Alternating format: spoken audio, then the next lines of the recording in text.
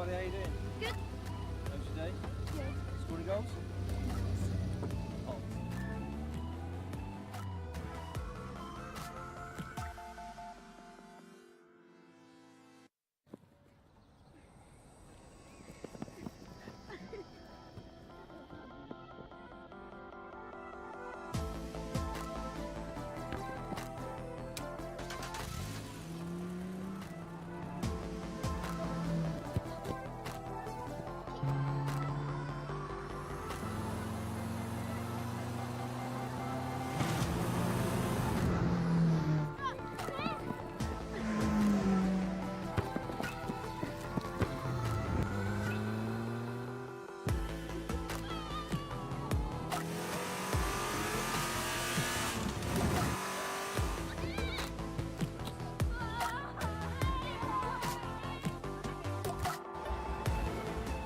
Everybody, how you doing? Good. How's your day? Good. Scoring goals? Oh.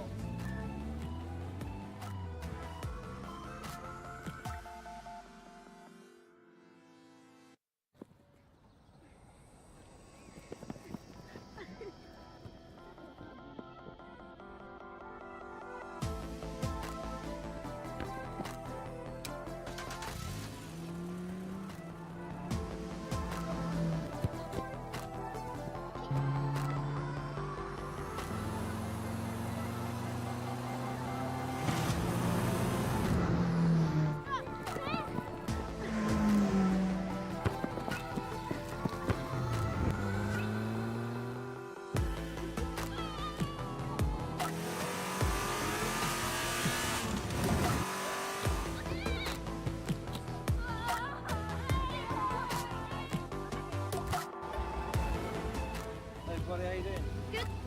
How's your day? Good. Scoring goals? Oh.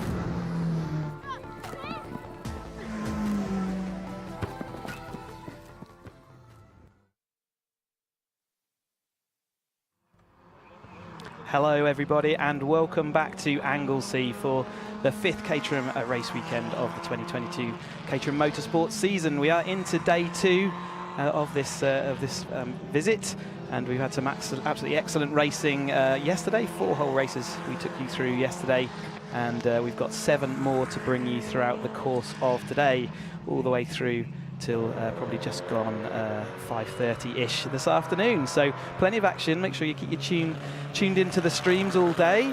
And yeah, we've starting today's action with the Caterham Roadsports. We saw them out there yesterday, and we saw Charlie Lower taking that victory ahead of Thea Theato, a very popular 2nd place yesterday, and Mark Jones taking 3rd place after Jeff Newman drifted a little bit later on the last lap. He lost a number of different places, but they will be ready for the 2nd of their 20-minute races today. And you can see plenty of people enjoying the absolute baking sunshine we've got up here at Anglesey. You don't always get this fabulous weather, but people absolutely making the best of this absolute brilliantly location right up here in the north of Wales, looking out over the Irish Sea and towards the Snowdonia National Park. You can see in the distance there, it's an absolute gem of a location. Chris Hutchinson here in the commentary box with you all throughout today, and we've also got Sam Parker, who's going to be out and about getting all our drivers' thoughts and feelings ahead of the racing today. And I understand that, yeah, Sam is down there in assembly then, and she has David Rick and Charlie Lower. Yes, I am indeed. Good morning, everyone. First of all, Charlie, great race for you yesterday. Obviously starting pole today, so what do you think you can do from there? Do you think you can keep these guys behind you? It's going to be a challenge for sure, but I know it's definitely one of the hardest tracks to overtake at, so I'm feeling lucky, feeling confident. But if I can get in front of Theo and then try and pull a bit of a gap and let the other bunch kind of bunch up together, hopefully I could lead it from the start all the way to the end. But obviously you can't guarantee it, but that's the plan. Excellent, thank you very much. I'll move on to David now. David, we haven't spoken to you yet on the pre-race interviews. Started 8th yesterday, finished 7th. That's a good move forward. How's the season been for you so far? Yeah, it's been really good actually. Came into this fresh, haven't done the Academy series, so straight into Roadsport. Found in my racecraft, really enjoying it. The paddock's brilliant, people are great. Donington was a real highlight. This has been a great track as well, so everyone's kind of in the right order now, so hopefully we can move forward 1 or 2 spaces. Looking forward to it. Really close racing yesterday, and for Cheesy's benefit, so we'll continue the Rook and Cook show. Excellent, and there seems to be a great atmosphere amongst all the drivers. Yeah, it's really, really nice atmosphere. Paddock's lovely, really friendly place. Everyone's been really supportive. Lots of tips and tricks to kind of get me up to speed, and I've just really, really enjoyed it. So yeah. Excellent, great stuff. Wish you all the best. Thank you very much. Thank you. Cheers. Great to hear back there from one of the half of the Rook and Cook show then. Good to see him on the camera there, people out there enjoying the boats and the seaside town. Right, so we are rapidly approaching, but we've still obviously got cars on track from the preceding race. Got plenty of people out there on the banks, and really good to see them, and enthusiastic supporters they were of all the Caterham action yesterday. No doubt bedding in for more of the same. This is a big family atmosphere. We've got all 5 of the Caterham Motorsport steps of the ladder with us this weekend. So the Academy have joined us today. So we had all 4 of the top 4 rungs of the ladder, if you like. But we've also got the Academy joining us for races a bit later on today. So they're due out on track just before 5, or 20 to 5 this afternoon. Things do tend to run ahead of schedule though, so if there are particular races you want to tune in for, you best be there early, is my recommendation. We've got some quite big tidy-up gaps between races, so and the organising club, BRSEC, will often use those or move the schedule forwards if they can. You can see the pit building as we look over. I understand that Benja Headley though is down with Sam in assembly. Yes, I'm next to Benja Headley in his lovely blue car. Benja missed the last race, but you're happy to be back here, aren't you? Yeah, it's lovely to be back and try not to crash into friends and family while you're here. It's lovely to be back. And beautiful Anglesey Welsh weather. Absolutely stunning. Do you find the sea distracting when you're going around the circuit? Because you go over a brow of a hill and it's just there and it's a great view.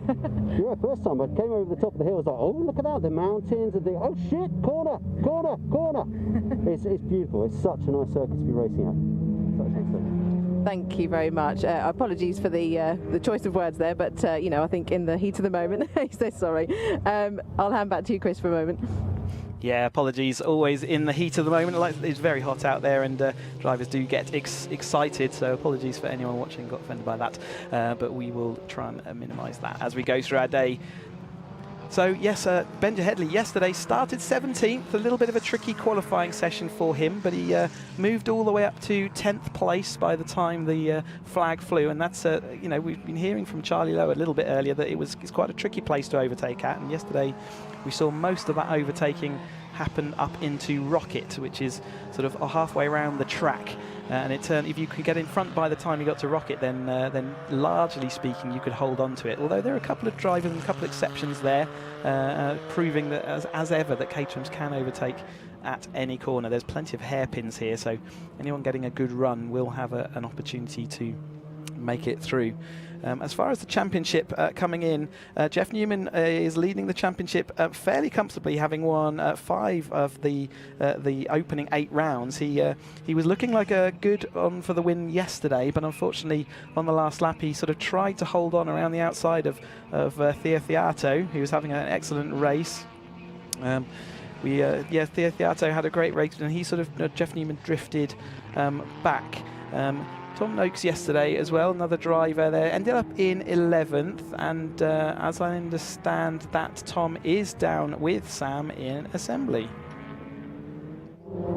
Yes, it's Tom's highest finish in Roadsport, so this circuit obviously suits your driving style. Yeah, something like that. I think I was probably a bit fortunate. There were a few accidents, luckily no one was hurt, and then had a really good race with Julian and just managed to pip him on the last corner, so I was pretty pleased with it. Yeah, it was good. So hopefully you can move a bit more forward from here. Do you think that's going to happen? Yeah, there's some quick people behind as well. Will James finished much further back than he normally would, so have to watch out for him. Louise Deason was awesome yesterday. Only really was going to be an error that enabled me to get past her. So, yeah, I need to, well, just concentrate on going forwards, which is not usually my strong point. So we'll see. We'll see. You can do it. Okay. Wish you all the best.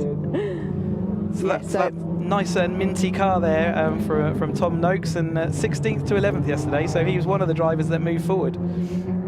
Yes, definitely. It's really good for him. He's very pleased, actually, that he's 11th today, so that's good. Hopefully he can move forward a little bit more. But like he said, there are some faster guys behind him, so it'd be interesting to see, interesting for Freddie Chiddicks, actually, to see where he's going to make his way up to, because I'd imagine he will want to be much further up with the, you know, championship points at stake. Yeah, so he starts 17th today, alongside, well, yeah, next to William James, so both of those cars will be looking to come up, and you know, I think that is probably going to be one of the stories of this race to watch out for.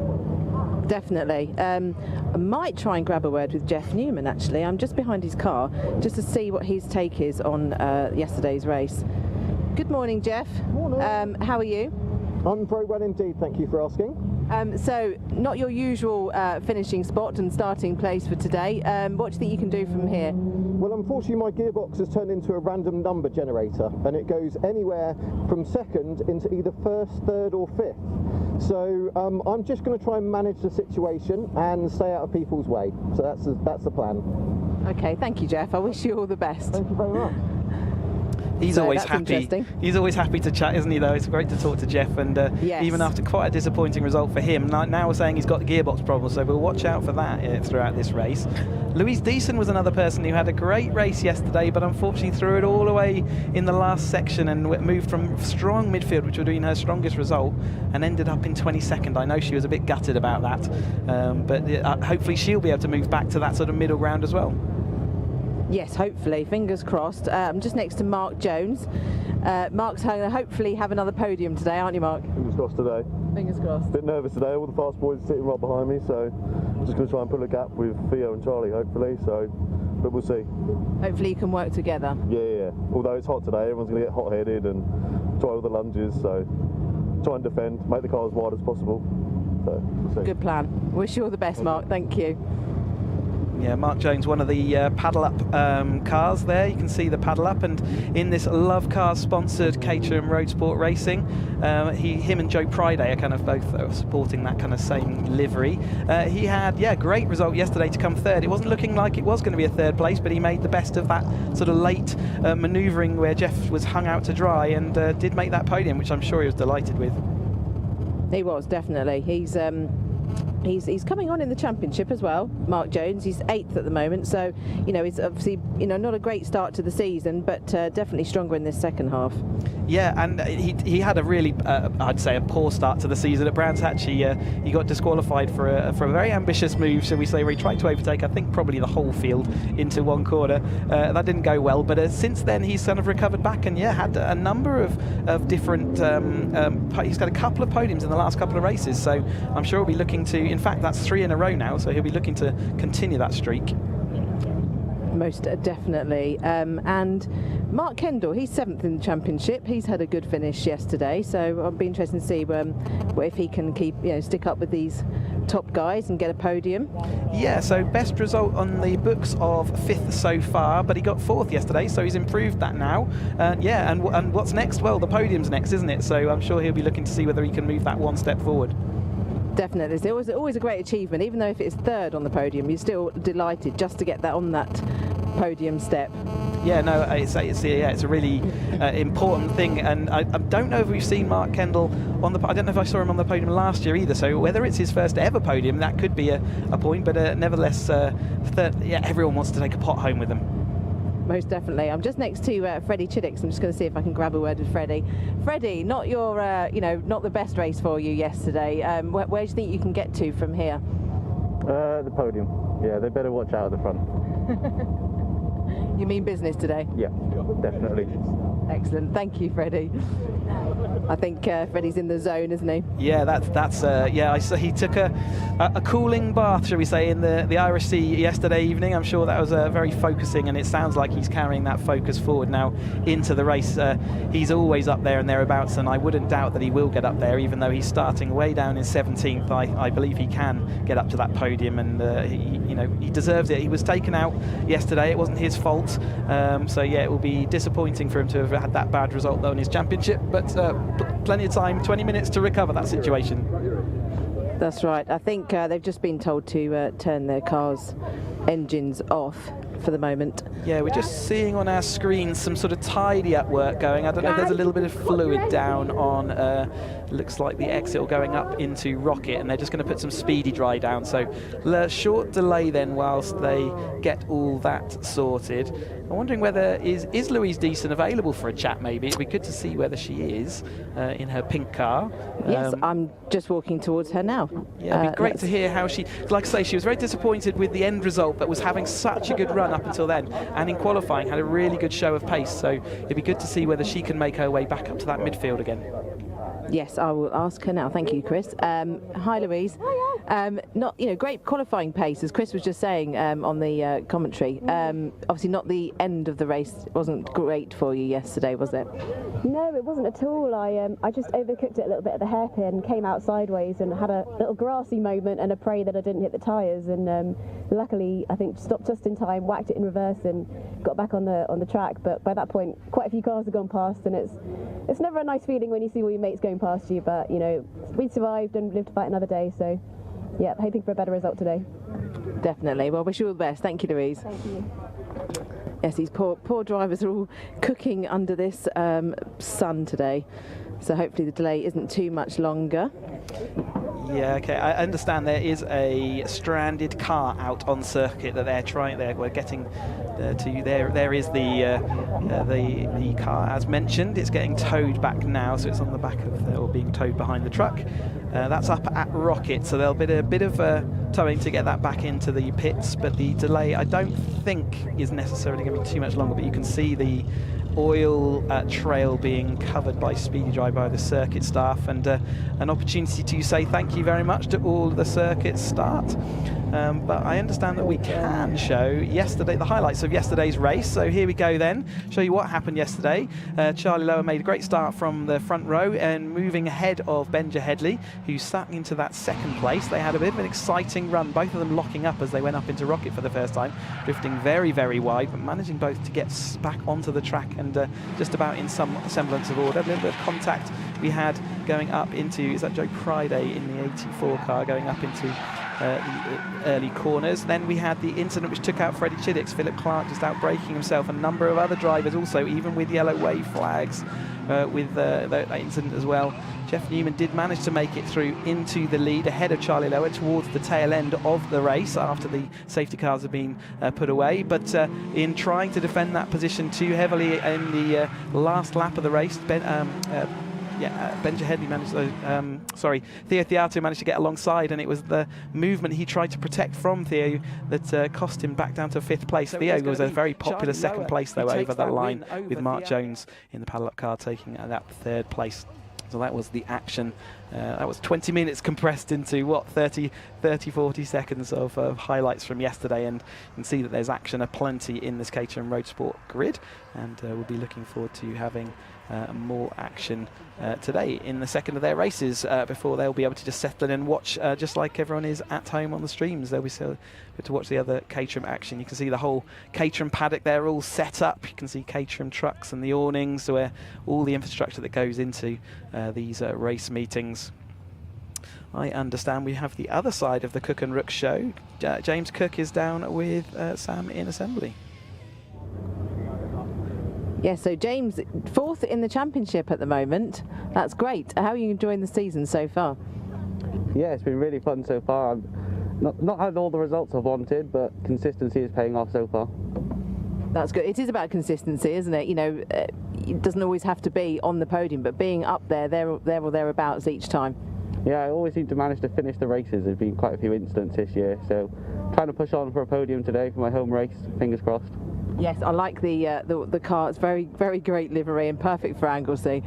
yeah, very patriotic, so fingers crossed it does me good today. Excellent. Thank you very much. Wish you all the best.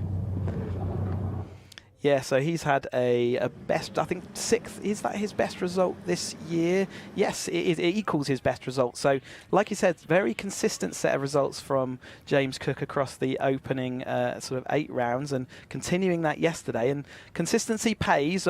It doesn't necessarily win you championships. You need those wins to distance yourself from the teams. And really, Jeff Newman and Charlie Lower have stolen most of those away. Freddie Chiddick's taking the only other one available. So, yes, James Cook having a great run out so far this year, and I'm sure we'll be looking to see whether he could do the same. That oil trail really did go all the way up the hill, straight to the scene of where we saw that car. That is going to, as a driver, on the, it's one of the reasons for the green flag lap. They'll have all been warned about this by the people inside of the assembly area before they go out. The fact there is this oil trail. Now the speedy dry does absorb quite a lot of that and make it better, but it still doesn't necessarily mean it's completely without slipperiness. So yeah, thanks for the marshals for all their work this morning so far, and I'm sure there'll be more action for them to take their part in all the way through this racing. But as ever, enjoying the sunshine. I hope they got plenty of sun cream on, because it's great to have that sunshine, but also marshals' posts aren't necessarily the most shady places, so hopefully they've got all that and then plenty of water out there as well. But yeah, the speedy dry, whilst it does help the situation and starts absorbing away that slippery, it can be water, it can be oil, and drivers really do notice it when you run over it, and it certainly kick up an awful lot of dust on this opening lap, and that's something else to be careful of when they're going up into the Rocket for the first time. We've seen how many overtakes and late braking manoeuvres there are there. If someone's got a bit of dust and dirt on their tyres, it's not going to help them. So hopefully they'll have been warned, and they will know that, certainly from the green. There we go. So cars are leaving now the assembly area, so they have been released to the grid for this second race. So they track is now in a condition ready for their racing. They've recovered that car back to the pits, and we can see all the drivers leaving that assembly area, getting ready for their first race. Plenty of the drivers. There's Joe Priday, we talked about him. There's Freddie Chiddick and William James deep in that field as they go out and join on to the back of the dummy grid, as we call it. And there's Louise Deason. We spoke to her as well. You can see how deep in the field she was when she was running around that 10th or 12th place. There we go. So Sam, out there, were there any other stories? Have you only picked up on anything else in the paddock? I know that there was there's always an enthusiasm down there, but is there any other story that we can take away from this race weekend so far? Well, I wish I did have a lot more to say, but unfortunately everyone's very relaxed. They're almost like on holiday mode. Everyone's very relaxed, very chilled, happy. There's a great atmosphere down here, and I think everyone's just enjoying the weekend. It's such a family atmosphere as well, isn't it? Especially in the road sport, where this is last year's academy and they join together, and it's a real friends and family affair. Well, exactly. Like Louise said, once she'd come off and she saw all her mates going past her, and the fact that she said mates just tells you, doesn't it, exactly what the championship's like. Yeah, and so they all, as part of the Caterham package, you kind of join in the academy, then you upgrade your car over the end of the year, and they join the 2 academy groups together into this one road sport grid. And that family and friends, it's kind of the last chance for them all to join together. Exactly, but thinking about the where the coolant was down on the circuit, and obviously they've put the powder on it. Was it on a racing line? Is it going to cause an issue? Well, during the races yesterday, the cars were definitely using that part of the circuit, yes, because obviously when they're trying to make the overtake up into Rocket, that includes the bit of the track which has that speedy dry. Also, it's coming right across the braking zone as they head up into Rocket, so it will definitely be a factor of this race. And and just I want all these drivers to note that on this green flag lap. I desperately want them to take caution there, and because if they do start braking when they're on that speedy dry, it could cause them a problem, and we don't want to see that on the first lap. It gets congested up into Rocket. It's a really heavy braking zone up into a very tight left-hander.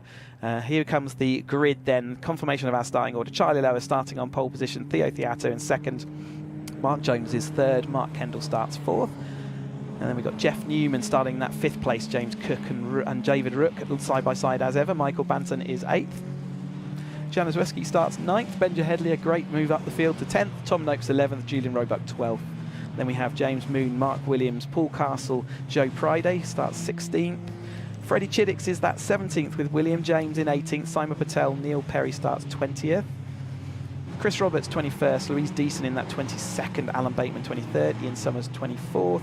Then we've got Vincent, we've got Rocco Ainscoe, Philip Clark and Ray Radford. Some of those may not be starting today. They've got car damage and they were the cars that we saw involved in some of those incidents during yesterday's race. So as we watch the cars then heading around up into the hairpin at the top of the hill, they come round the Siemens corner out just out of sight there, and they head up the hill. You see snappy John Bryan in the background there on his camera, ready to take the shots for everybody. But welcome to the first action, the Caterham action for today, the Lovecars Caterham Roadsport Championship, the second 20-minute race for them this weekend. Charlie Lower in his blue and white Quadlock sponsored car, and then Theo Theato in his McCat, followed by the Paddle Up Mark Jones car. And then we've got Kendall and Newman following along, and then the Cook and Rook show just behind them. You can see it's quite a short grid, sort of gap between the last corner and the start-finish line that we're lined up on. So not much opportunity to overtake out that last corner. We did see some side-by-side through that last corner yesterday, so it's still part of the action. But you can see with this large field of up to 28 cars, depending on who's starting. Yes, plenty of cars to get onto the grid. We still got the lots of, in fact, bigger grids to come even later on. But let's get ready then for the first of the action for today, the Caterham Roadsports. Can Charlie Lower make it more of the same? Can he help his championship chances with another win? Can Jeff Newman get to the front? And how far up the field will Freddie Chiddicks make it? William James will be there trying to shadow him. They've got the 5-second board, so looking for those lights in the top right-hand side of your screen. There are the lights, they're on, and we're looking for them to go out and even start there across. Charlie Lower making a better start than Theo Theatre off that initial starting phase. How will they make it through into banking for the first time? Charlie Lower is quite clear and gone, isn't he, in that early phase. Theo Theato not quite got the start sorted. Back up though underneath into second place, underneath Mark Jones, and behind everyone else is sorting himself a little bit of contact there, just as things can concertina a little bit. And is that Joe Priday there left out onto the grass on the outside of that? It's still concertinaed up. Someone had to get on the brakes, and that caused a little bit of a chain reaction down the field. Jeff Newman Cook out wide onto the grass and gravel though, and is that that's looks like the Cook and Ricochet. And then we've also got James Moon up there as well. You can see that speedy dry getting thrown up into the air. It's actually difficult to see for all these drivers. Hope everyone takes it nice and easy. It does look like so far we have made it through that without too much drama. So Charlie Lower taking them up the field. Theo Theato in that second place. Then Mark Jones, Mark Kendall, Jeff Newman, and then we've got Banton and Cook in the Welsh flagged liveried car. Cook now down the inside of Banton. We've got someone going sideways backwards. Craig, is that Charles Vincent? Sorry, it's Chris Roberts is in that car. That would have been a very uncomfortable place for him to spin and sideways, but he's got the car up and running. He'll spin it around on the grass and get back onto the tarmac again. Off he goes. A little bit of a replay there. He just absolutely lost the rear of the car, just asked too much of those rear tyres, and then he's drifting backwards. Plenty of cars having to make avoiding action there. Did extremely well, everybody, for getting there out of that situation. He kept the car in a relatively straight line, which is important in those situations, so everyone knows roughly where he's going to go. But it would have been uncomfortable for all of those drivers. Charlie Lower, though, setting the fastest lap on his opening lap. Theo Theato, though, holding on in that second place, just like he did yesterday. Not such a good start, but under control, and they certainly stayed on the track more than they did yesterday. Mark Kendall in that fourth place with Jeff Newman, and it's Cook, Banton. And how far up did Chiddicks make it on that line? He made 4 places up on that one lap, so looking out for him. Currently in the 12th place the last time he went over that line. Theo Theato looking up the inside then of Charlie Lower. Charlie Lower giving him the inside, so he's going to want to hold on around the outside. That is in this dust and dirt, but he's deciding that's going to work for him okay. Jeff Newman also looking up the inside of Mark Kendall there. Does look like he might have got that position stuck. No, Kendall managed to hold onto that inside line as they head on up until Banton now pulling out of the circuit. I wonder whether he hit his nose cone at some point. Certainly something's gone wrong with his car, so he's going to have to hang his helmet up for today and look to come back at Knock Hill. Temperatures out there, as we've mentioned yesterday and we'll continue to mention throughout today. Oh, we've got Mark Jones out of Siemens onto the grass there, and that's so easy to do. The corner kind of nips back at you and you want to take in lots of speed into that corner, and it's slightly off camber and it really does throw the car. Jeff Newman trying to make hay of that situation by getting up the inside of Kendall. Kendall will have the toe unless Mark Jones gives it back, and Newman has made that clearly through then up into 4th place, so he's starting his recovery drive very nicely. But Theato showing he has got that pace in the car ready to take him through this race. Very, very popular on the podium yesterday. Everybody cheering and shouting for him, and great to see that camaraderie and everyone pleased to see people picking up the trophies at the end of the racing. But Mark Jones does look like he's now having to put a bit of a defensive manoeuvre onto Jeff Newman, who is right up with him now. A little bit of a gap being sprung ahead to Theato and Charlie Lower, but not enough. We saw plenty of bigger gaps be drawn back yesterday whilst the racing sort of settled in. But Charlie Lower there. Let's have a quick check of Chiddix. He's made another 3 places up that lap time through, so he is now up into the 9th place as he went over the line. And Jeff Newman managed to get through before the braking zone up into Rocket, so Jeff Newman now back into 3rd place. Cook now coming to join the back of Mark Kendall. Benja Headley is just behind them, and I think just behind Benja Headley was Chiddix, so Chiddix another position up, so that moves him up into 8th place already. He said he was going to get back to this podium, and he's certainly putting in a good effort within the first 5 minutes. Jeff Newman currently holds the fastest lap of the race with a 44.519, as you can see on your screen now, and that gives him an extra point, all important towards the championship. In fact, he won the Academy Championship over Freddie Chiddix last year by want of 1 single fastest lap, which he got on the very last lap of the very last race of the season. So that's how he won his championship last year over Freddie Chiddix. It's Newman now has broken away a little bit from Mark Jones there, and is looking like he is the one who's going to come across that gap. There is quite a substantial gap ahead of Benja Headley though, so Chiddix, if he does want to come and join this podium battle, he's probably going to have to hope that they battle each other quite hard and he is able to have that extra pace, but you can see he was ready for that as we joined him in. Understand that Joe Priday has unfortunately needed to stop. He's got front suspension damage, so he won't figure a part in the results for this race. As we see here a little bit further back in the 11 car, it's Tom Noakes that it's William James in the 11 car that we spoke to, and behind him is James Moon. So James Moon also making his way up through the field, so he's currently in 15th place. William James is up into 14th place, so he's making progress, not as quick as Freddie Chiddix, but he is still making his way up through the field, and there he goes past next driver on his list, which is the number 46 of Mark Williams. Heading up here, so another one we said we were going to keep an eye out for was Louise Deason, and she has made her way up to 16th place.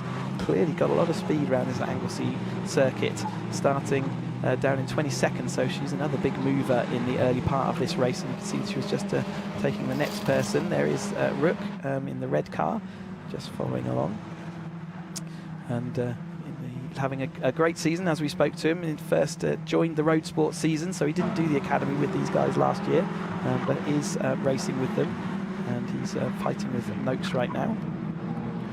You see the grandpa number plate there on the number 74 of Roebuck, one of our elder statesmen in the paddock, and very much enjoying his racing.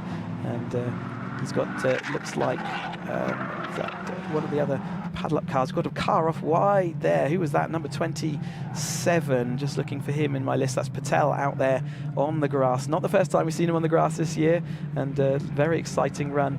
Just managing to get it all back under control though in time to tuck it into the bus stop and take it through to another lap just in front of Neil Perry there in that retro livery car. Just coming up to 12 minutes to go, so still not halfway through this race just yet.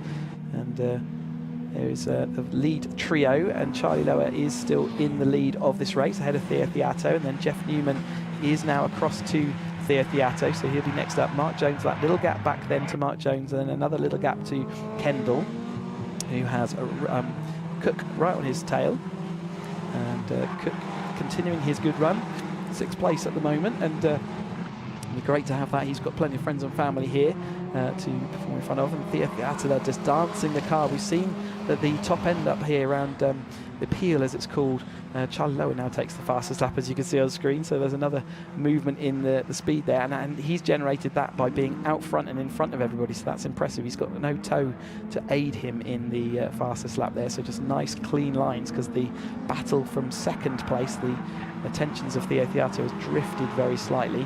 But Theo Theato had to rebuild his car after Donington after an incident, so it's great to see him back out here in his orange McCat. And yeah, solid in that 2nd place, but Jeff Newman does look like he's the person who's a bit thirsty to get through. Dancing again, you can see his hands having to saw away. He's got his bright yellow gloves on, and hands having to saw away at the steering wheel just to get the car turning in this hot weather. These Avon ZZSs, their envelope is in a slightly cooler temperature window. They've got to operate, don't forget, these tyres operate as our wet tyres and our dry tyres, so they really do have to do a hard work, and as we get up into these sort of 30-degree heats, they start to lose a bit of their grip, and it makes the whole skill of a driver even different again. The balance of the car changes, and you've heard the drivers sort of talk about they're on ice. It's not quite that bad, but the car does definitely slip and slide in a different way than it does when we've got slightly cooler temperatures. That's all for these drivers to learn and work out, and that's part of what the Roadsport Championship is all about. It's we call it the Learning Championship. So they've had their inaugural season in the academy the previous year, their first drive in these Caterham cars, and they upgrade their cars with these Avon ZZS tyres, which is the kind of main performance increase. The cars are roughly similar to the academy other than the tyres, and that gives them up to an extra 2-3 seconds per lap depending on the circuit, just in the tyre performance alone. And there's Theo Theato exploring the limits of what's possible on those tyres as he exits Siemens. But yeah, that is the major upgrade, and they do have to learn these tyres therefore, and they get combined together as all the academy from last year, the white and green group, get combined into this one Roadsport grid. And that's what we're watching here now. So in their 2nd year of racing, and many of them will be learning all the tricks of the trade still. It's certainly one of the, I really enjoyed it as a driver, the Roadsport season. You really do solidify. You get plenty more racing action because you get 2 races per race weekend instead of just the single race that the academy normally have. And so yeah, it's good to see that. There is that number 11, William James. He has made his way all the way up now into 12th place. Chiddix is still stuck in that 7th place right now. So the 2 movers that we said were going to start moving through the field, they are doing. Julian Roebuck is next on his list, and that will take him to 11th if he can make that stick. As we come around here, around the banking corner, you can see that corner does have camber. It is a banked corner, so you want as a driver to make sure you use all that camber to your advantage. As we head around here through Church, very fast and flowing corner. He's right tucked up behind Julian Roebuck in front. He's going to tuck to the inside. He's going to use that as his run through. Julian Roebuck's going to go around the outside as they head up here into this period where we've got the speedy dry down, but Roebuck able to position himself back, but a bit of a switcheroo going on there and looking up the inside, but not able to make it happen that time through. And behind them, we've got Castle and Moon also going at it. There's Moon on the inside, Paul Castle on the outside. Moon looks like he's going to be able to tuck that up and around the inside. We saw yesterday that tyre rub. I think it was it was Moon's car that was had that tyre rub yesterday, I believe. There is William James still trying to get past Roebuck in his number 74 car. Looks like he's got a good run on him now, though. We're not seeing too many overtakes coming up here into the hairpin. He is positioning to the inside. The outside can get later on the brakes because it's such a wide open corner. Did look like he was about to make that happen, but meanwhile, Cook is going to move ahead of Kendall into the bus stop. So that is a move for 5th place. Cook's going to take that 5th place. He finished 6th yesterday, so that would be another place gained over his result yesterday. But Mark Kendall's certainly not done, is he? Absolutely nose to tail as they go around this turn 1. Turn 1 on, another corner that really nips back on you just on the exit, and Kendall's going to have a little look, a little sniff down the inside of banking.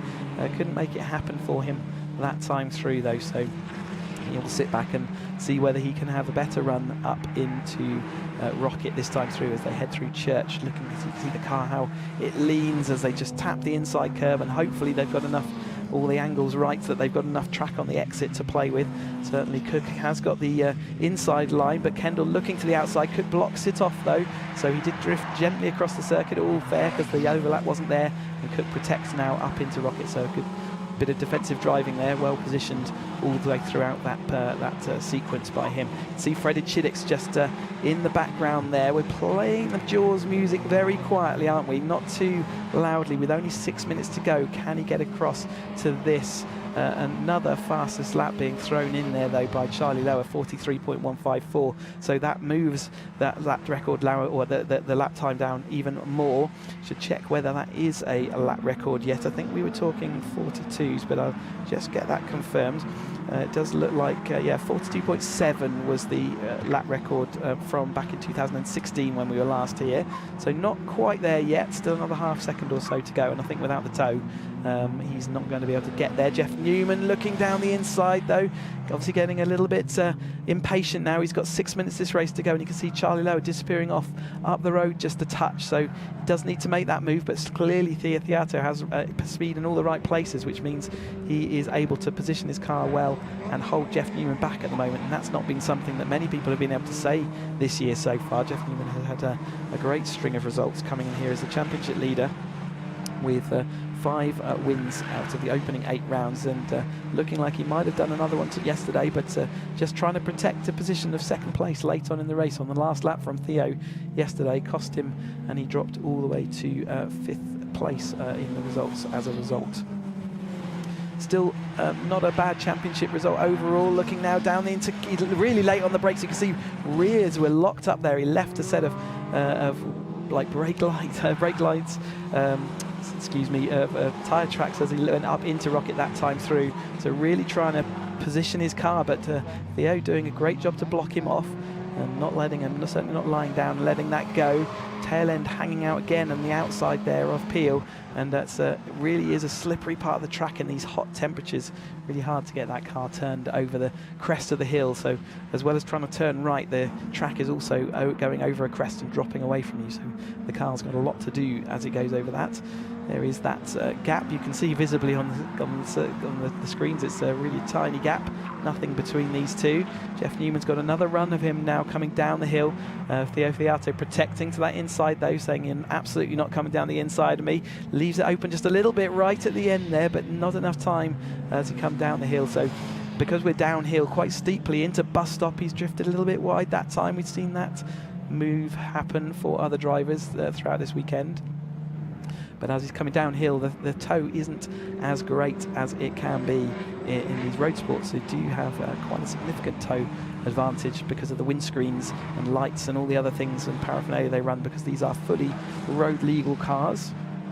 They can, if they choose to, drive these cars to the circuit. They can race and they can drive them home. Some drivers do choose to do that, and it is possible. And certainly in between race meetings, you can use this car just like you can with the Academy car. It's not until we get to the 270s where we take off all the lights and things that make things road legal. Jeff Newman has got a good run around the outside here. We've seen the outside line work really nicely for drivers throughout this race weekend, and there he goes. He does move up into that second place, so Theo Theato, his defensive heroics have come to an end for now, but has he got the pace to come back at Jeff Newman?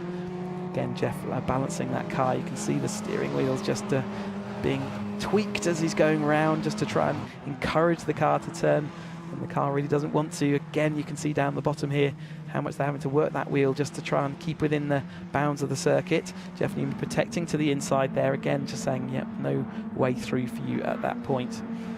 Theo just sort of feigning to the inside just to see whether he could put off Jeff, but Jeff's a wise hand when it comes to that. He won't have been looking at that too much, and he's got clear air as they disappear off down here. Can he, in the next 2 minutes and 50 seconds, coming onto the penultimate lap, can he make any impression onto that lead?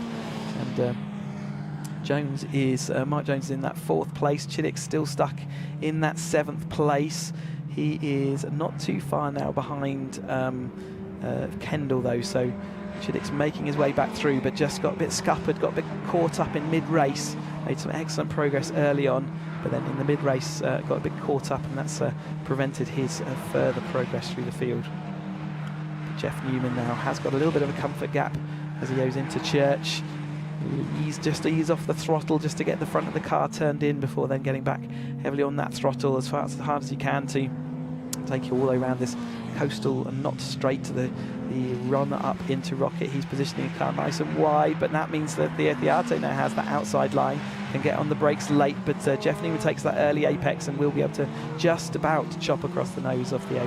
Really tight there. It's so hard for a driver to know what you want to do. Your natural instinct is to cover to the inside there, but the outside line is offering some really good racing sort of tactical positioning for these drivers. Both a little bit wide as they head out down into Siemens. That left hand at the bottom of the hill there. You can see them just moving through. Just a minute and 25 this race, so remember this is the penultimate lap of our race. We will have one more at the end of this one to see what the eventual podium will be. Certainly looking like Charlie Lower's got that sorted. A great set of results for him and his championship ambitions. He's had 2 race wins this year, and this, if he gets this one, if he can pull this home one more lap, then he will have 4 wins to his name then in this season to Jeff's 5. So yeah, we're moving on to the last lap as ably demonstrated there by a nice big board being hung out to our drivers, so they all know as well. Not always easy to see those as drivers because you are concentrating on viewing racing going on around you, but that one looked nice and clear enough, didn't it? Jeff Newman still with that sort of slight, I wouldn't say comfortable gap. We've seen that both times as we've headed through Church here, that Theo Theato has managed to draw him back in, and he will be keen to see whether he can do anything on the brakes as they go up into Rocket. Now, where will Jeff Newman position his car? He's going to try and position his car in the middle of the track. He's getting manoeuvred to the inside. That does give Theo Theato that run round the outside. He's locked his tyre up though, so that's going to cost him. That little lock-up was enough just to draw his car a little bit too wide, and I think that will be his challenge for second faded. Behind them, just to see whether Chiddix has managed to get through Kendall. I saw he was right on his tail as they went through last time, but looks like those front 3 positions, barring any incident, will go through into to the checkered flag as they head down through Siemens for the last time. Charlie Lower though, what a great set of results for him at Anglesey. He'll certainly remember this place with a big smile on his face. So he heads around the hairpin for the last time and off down the hill. Just 1 corner left for him to negotiate before he can say he's done the double.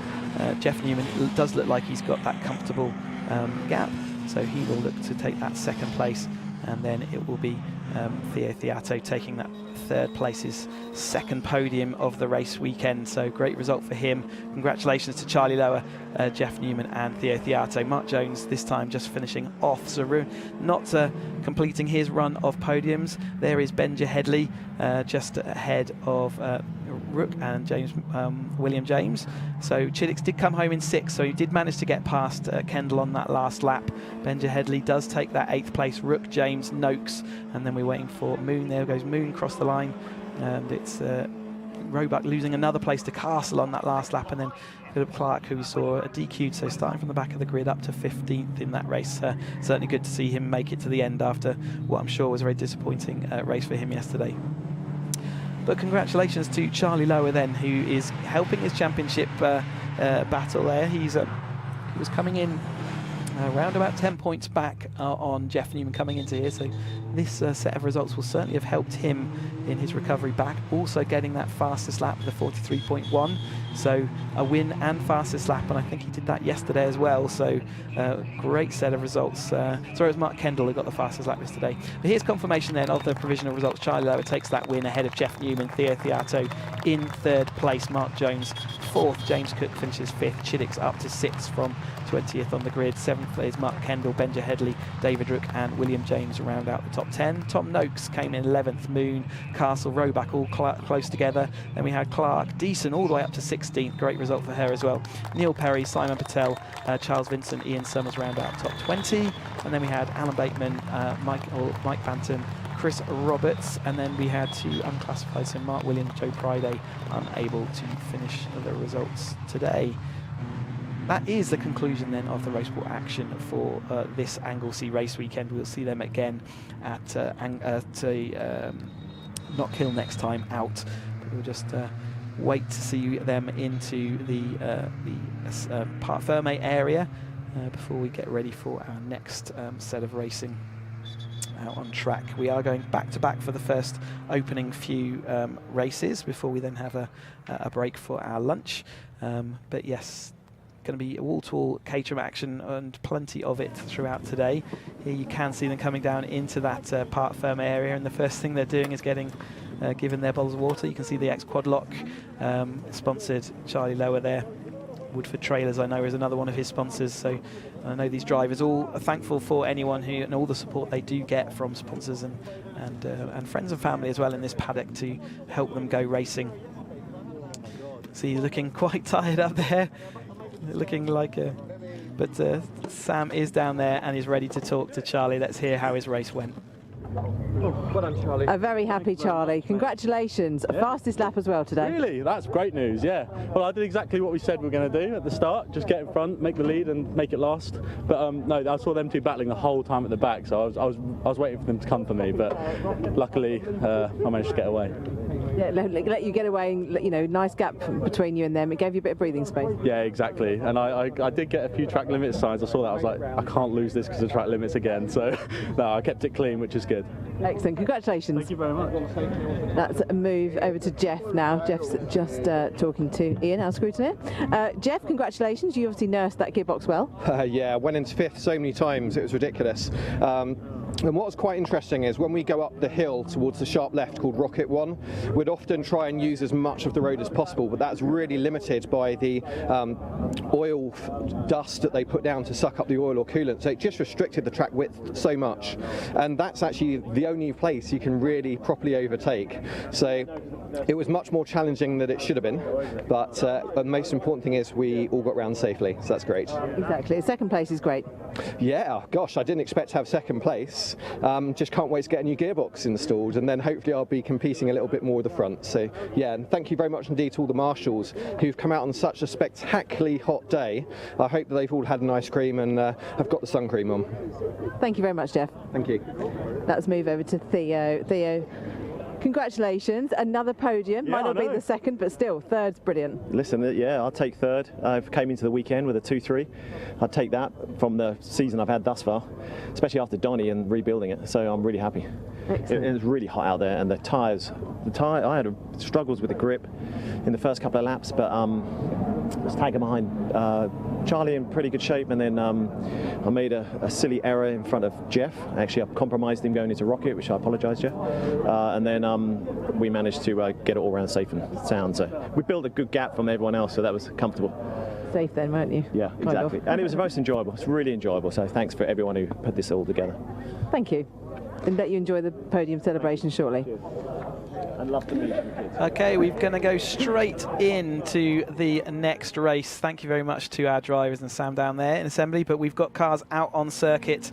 The 7 Championship UK, it is their second of 3 races they've got this race weekend. They have 20-minute races, 3 of them over the course, and this is their second one. So 20 minutes of action. Yesterday we saw James Murphy take that win over Aaron Head, and then Lewis Thompson was in the 3rd place and Henry Heaton in 3rd. And here's confirmation then of the starting grid. They do start in that order, so James Murphy is on pole. Aaron Head starts in 2nd with Lewis Thompson 3rd. Henry Heaton starts in 4th. We've got Lee Bristow 5th, Dale Head 6th, Tom Eden 7th, Gary Lapidus starts 8th.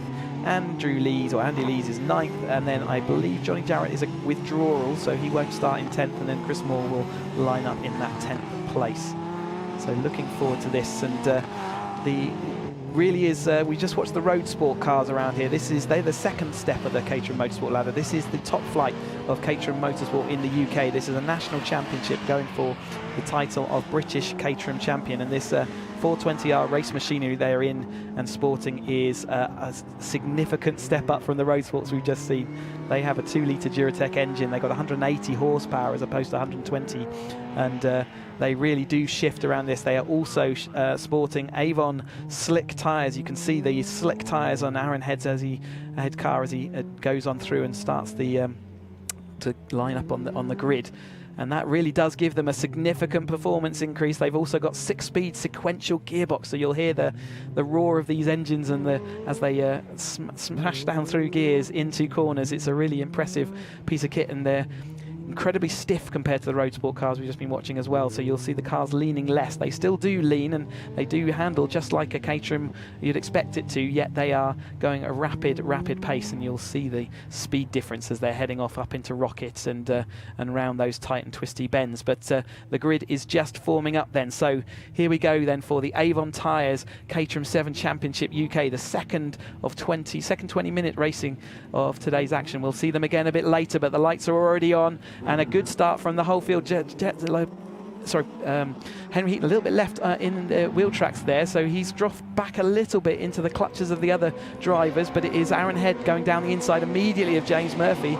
So James Murphy dropping away from that pole position. We saw this yesterday as well. James Murphy had a little bit of a tough time in the early laps, but then fought his way back up. Henry Heaton made a good second phase of that race, and he's moved himself up into third place ahead of Lewis Thompson. And then we've got Dale Head behind. Dale Head is a driver we've mentioned a number of times because he starts a bit further back at the beginning of the race weekend, and then just slowly as the racing goes on, he fights his way through. There's Tom Eden side by side with Andy Lees as they head up into Rocket for the first time. Can they all get it stopped on that speedy dry? James Murphy has retaken the lead as they go into Rocket 2 down the hill, and Lewis Thompson takes over Henry Heaton into that third place as well. Henry Heaton's now got that moving Dale Head behind him. And you can see in the orange car there is Lee Bristow, followed by Tom Eden in the bright yellow, Andy Lees in the golf-coloured, then Gary Lapidus, and there is Chris Moore, who withdrew yesterday or had to pull into the pits yesterday. He's tucking down the inside of Siemens on this opening lap.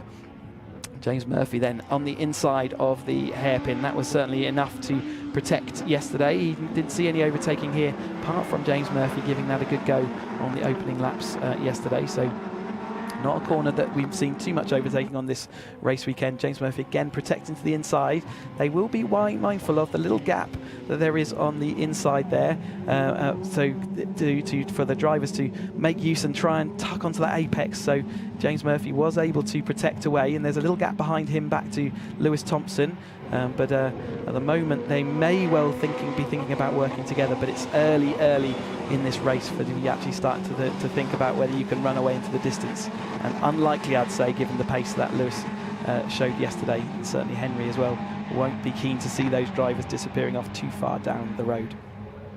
Lee Bristow though making a good of his start in 5th place currently, so he's moved ahead of Dale Head, side by side by Lewis Thompson, Henry Heaton as they head up into Rocket. Then you can see the extra pace of these cars as they really whip round and slam on the anchors, and with the aid of gravity, is Henry Heaton going to be able to make it up the inside? No, he doesn't, so Lewis Thompson holds on to that 3rd place, but with going uphill there, the aid of gravity and these slick tyres and the uprated brakes that they have and suspension, they really do hang on those brakes to the last, all the way up into that top tight left-hander at Rocket. Aaron Head though is in the lead of this race ahead of James Murphy, and again that gap is nothing to write home about, so they will still be fighting each other up into the hairpin there where we've not seen any true action. Again, because it's quite an open hairpin, it's all about the sort of later apex, and so there's not too much opportunity. The braking zone is as you turn into the bend, so there's not too much opportunity to get an overlap there, especially as we're heading up the hill. So as we go up the hill into that hairpin and then down the hill out of it, the toe doesn't have quite the same effect that it does on a flat surface. As they head on round then, turn 1 for the 3rd time of asking. Current fastest lap is Bristow, but I'm sure that will improve again.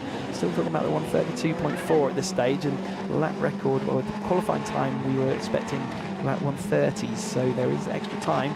Remember though, they are using these tyres, and it will be the same type. They get a single set of slick tyres per race weekend to add to their allocation, and they would have all been using that tyre, so they'll start getting a little bit older as we get through this race weekend. There is confirmation of that fastest lap on screen. We are side by side for the lead, and we're side by side for 3rd.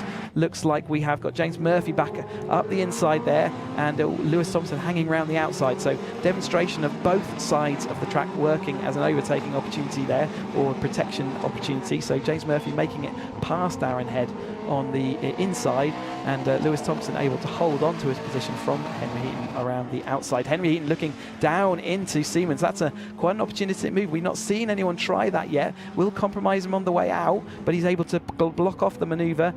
Thompson has to go to the outside, and Henry Heaton's made that stick.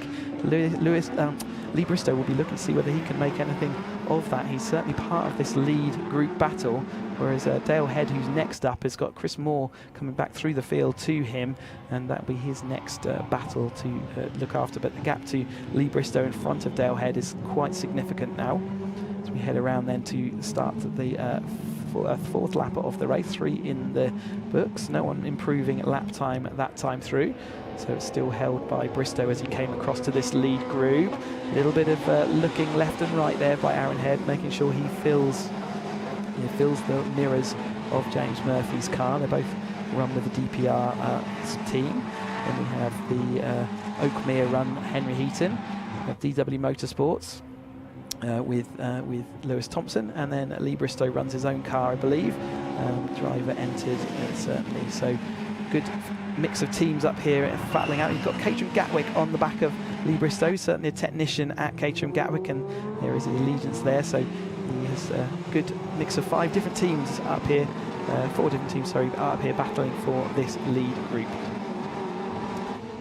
James Murphy, though, doing what he did yesterday. He said at the end of yesterday's race he wasn't sure he could keep them all at bay for another 2 races, but at the moment, 5 minutes or over 5 minutes into this race, and he is managing to do just that for the time being, but certainly not comfortable in that result. And Henry Heaton is now in that 3rd place, still having to heavily protect from Lewis Thompson. Lee Bristow late on the brakes into that hairpin, does manage to get the overlap, and Lee Bristow has been proven this year that on the brakes he is one of the latest on the brakes into the corners, really able to hammer on and overtake, and manage to put a move onto Lewis Thompson, so he moves himself up into 4th place. So another sign that Lee Bristow has got his braking absolutely sorted on these Avon tyres, and his setup allows him to really hammer on those brakes late and move up the inside there. Good move indeed. One of the only ones we've seen into that hairpin. James Murphy into the banking though, able to protect Henry Heaton, just sort of acting nuisance to Aaron Head now.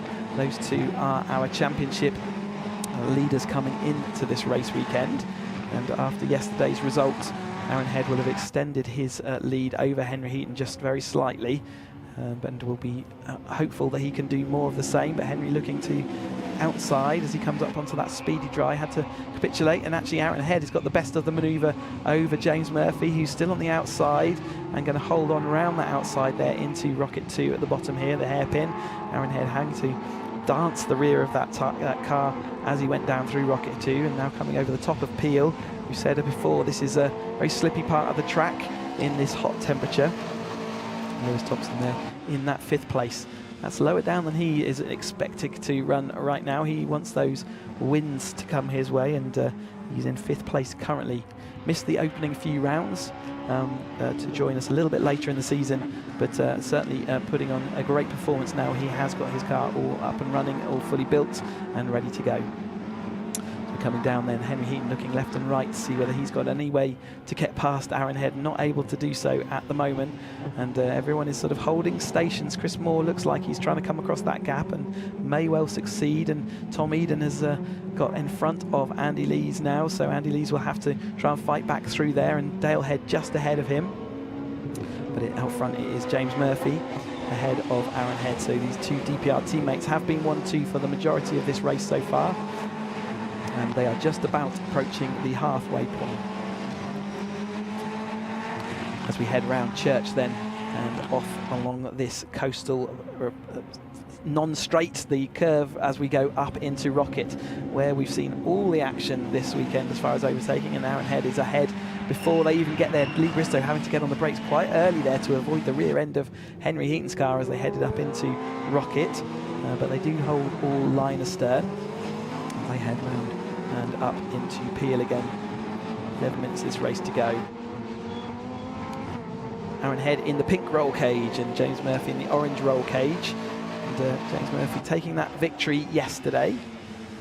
And that was his second victory of the season so far.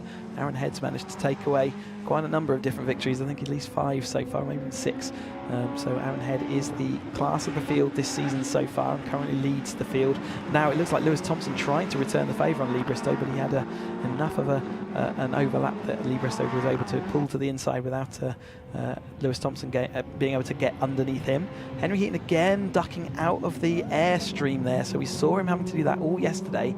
And having to do it again today. So in these hot temperatures, if you're following another car, you're obviously taking in all the hot air that's come out of their car as well. And so he's moving to the inside and just trying to get his car into a bit of clean air where it's a bit more cooling, and therefore the car can take a full gulp of that air to cool it off. So one to keep an eye out for. These cars can overheat on hot days like this, as a race car can, especially when you're following as close as James Murphy is to the rear of Aaron Head there. With these two going side by side now, wheel to wheel action, absolutely millimetres between the two of them as they head up into Rocket. James Murphy able to get ahead in front just before the braking zone, therefore really able to tidy that one away. Lee Bristow managing to defend from Lewis Thompson as they headed up there. Thompson trying that inside line, but the outside line prevailed. A little bit of just a manoeuvre by Lee Bristow there just to cover off and say you're not coming through here, but he is wide as they go through Peel. It's not going to affect him too much, as he will have the run to get back to the edge of the track and pull to this left-hander at Siemens. As they again, Lewis Thompson there dropping a wheel over the edge. It's so easy to do on the exit of that corner. It really, if you've got your line very slightly wrong, it really will shove you to the outside. There is confirmation that Lee Bristow still has that fastest lap with a 1:32.488. 10 minutes or 9 minutes of this race to go, so we are over the halfway point. So we've got all the action that we've seen, and we can do that all again. Lewis Thompson diving to the inside of the bus stop though, didn't quite manage to get the full overlap, and Lee Bristow managed to hold on round the inside. That would have been uncomfortable for both of them, trying to work themselves through. But yeah, no, Lee Bristow doing a great defensive manoeuvre there to hold back the points of Lewis Thompson, who stays in that 5th place. James Murphy, though, does still lead this race. I think he probably led the majority of the laps across the line so far, but they've certainly been sharing that lead between themselves. Henry Heaton, though, in close attendance. After 4th place yesterday, he'd be quite keen to see whether he can get onto that podium, currently holding that 3rd place this time out. Aaron Head makes his move around a Rocket and into the lead of the race then, ahead of James Murphy. And Lewis Thompson has got through over on top of Lee Bristow this time through. So their battle continues on. Hear the roar of those 2-litre Duratec engine as they head on down the field. These drivers, like I say, vying for the title of British Caterham champion. That is a national championship and the top flight of Caterham Motorsport in the UK. In these slickshod machines, they are fully capable race machines and lap tracks at comparable times to British GT4 lap times in a package, which is extremely good value. If anyone sat at home wondering how do you get involved in Caterham Motorsport, just as we watch Andy Lee's dropping a wheel into the dust, you can head to their website, Caterham, and Caterham website and you can find out all the details about all the Caterham Championship, including the Caterham Academy, which is a championship designed purely for people who've never raced before, can't have held a race license, and it's a great opportunity. And a lot of the drivers you see here will have all come through the academy in various years over the last 15 and 20 years or so. Aaron Head certainly has been driving Caterhams for many seasons, past champion. And James Murphy, I know, joined a couple of years after myself. Henry Heaton was in my academy in Flake Take, so we've got all sorts of different intakes represented in this top flight. They are extremely experienced by the time you get up to this level of driver. It is an open championship though, anyone can join. If you would like to purchase one of these from Caterham, make sure you get in contact, and they are an extremely capable track machine indeed. As we watch them manoeuvring these machines around this Anglesey coastal international circuit that we are running on this weekend. Henry Heaton managing a great manoeuvre. That's twice we've seen him do that. Manoeuvre down the inside of Siemens there, kind of almost not expecting that to come, and it's caught Lewis Thompson by surprise, and now it's caught Aaron Head by surprise.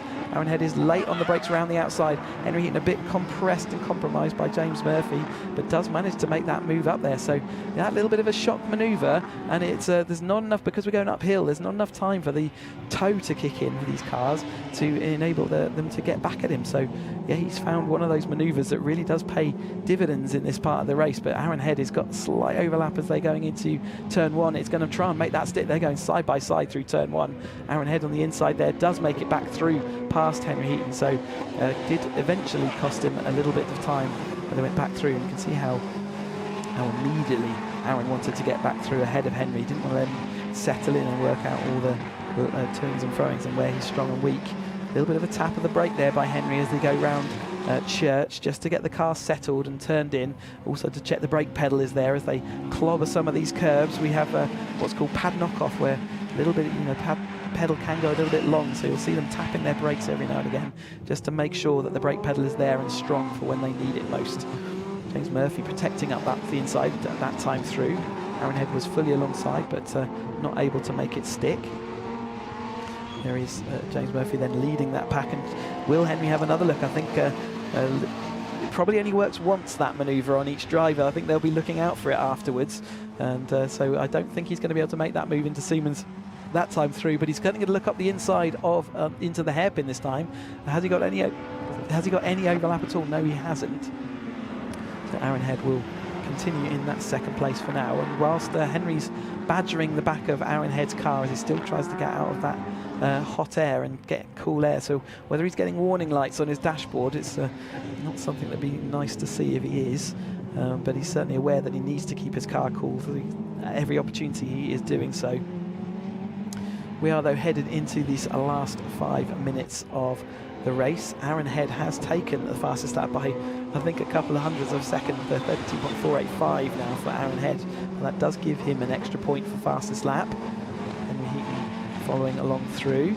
Lee Bristow has lost that fastest lap now, but those two, Lee Bristow and Lewis Thompson, sort of continuing their battle, but just slightly off the rear of this lead group of 3. With 4 minutes to go, Aaron Head pulls to the outside. Henry Heaton looking like he wants to make it 3 wide up into Rocket. That surely can't work. Aaron Head, though, on the inside. James Murphy trying to hang it around the outside, but I think Aaron Head has got the momentum. He does. Henry Heaton will have to sit back in behind James Murphy that time through, but James Murphy got manoeuvred out that time by Aaron Head, so Aaron Head leads once more as they head into Peel. See as the truck goes up and then it comes down over the hill here into the left hand of Siemens. It's all slightly off camber. The rear of the car really wants to step out. And Tom Eden and Gary Lapidus having a disagreement up at Rocket by the look of things. Tom Eden left pointing the wrong direction, but it looks like he's also going to be able to rejoin. He does just that. Yeah, so in the bright yellow car, very easy to spot Tom Eden. Had a bit of a up and down, topsy-turvy season, but nevertheless, great to see him out there. Aaron Head, though, leads them into the bus stop.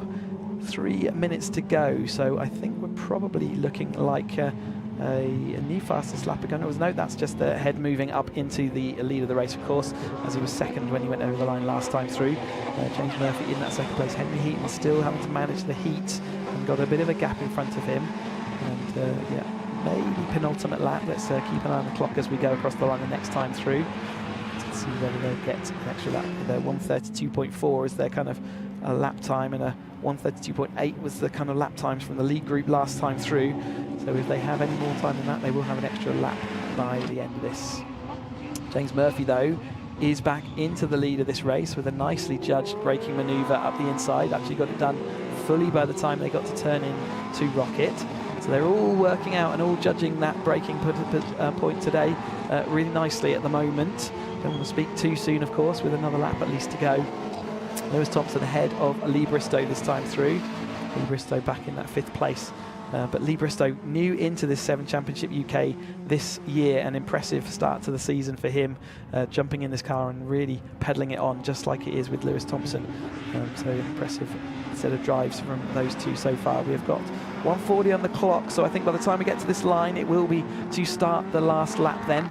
And the crescendo, whatever it's been so far, it'll be heightened even more for this final tour of this through 2.1 miles around this international Anglesey Circuit track on. And James Murphy just has a little bit of a comfort gap, doesn't he, as he heads on through. But it's not going to be there by the time he heads to the top of Rocket, and we have seen that nearly all the manoeuvres that have taken place, and we've had a bit of exception in this race with a couple of different manoeuvres going on, but nearly all the manoeuvres have been up to Rocket, and Henry Heaton is showing that he is ready to go. There is confirmation that we did start the last lap, and on screen you can see we've got final lap showing as well. And James Murphy, though, he is going to tuck to the inside. Aaron Head has got a good run. Henry Heaton proved last time that he was going to try and make it 3 wide. He does so again. This is going to get tight up in here. Henry Heaton late on the brakes. James Murphy trying to hold on round the outside. Can he do it? Aaron Head rides the curb, but James Murphy still has the overlap. Henry Heaton now trying to make hay of that by tucking up the inside, but he doesn't tuck it up the inside enough. Aaron Head's able to protect and cover across. James Murphy then is in the pole seat at the moment, but he drifts a little bit wide as they head round Peel. That's got Aaron Head right alongside him. His corner's going to be compromised. Henry Heaton seeing whether he can shove it down the inside of both of them as they go into Siemens. That's not going to happen. How are they going to come out of Siemens as they come over this crest? James Murphy's got his nose in front. He's going to have to protect to the inside, though, because the other two are not going to leave him alone. They're late on the brakes. Henry Heaton trying to run the outside. He's locked up his front tyre. That's going to mean he's going to have to tuck in. He will have some momentum as they come out of this final bend, but it is James Murphy in the position at the moment. Can we see Aaron Head do anything into this bus stop? James Murphy will really protect to the inside. He's going to come to the outside as much as he can in this braking zone, and I think that's enough. James Murphy just able to, Aaron Head having to get back onto the brakes there, so James Murphy does take the win over Aaron Head. And then we have Henry Heaton, Lewis Thompson, Lee Bristow comes 5th, Chris Moore crosses that line in 4th place. Great race there from the 7 Championship UK cars, second of their 3 races they've got this race weekend. And there's Henry Heaton just celebrating his 3rd place. He really got stuck in there, looked like he might make more of that, and showed a couple of more racing manoeuvres there than I think other people were expecting to see. But James Murphy managed to make it 2 from 2 so far. Head manages 2 second places. He got very close through that bus stop at the end there. He's got very close indeed, but he did manage to maintain that gap quite nicely. So congratulations to James Murphy on another victory. He's not had the best of luck this season so far, so it's great to see him putting some wins on the board. Aaron Head did take the fastest lap though, so that gives him an extra a championship point towards his total, and he finished ahead of Heaton once more, so again he'll be adding extra points through. Some replay then of this race, and you can see that Aaron Head got through initially over James Murphy just as he did yesterday, and Lewis Thompson was up there into the 3rd place just as he was yesterday initially, with Henry Heaton fully involved in the battle. Henry Heaton had to come through the field yesterday, but today he didn't have to have that extra effort after a pit penalty from Donington. So it was this group of 5 cars all the way through the race, all vying for all the positions, as they changed it sort of regularly, didn't they? It was always James and Aaron though out in front. Certainly for the vast majority of that race they were the front pair and sharing the lead regularly. There was Lewis Thompson ducking down the inside of Lee Bristow, but not quite able to make it. Rail sponsor Lewis Thompson there. There was that extra manoeuvre that we saw from Henry Heaton, managed to make it stick underneath Aaron Head, and what a great manoeuvre that was, and tried it again a couple of times later, but it didn't work out for him. And this was late in the race then. You got James Murphy taking that lead, and this is again, what an angle that is. It shows the speed of these cars as they're heading up into Rocket, and just the pace of the awesome 420R race machinery that we run in this Caterham 7 Championship UK. Late on, Henry tried to get round the outside on that last corner, see whether he could carry the speed out, but he just got dropped onto the gravel, and that cost him his speed and momentum. And then it was just who was going to make it through the final corner. James Murphy locked up a bit there. He tucked away from the actual edge of the curb, but he'll go 1st, 2nd, 3rd across the line. And I understand we've got interviews almost straight away. You can see Sam is waiting with our drivers there as they get out, and again, James and Aaron congratulating each other. So we're going to be able to hear their thoughts on that in just a few seconds' time. Yeah, so let's go down and let's hear from James. Sam's got him there. Yes, the guys didn't make that easy for you, James, did they? But congratulations. don't remember the last time they made it easy. I'm not sure that ever happens. Thank you. What a lovely way to start the day and continue the weekend. Yeah, that was a lot of fun again. Nice to have Henry up there as well. Again, good close racing. Bit of a last corner dive down the outside as well, which is fun. And yeah, just really thrilled to get another win. It's been a lot of fun this weekend. Excellent. Congratulations. Thanks, Sam. I'll move on to Aaron now. Well, I've got Aaron and Henry here actually. Aaron, congratulations, second place, and you got fastest lap. Yeah, that was great. You know, it was a tough race. You know, well, it was quite easy actually. You know, just sort of sat in there, did a lap over him, he did a lap over me, pulled out the slipstream a bit more this race, so we ended up having a bit of a cooler engine, so we were able to do him on the straights. But yeah, had it all lined up for the last lap, and then Henry just went straight across all the concrete dust and just flying into the corner, and just I think we all just avoided each other, to be honest with you, and then the rest of the lap was, you know, what it was. So unfortunate, but hey ho. Oh, congratulations though. Cheers. Thank you, Aaron. And we'll move on to Henry. Congratulations on the podium position, third place. Yeah, third place. Bit of a roadblock in front of me.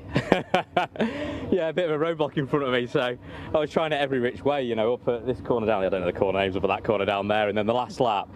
I was, we were three wide. I was on the cement dust as well, and maybe I should have braked that a little bit later because I had the inside line, but that would have been brave. But yeah, we all made it through, and I gave it a good go.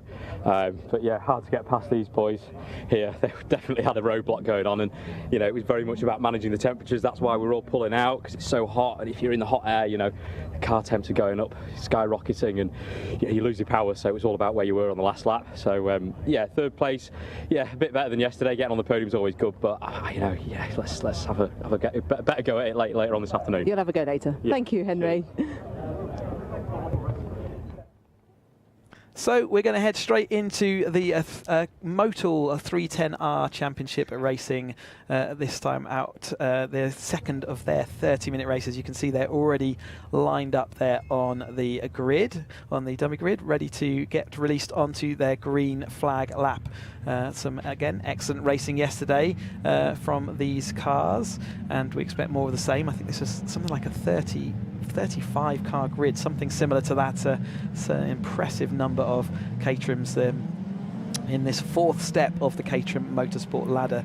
They have lost all the windscreens that we have, but let's have a confirmation before we get into all that of the starting grid. So it was Blair McConaughey got given the win after Harry George got demoted a position for overtaking under a yellow. And the same for Harry Cook, got given the third place over Jack Sales for the same incident. So that's the order they will start this race in. Jack Sales starting fourth. And then we have Alan Cooper starting in fifth, Pete Walters, championship leader, down in sixth place, Baldwin seventh, Ben Lopez-Appleton starts eighth, Tom Cockrell is ninth, Henry Williams is 10th, Lars Hoffman is 11th, Carl Jones 12th. Then we've got Curtis, Price, Smith and McLean starting 16th, Cooper, Metcalf, Payne and Eyre starts 20th. And then we've got Dave Morgan, Darryl Cresswell, Fraser Jones, Roger Gordon starts 24th. 25th is Michael Curley, Tim Steele, Cook and Nick Allbone starts in 28th. We've got Martin Gleish in 29th, Chris Welch 30th, Paul Herndine 31st and Peter Wells 32nd. And Yates, I think, is a non-starter. James Wingfield and Dan Clayfan will round out the field. So yes, a large field of Caterhams, the fourth step of the ladder, very experienced Caterham drivers all. We saw a little bit of a, in fact there's Steve Nuttall, the existing British national champion of Caterham. So he is out here watching his races from last year. Out there talking to Darren Burke as well, one of the coaches for DPR, and all having a nice time out here in the sun. Great to see them out and about supporting this racing. He's out there doing some classic racing, doing very well, thank you very much as well, so good luck to him in the rest of his season.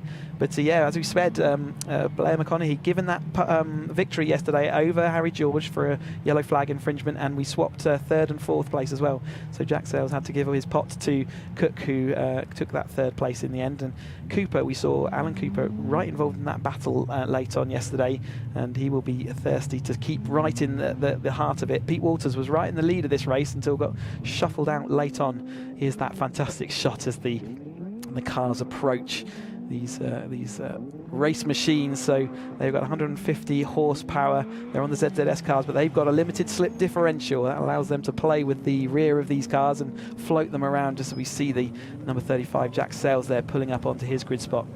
There is Alan Cooper in his. We can also see Baldwin lining up as well. It's a big field to get all lined up on the grid.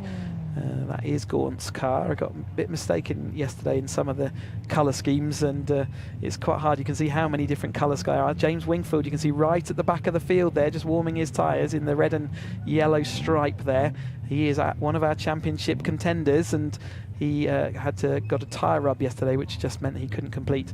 After what was a really already complicated race weekend for him, he had to travel backwards and forwards to go and get some engine fix repairs on, and also had to a trailer puncture, so he's not had the best Anglesey race weekend, but they are all lined up, therefore we get the green flag. So it's time to go for race 2 of the Motul sponsored Caterham 7 Championship 310R racing this weekend here at Anglesey on the international circuit. The lights are out and away we go then. Looks like everyone has got away, even the cars having to start around the corner there, such as the start there. Oh, a bit of contact there for James Wingfield early on.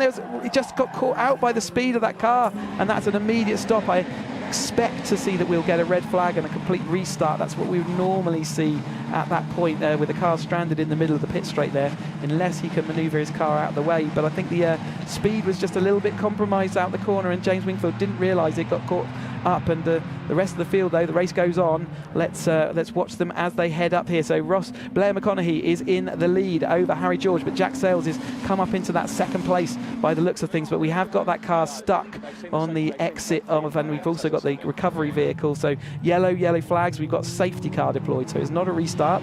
They are going to use the safety car, and the cars are all getting shown that is waved vigorously. I'm not sure everyone has seen yet that the safety car boards are out. It's a tricky thing as a driver.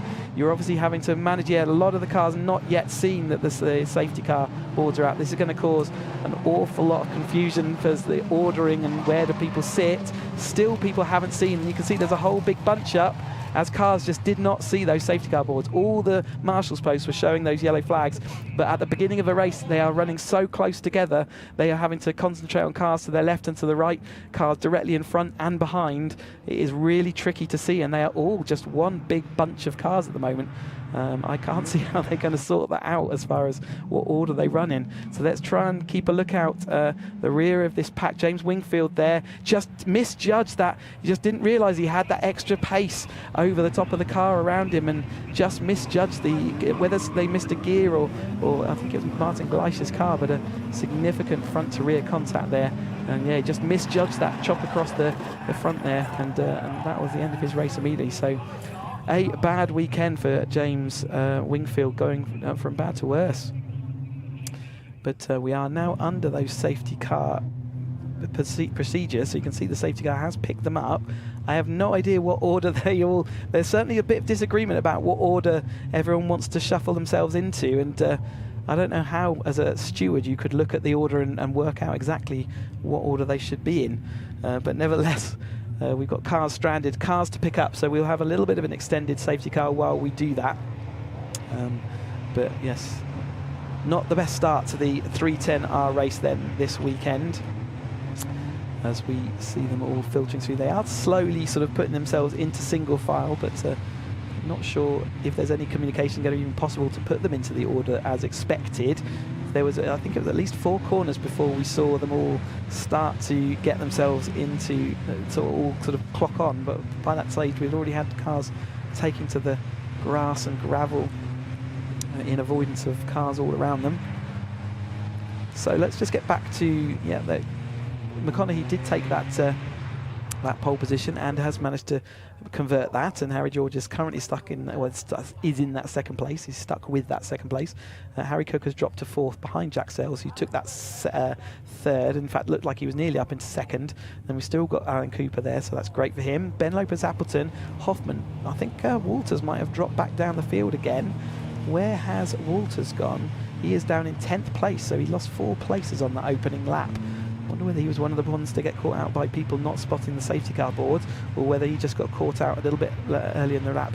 See, there's also bodywork up at, and we got to through Rocket. chance to see the slope that they're all having to go up there as well. You saw in the last race how quickly the cars whip round that kind of right-handed. We've got a red flag. Okay, so they have decided instead to red flag the race, and they will do a full restart. I think after the confusion around those safety car boards and the fact that everyone is now in the wrong order, I think a red flag and a restart is possibly the best option they've got. So the drivers will all be taken around to the sort of just off the grid. Normally they can always get stopped just around the corner, sort of by pit entrance area, and then they will be, yeah, you can see the replay here. So some cars have spotted that the flags are out, some haven't, and you can see that the pace difference of just plenty of cars just getting confused as to where everyone's going. They did all, I think, did they manage to all avoid contact amazingly? You'd expect to see at least a bit of contact there, but looks like they have managed to. As the marshals, again, thank you to all the marshals, picking up James's car, and they'll tow him back to the pits where he won't be able to take part in this race. There's another car there. You can see the driver just up with it. I didn't spot who that was though. But the session stopped as confirmed on your screen. And because we didn't complete, it's confused slightly by the fact we've now had a safety car lap as well. But because we didn't complete a full racing lap, I would expect that everything will be reset back to the grid order as we originally had it. They might shorten the total distance of this race. You can see that the marshals are ready to stop the cars short of the grid so that they can pull them through and put them into the order they would like. And the marshals there stopping them out on the track. Again, gives you an opportunity to see that there is quite a slope down from the top of the hairpin at the top of the hill there, and as it comes down here towards the bus stop corner. And the paddock, or the main paddock, is on the right hand side. You can see all the easy up and awnings. There's Blair McConaughey getting told to go to that pole position. So it's all expected to be reset, I believe, back to our grid order at this point. That's what would normally happen. Gives me an opportunity while they get them sorted, and it will take them a little while to firstly get the cars back to into the pits that need to go to the pits. It gives me an opportunity to remind everyone of the British Motor Show happening from Thursday to Sunday this coming week, so the 18th to the 21st of August. That's taking place in Farnborough International. So if you haven't yet got your tickets, please do so. Caterham are there in really strong force. We have the Caterham drift taxis. If you've ever wanted to feel what it feels like to be driven around in one of these, around a sort of a drift and slalom course, well, we've got the best drivers on hand to take you on those drift taxi rides. We've also part of the supercar parade. We have got we're part of the Motorsport arena, where we will bring all 5 of our championship cars from the Academy, Roadsport, 270R, 310R, and the 7 Championship UK, and you can get up close and personal with those cars, and there'll be plenty of people on hand to ask questions. And if any of you are sat at home wondering how do you get involved in Caterham Motorsport, well, the website holds all that information. Come visit us at the British Motor Show, but equally learn all about the Caterham Academy, which we'll make sure we talk you through in detail at the British Motor Show. But the Academy is a dedicated race series just for drivers who have never held a race license before. So everyone comes in buys an absolutely equal car and has an absolute equal chance of winning, and we will be seeing the Academy out in action later on this afternoon for their I think their 5th race of the season. So if you fancy getting involved, then do so. We also talk about this Caterham Motorsport ladder, and we talk about it as a ladder because the Academy car that you buy, you can upgrade through the first 4 steps of that Motorsport ladder. So you don't just buy the car for a single season. You can choose at the end of the year if you would like to upgrade it, and you first upgrade it into Roadsport spec, then you upgrade to 270, and then into the 310R spec that we're looking at now. So these cars all started life, or the majority of these cars would have started life as Academy cars. Drivers all getting out of their cars. I wonder whether there's going to be Going to wonder whether there's going to be some sort of discussion. But yes, Sam is down in Parc Fermé. I'm wondering, Sam, if we can find out whether they're all getting together for a bit of a chat. It looks like they're all getting out of the cars, which is quite unusual at this stage. I don't know whether there's anyone around to ask, but yeah, I mean, I don't know if you saw any of that action from the start-finish line, but it looked uncomfortable. I did. Yes, I mean, they've cleared, well, they've cleared one car away. They're just clearing up some coolant off the circuit at the moment. So I wouldn't have thought it'd be that much longer, really. So I'm surprised the drivers are out of the cars, but maybe just because it is so hot, they don't want to leave them sitting in the Well, cars. that's why I'm wondering whether they're going to ask them all for a chat before carrying on. I don't know whether Clark wants to have a word with them, because it is unusual to see them out. Yes, let me go and investigate. I will come back to you with some information in one moment. Okay, so it certainly is, as a driver, it's not necessarily what you want to do is to get out your car. Once you've got all that adrenaline and you're ready to go, you don't really want to get out and have to strap in again, because there's quite a procedure and a knack to strapping in and out of these Caterham cars, because they're tight confines to the cockpits. And it's not an easy thing to do. There's a lot of straps to get attached. We not only have our 6-point harness to deal with, we also have arm restraints, which also have to be hooked in correctly. And if they are all getting out for a chat, then it's still got a lot of cars to sort of line up. But I think certainly after the fact that they threw the... Yeah, so I think, Sam, have you got anything for us? I have, yes. They are going to get a little bit of a telling off for that one. Just a bit of a warning, I think, and about driving standards. So hence why they're all out of the car and gathered round.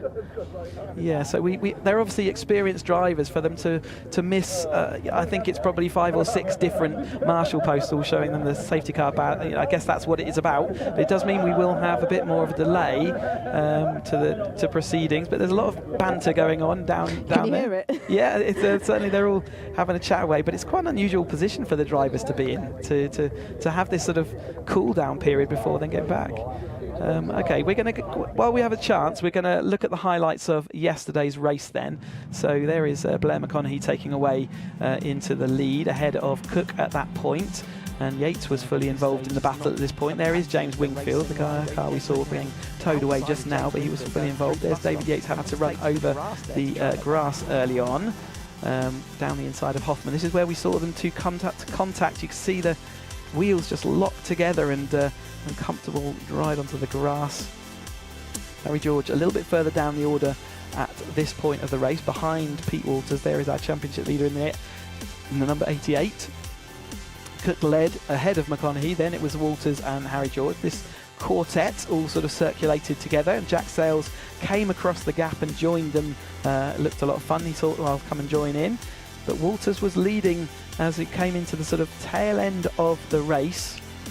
But we didn't really see what happened, and we'll see it in a minute. He did get manoeuvred onto the grass. McConaughey down the inside, squeezing just about enough room there for McConaughey up the inside of Rocket 2. And there was Hoffman and just getting pushed onto the grass there by Vincent, I think that was. And there was Wes Payne spinning at the top of the hill, so lots of confusion going around there. And there is Walters getting pushed onto the grass. Well, I say pushed, I think it may be just a side-by-side mover, but there were some hand signals there, which generally doesn't signify happiness in the driver. But Harry George came down and did take the... win, but he was demoted to second subsequently, as was Jack. Now there's Sam down on the grid. I am, yes. It's still got the guys all chatting behind me. It was like the second half of the grid arrived a bit later, so they're only just getting out the cars now. So this is the front half. I think they're being all called together by the clerk of the course now. So I'll move over here just a moment so you can see. But yeah, it's there's a few drivers still making their way over to the group from the back of the grid. Yeah, a lot of drivers to extract from cars there to get all lined up. But I'm pretty sure the talk they will be having was the fact that the clerk showed them the safety car boards, and a lot of them were missed or just not seen, which is not a good thing from a clerk. Of course, they want to be able to throw a safety car board, but there was a lot of confusion there, and lucky actually to get away with the minimum damage we had. Yes, as we continue to watch, it looks like the other car is just being taken back, and yeah, so we just see them all the drivers look like they are now in place. It's a lot of drivers to call forward. So we just see Simon Lambert there, Chief Motorsport Officer for Caterham, all just coordinating, making sure all the drivers know what's going on, and all the crowds out there enjoying their Caterham action, but they've got a bit of a lull in action whilst we get these cars, as Paul Herndeen was the other car involved in that. So he is being tucked back into the paddock. See that paddock area there. Some of the Caterham staff looking ready, looking like they were looking at the time screens, trying to figure out what's going on. Hello to everyone out there on the banks. It is Johnny Jarrett there, so he's not taking part in the racing today, but I think he's had an engine problem that they can't fix at the circuit, unfortunately. But they'll be enjoying our racing as we get back underway as quickly as we can once that talk's going on. And yep, so we are just waiting then. It's fun going out there. There is Blair McConaughey. So he inherited that win yesterday after there was a sort of a clerk of the course investigation. He got that win over the top of Harry George. So there is number 34, a car that we're very used to seeing in that winning spot from previous seasons. He was the 270R champion and ran away with a number of different victories. So it was really good to see him back up there yesterday, right in that battle. And there's Jack Sales, TN Accountancy, number 35, a very experienced driver. Started the season with a little bit of a power issue, but solved that as we went on through the little bit of, yeah. So the car, this is the 310R Championship car, and you can see two good examples there, Pete Walters and Alan Cooper. And you'll see that compared to, say, the Academy or the Roadsport, which we saw earlier, they've got no lights on there. They have wider track front suspension as well, so they've got uprated dampers and suspension parts. You can see they've got no windscreen anymore. All the things that make the cars road legal at Academy and Roadsport have been removed from the car. You can also see the top right and left of the roll cage, there are also the high-level brake lights we have. So the Academy cars actually have all their brake lights on the rear wings there. And you can see again, there's no number plates on these cars. Plenty of opportunity for drivers to put their own advertising hoardings on. But yeah, this is still the Academy car underneath, but it's had many of its parts replaced, and one of the biggest parts is, in difference to the 270R, which is the step below this one, is an addition of another 15 to 20 horsepower. So they have 150 horsepower under their right foot, and they also have a limited slip differential, which really does change the handling characteristics of these cars. And as they head on through, and you can see again the crowd all picking up on that. But yeah, this is the fourth step, but it's the last chance to drive your Academy car if you want to move on beyond the Caterham 310R Championship, and it's not something you have to do. Some drivers, for example, Pete Walters, he's been in this championship now for a good few years, and people that really enjoy the dynamics of the 310R. It's a very well balanced car, and it's a really good balance of cost and competitive racing. So you've seen how close the action is. And then so just watching there, someone playing Hungry Hippos. Go Daddy Go is on his t-shirt, so maybe one of the maybe a number 28, but it could be from any championship. We tend to get people watching all throughout the day because the action is so good. It looks like we're getting all the cars ready to go once more then at this Anglesey International Circuit. Jack Sales there, we were just talking about him. We are also getting told that it is a 20-minute race, and I can see on my timing screen that yes, that has been launched to 20 minutes. So whereas it would normally be a 30-minute race, we've tuned into some of that time, so we are now going for a 20-minute race. A little bit more, well, in fact, just like the 7 Championship UK and Roadsport races we've already seen. So that same length of race for us. Pete Walters, after a disappointing race yesterday, does still lead the championship, and he will leave here still leading the championship regardless. It's Gleish's car being manoeuvred away, a little bit of rear end crumple damage there, as we saw James Wingfield was sort of hit him. But yeah, so Sam, it looks like most drivers are now back in the cars, and breeze is still there as well, I can see, which must be quite nice for you out there in the hot air. Yes, it's a slight breeze down here. It's nice, actually, yes. But yes, the guys are all getting ready, almost there, so it won't be too much longer before they get started.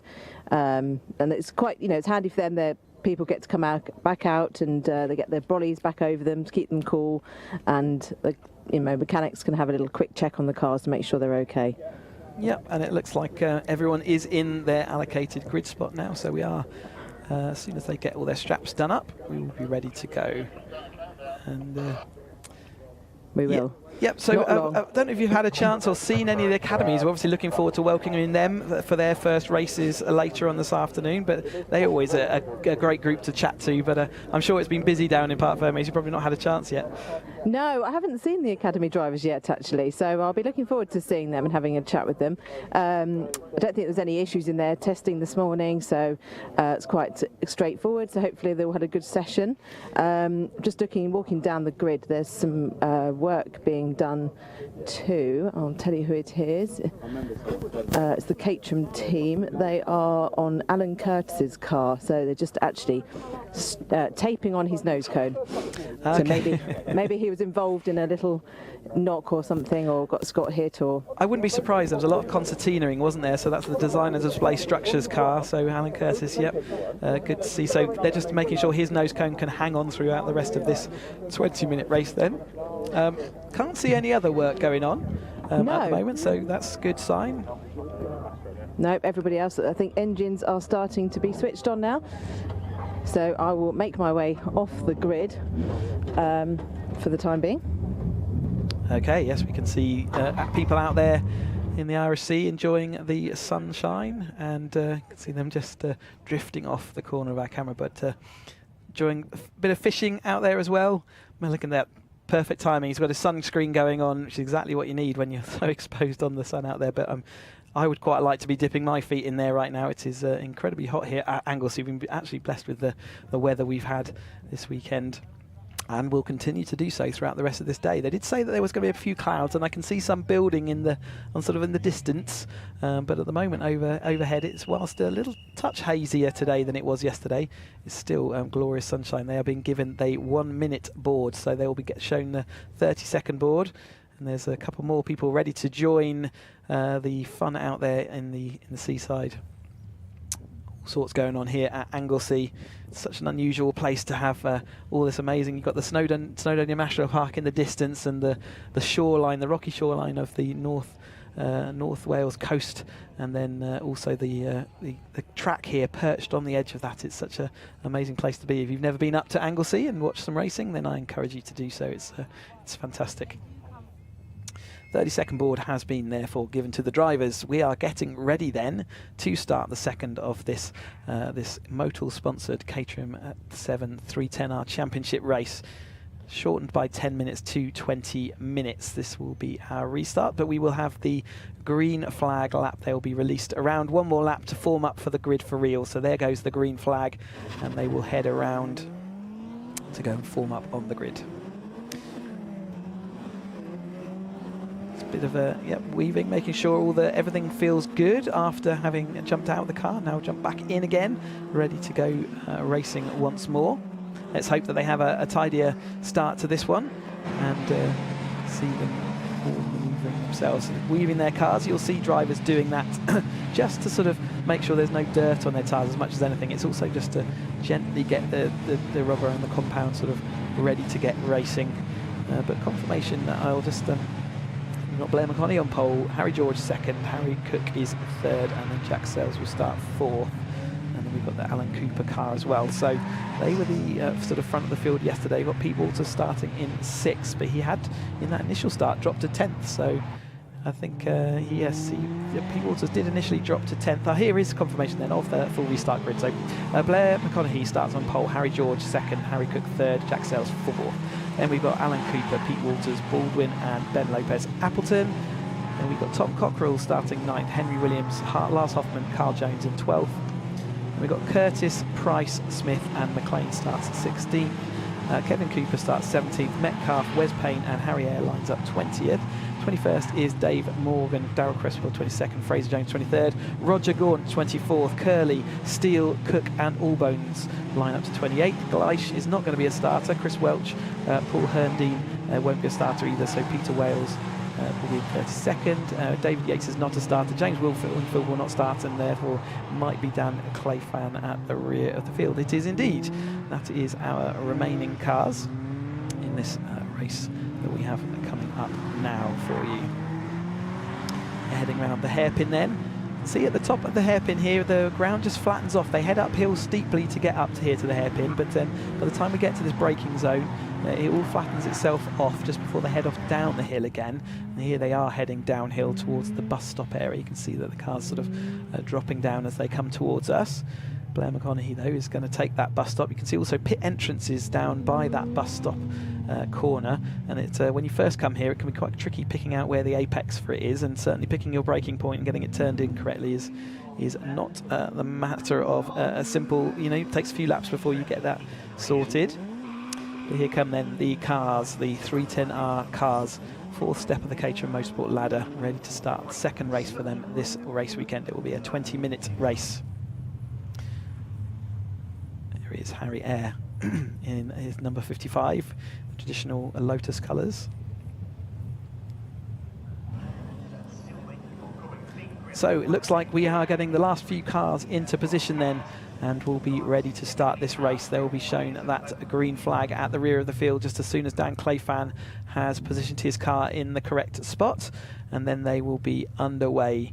For there is the green flag presented, so we will get the 5-second board and the lights will be coming on very, very shortly, ready for the team to get away. There they go, underway then. So Harry George has managed to stall it. That's in front of the whole field. Everyone's going to have to take avoiding action. That looked really uncomfortable. I think everyone has got through though. So Harry George is going to be sinking down the order. He has done to deep into the top 10 there, but it's Blair McConaughey made a tidy start away. Alan Cooper making a lightning start to get up there from 5th into 2nd place, helped by that stalled car potentially.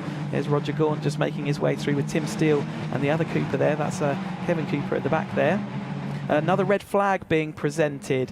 I'm not sure where that red flag, there's another red flag, so are they all going to be aware of that red flag this time through? I hope so. Again, they're running extremely close, so it's not going to be clear to all of the drivers. And there is some grass being used there, but a red flag, you can see that clearly on the marshal's post at the top of the hill there being shown. Unsure what that was, so we didn't see sort of the exit at turn 1. I wonder whether there was a bit of kerfuffle caused by that stalled car. Maybe someone did make some more contact, but it's another red flag, so they'll all be pulled to, again, like we saw just as we saw previously, they'll be pulled to the sort of pit entrance area, and yes, they will then get lined up once more onto their grid spots. And again, I would imagine potential for another shrinkage in the race time, but equally they will be put back to that starting order again because we did not complete a racing lap. Okay, well, understood there was a problem with the start lights, which is why the red flag's been implemented, as it wasn't a fair and even start, and therefore they have had to show the red flag to make sure they can get this race underway correctly. So again, we'll get the relined back up onto the correct order. See the red and yellow flag being waved there by the marshal because there are people on the track. That's why we got this double waved yellows, and also the red flag being shown there to signify. So Blair getting told to go on to grid 1.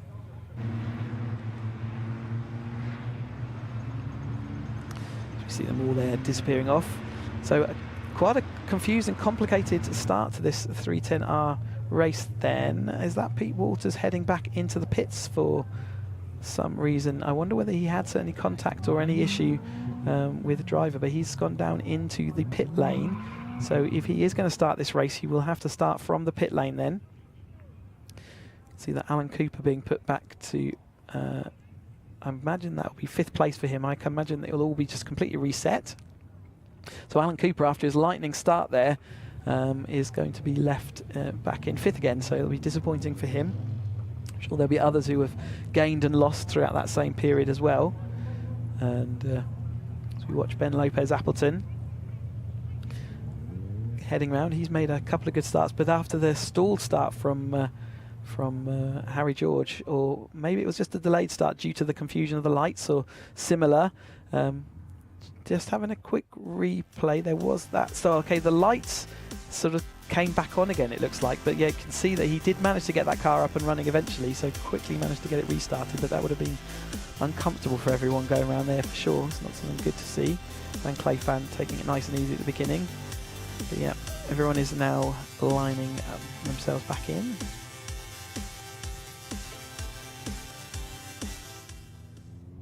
"18 minutes the clock has been reset to now, so they have lost another 2 minutes of this race to this stoppage." Enjoying out there on the scene, they're getting dragged along behind. Fantastic to see everyone making full use of this this glorious weather, the environment we've got around us.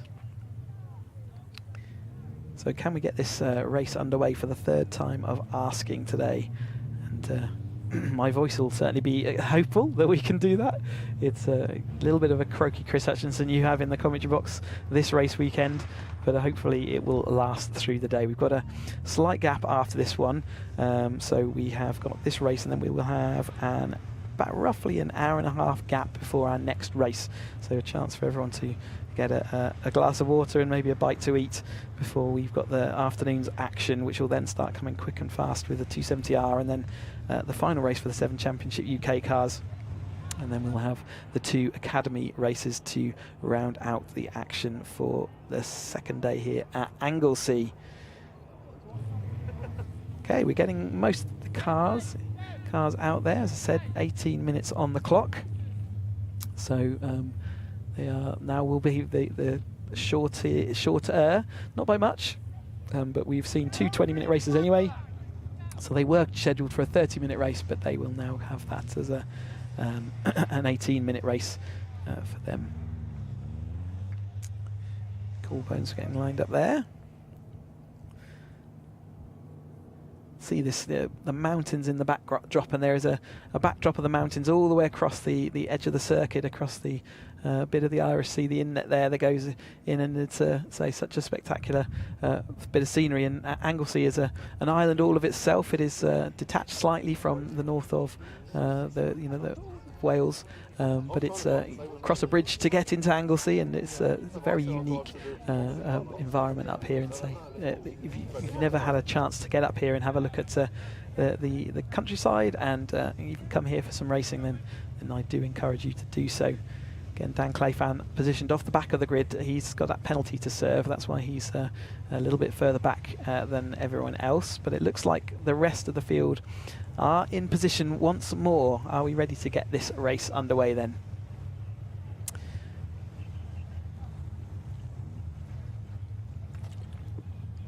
As we come around, I can see the marshals telling everyone some more hand signals. They're being told to cut engines, I think. Being told to cut engines. And they want everyone out of the cars again. So we are still going to have a bit more of a delay then. So I guess the clerk wants to speak to them all again. Again, not happy with the red flag.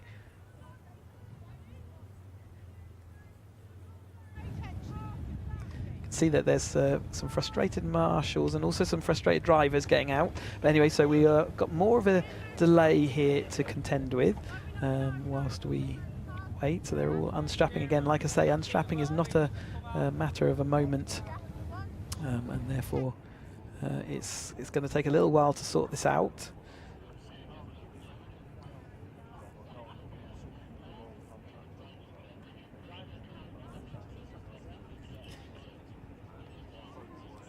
So, okay, we are understanding now that we're not going to get another green flag lap. They are going to go for the race straight off of this grid that we're on now. So that is an unusual state.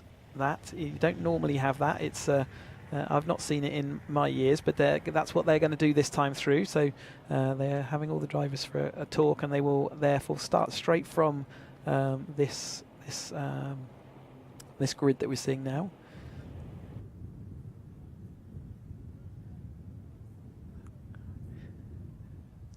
Fantastic scenery that we can show you. I mean, the one good thing about being in Anglesey is just the sheer scenery that we can bring you, and these picture shots while we wait for the racing to get underway, and the seagulls up here and watching, and the Irish Sea. So yeah, I was raced here back in 2016, so we've seen plenty of action around the track so far, and we're running the full international circuit this weekend for the Caterhams. That's the track map includes the long sort of international Tom Price Straight and the hairpin, but a lot of the corners around Anglesey are they're kind of, we've got a gradient galore, which is great, but a lot of the corners are really tricky to get these Caterham cars stopped and turned into.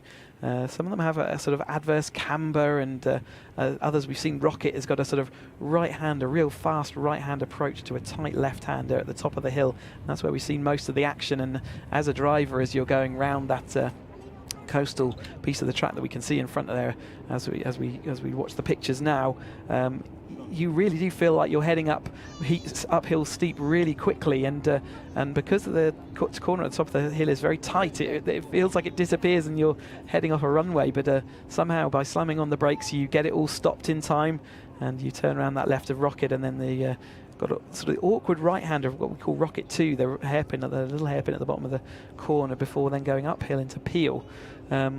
And we've spoken about Peel a number of times because it's really exposed to the sun up there, and it gets very, very hot. So on the hot weekends like today, it's one of the places where it's incredibly slippy and hard to get the cars turned into.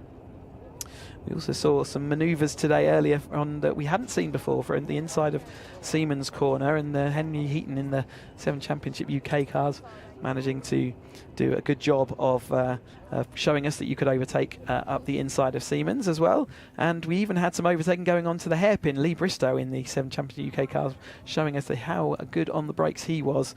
We haven't seen too many overtakes happening in the hairpin this weekend, but we certainly saw some in the 7 Championship UK. And then we go down to the bus stop, the final corner of this track, which is again, we've spoken about how tricky it is to pick out the apex, and we've seen people missing the apex. We've also seen side-by-side through the bus stop to try and steal a place over the line, and we even saw that happening a couple of times. But yeah, it's a final corner that if you're ahead, you're okay. You can get through that corner and out the other end. But we saw James Murphy lock a wheel, and that can mean that someone does get an opportunity to try and come back at you. But Aaron Head didn't get that chance earlier. But yes. That is the Anglesey International Circuit. It's not one that we've been to regularly over the years. Some tracks we visit far more regularly than others, but it's certainly one that we really enjoy when we get there. And so some different cars getting manoeuvred around. The spectators out there enjoying the sun. Thank you for joining us out here at Anglesey, and paddleboarders as well enjoying their. Not something I've tried. I'm pretty sure it wouldn't be something I would be able to stay dry doing. But everyone out there enjoying, and paddleboarding certainly looks, when other people are doing it, a very relaxing way to spend your Sunday afternoon bobbing around. But yeah, Anglesey, not one of the ones we visit that often. Why don't we talk about the upcoming calendar then? So we are obviously, this is our 5th round of the Caterham Motorsport season of 2022. And the next round, we've got something special coming up.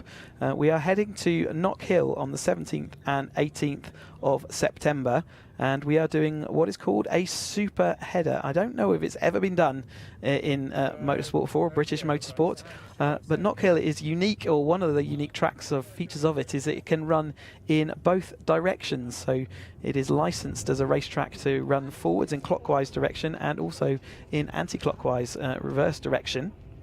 And very uniquely, on the 17th and 18th, they will be running race 1 of their race weekend in one direction, and then they will race on the second day. They will race in the reverse direction, and all the championships will get to race that in both directions. I don't think I've ever come across that in the past, but the Academy, therefore, to enable them to do that, the Academy, instead of just having a single race, as they do on most race weekends, they will be having a second race on the Sunday as well. So they will also get to run the cars in both directions.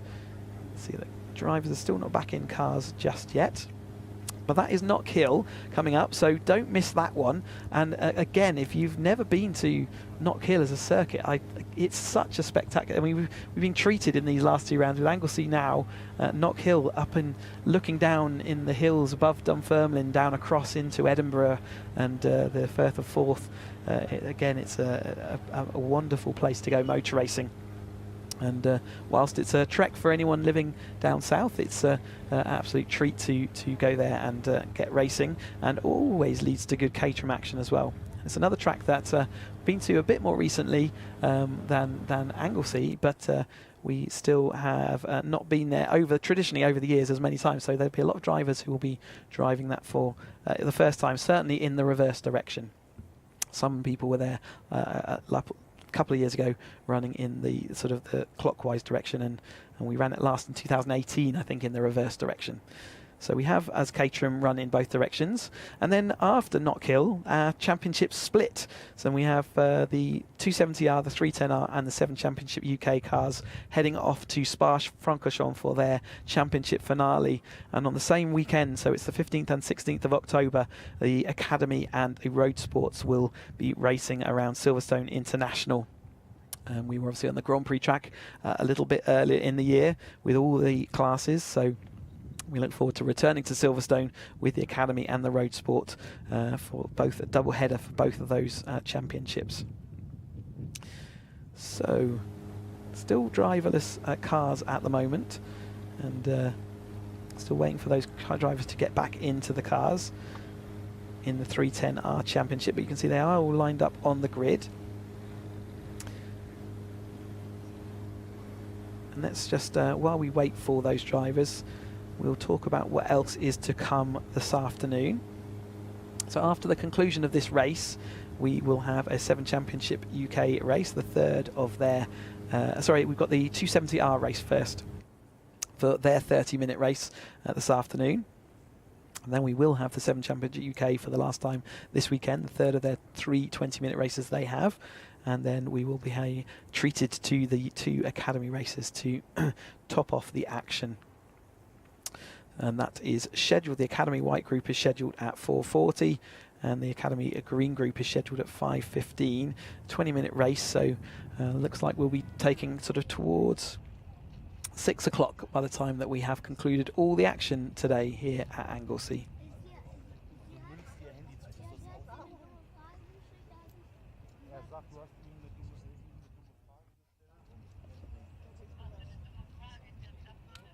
Hallo, das ist im Live-Fernsehen.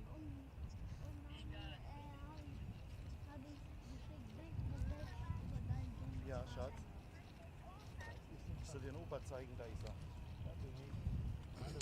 Okay, I am just hearing in my earpiece that we are in for a bit more of an extended delay. They've decided to, I think, bring forward lunch time, so the drivers are out of the cars, and so we will be putting the stream on hold, but we will be back, I think, for about 1:25. So make sure, I would keep the stream going in the background, but go and grab a bite to eat, have something to drink, and we should be back fully up to action about 1:25-ish. So we will speak to you then.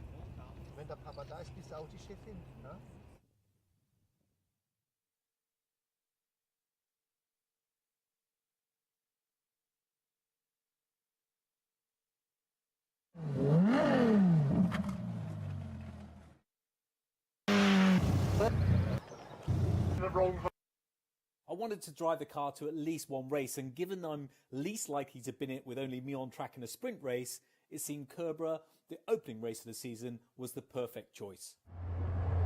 Now, with all best laid plans in a Caterham, I had planned on talking you through this journey all the way there, all 3.5 hours of it, but I just dropped my microphone down the side of the seat getting in the car. So if you think that I'm going to take all this out to find the microphone, I'm sorry, I can't do that. I've already had to psych myself up for this whole journey. So hopefully you can hear this, and I'll do something maybe a bit later, or voiceover.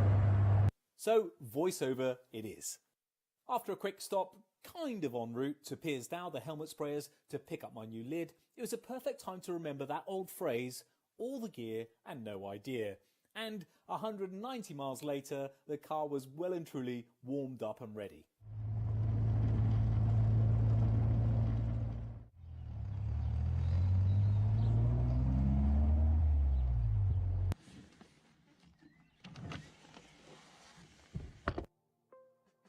So here we are, the first race of the 2021 Caterham Academy season, albeit this one's against the clock and not with 25 or so other Caterhams together on track. There are 7 races in total. This one, the Kerbera Sprint, then May is at Mallory Park, June is at Knock Hill, July at Silverstone GP, August at Brands Hatch Indy, September at Croft, and it finishes in October at Snetterton. There was a really brilliant vibe in the pits, helped in part that it was a beautiful spring day with just perfect weather conditions. I'm not quite sure I'll be saying the same about Snetterton in October. First up was the track walk, where everyone seemed quite chilled, even though the figure of 8 needed some sort of concentration level to work out which way to go. Kerbera, by the way, is a sprint track located near Lichfield, which is in the centre of England. It's got this real charm, it's sort of small and quaint and run by passionate people who clearly love all sorts of motorsport. The track is relatively tight and most of it will be taken in second gear. The Academy car record is 65.34, set by Blair McConaughey in 2019. The only difference to this year over Blair's record-setting time was competitors can't now warm their tyres up. So I hope you noticed the racing driver excuses are coming out already. So it was time for each car to head out for a couple of practice laps, where for many people, including my pit neighbour John, it was literally the first time they'd ever set foot in their own cars. And John makes a mean cup of coffee, by the way, just in case you're wondering. Practice didn't end great for me as I had a puncture, meaning I had to swap my rear offside tyre with an old front tyre. Now this typically wouldn't matter, but given the camber on the front wheels of a Caterham, things were not looking good. Enter racing driver excuse number 2. But after a hearty lunch, it was down to business and to see who had what in the locker. I was up on the early pace in practice, but exceeded track limits on both of my runs, so I went out for a bit of a banker on my first time run and came in with a solid 67.42, putting me into 3rd place overall. The early pace was set by Jeff Newman, who's definitely going to be one of the star drivers of this series.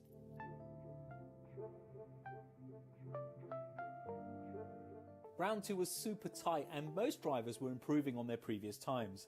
And one of the great things about this series is it doesn't matter what standard you are, and watching people coming back into the pits with big smiles on their faces after beating their first runs was brilliant. Just before me and on the other side of my pits was young Freddie Chiddix, who together with many others was quietly putting in some quick times, so the pressure was mounting. With my banker in the bag, I went a bit more gung-ho in round 2 and took over a second off with a time of 66.5 seconds, keeping me in 3rd place overall. I was really happy with my time, but I felt I had another 4 or 5 tenths as I kept getting massively out of shape on the big left-hander midway through the run. Interestingly, after 2 runs, only 4 100ths of a second separated Freddie and myself from 3rd place overall, so it was all to play for in the 3rd and final run. My closest 3 rivals all went out before me and all improved on their previous times, with the leader in the clubhouse, Ian Harris, setting a sensational 66.14, with Jeff just 100th of a second behind him and Freddie smashing a 66.25. I knew I had a sub 66.14 in me, so it's time to bring home the gravy.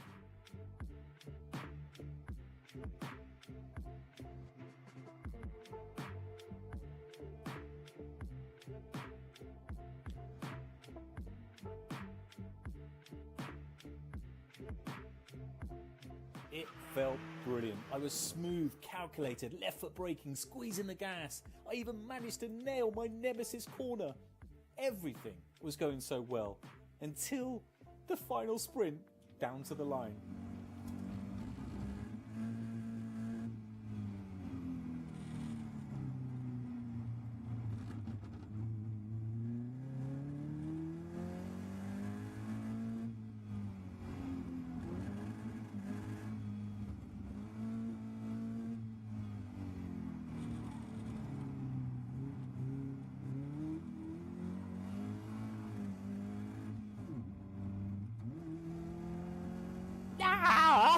So near yet so far.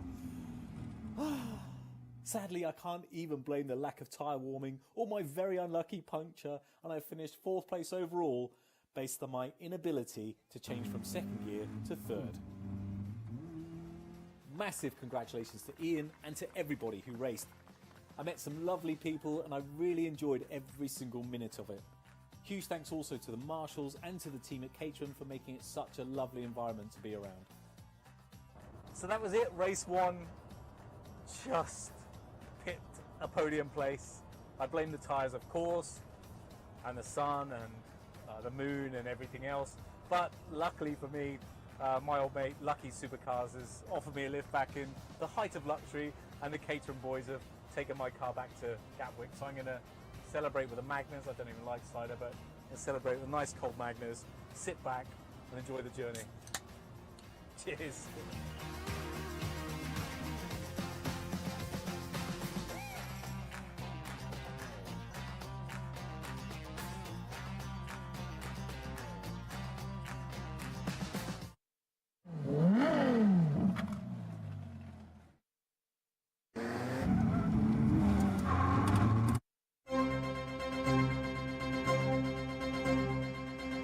Welcome to a distinctly blustery Brands Hatch for round 6 of the Caterham Academy, where the cars headed out for qualifying on a rather slippery surface after some early morning rain.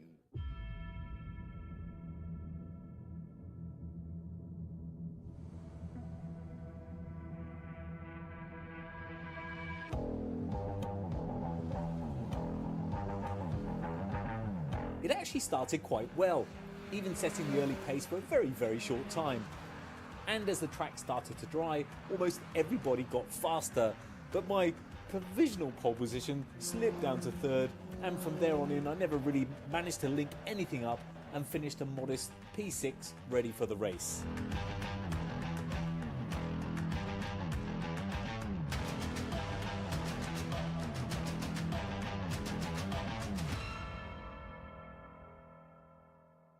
And so to our very own Paul Woodman, on pole position after lap 1, 3rd on the grid after 5 laps, 6th on the grid at the end of qualifying. Paul, it was all there, it faded.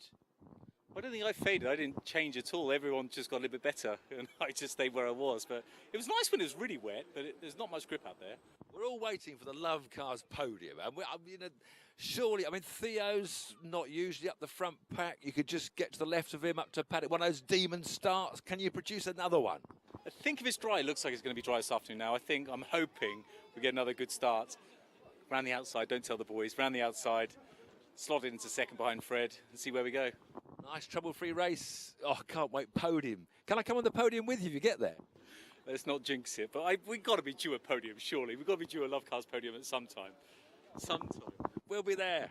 Me and him. Champione, champione.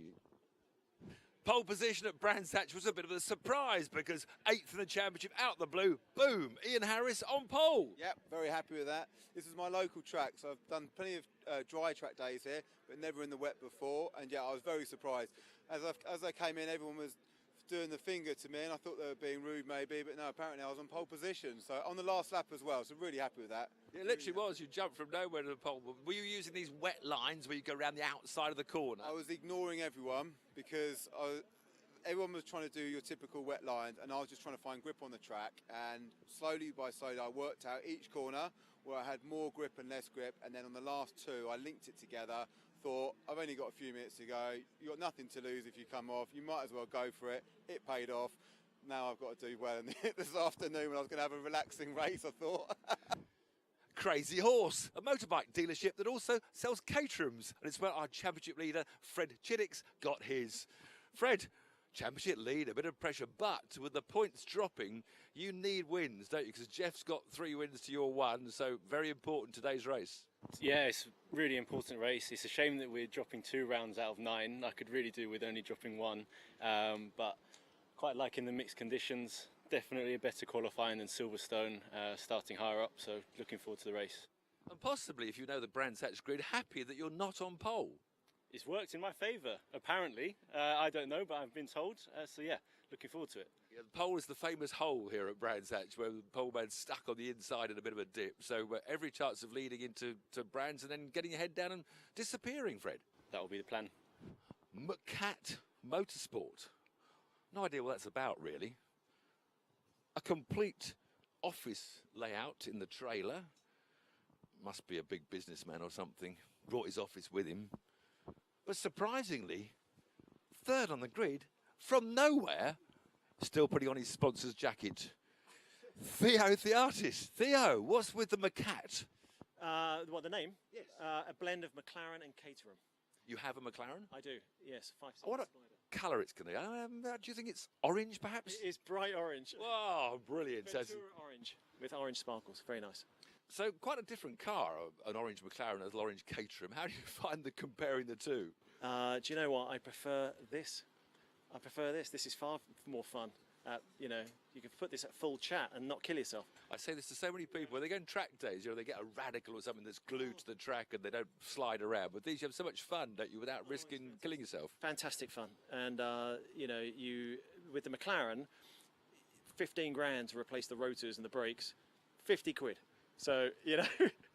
Anyway, let's get back to the racing, because, you know, you've been, you know, we've seen you doing well-ish occasionally in the Academy race, and then boom, 3rd on the grid. Where's that come from? It's the luck of the weather gods. The rain fell, and I'm not afraid of the rain. I don't mean that to sound arrogant, but I quite like it.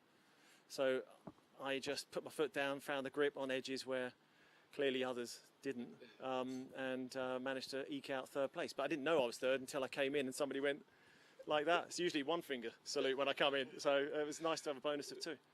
Mark, 4th on the grid today, 2nd in the championship. You had loads of podiums, but you're still waiting for that win. Yeah, always the bridesmaid, unfortunately. So hopefully today, home circuit. I've been here since I was walking, so fingers crossed for a podium or even a win. So you've got a fan club here cheering you on. Mum and Dad in there, my niece is here, all my friends are here. So yeah, they've got banners, hopefully, cheerleaders.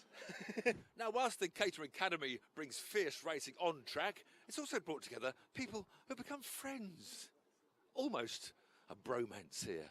12th and 13th in the championship. Joe and Paul. See, you can't stop them talking. Joe, Paul, I understand, you know, there's a bit of friendship developing here. You know, you've never met before, but now you're just best buddies. Well, yeah, let's hang on. We'll see how it ends up later. Oh, now you're putting your racing hats on, are you? But you found you live just 20 miles apart. I mean, it could be a huge friendship. 10 miles, really close. Yeah. Never met before, and now it looks like a family, isn't it? Yeah. Fantastic. 48 and 84. Yeah, exactly. That's when Paul Look was at it. born, and that's when I was born. I hadn't seen you, even the numbers. It was destined to be, wasn't it? This is, you know. But now, you're 12th and 13th of the championship. You're lining up today, 12th and 13th. I mean, the friendship has to disappear, does it, when the lights go out? Maybe on the last race.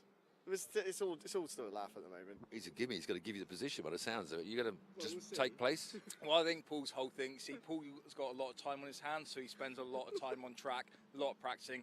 I'm a very busy man. I turn up, I do my thing, and so it's quite interesting, the dynamic. So yeah.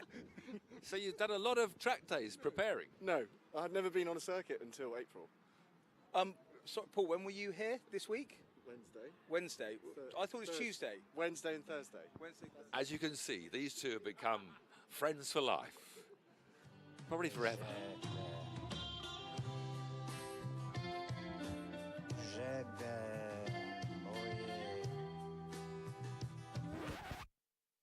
We all know motorsport can be dangerous, but for the thousands of marshals up and down the country and all over the world, mostly volunteering to make sure we can race, sadly, the unthinkable happened exactly 1 week ago to a beloved Brands Hatch marshal, Robert Foote.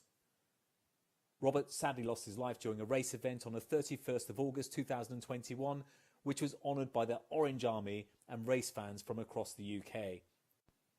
It was an honour to have been part of this, and our deepest condolences go to Robert's friends, colleagues and family.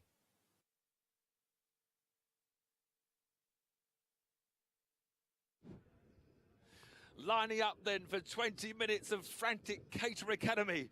The big question is, can Paul make one of his legendary demon starts from the outside of row 3? The answer was no. A positively average start, in fact a completely rubbish start, opening the door for all sorts of challenges going into the first corner.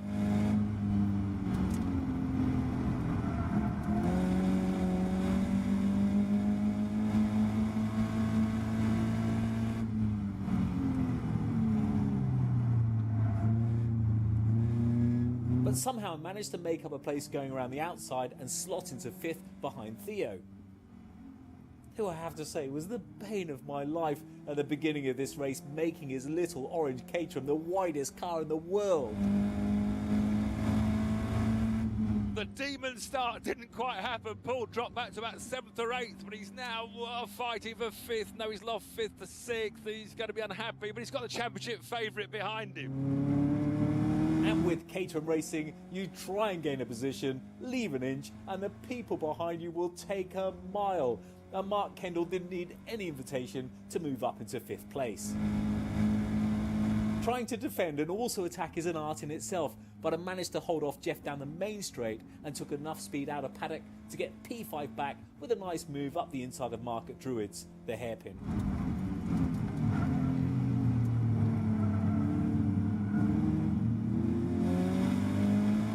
I'm thinking is to try and get a move ready on Theo to ditch the pack behind, but that wasn't as easy as it sounds, and I had to catch him first.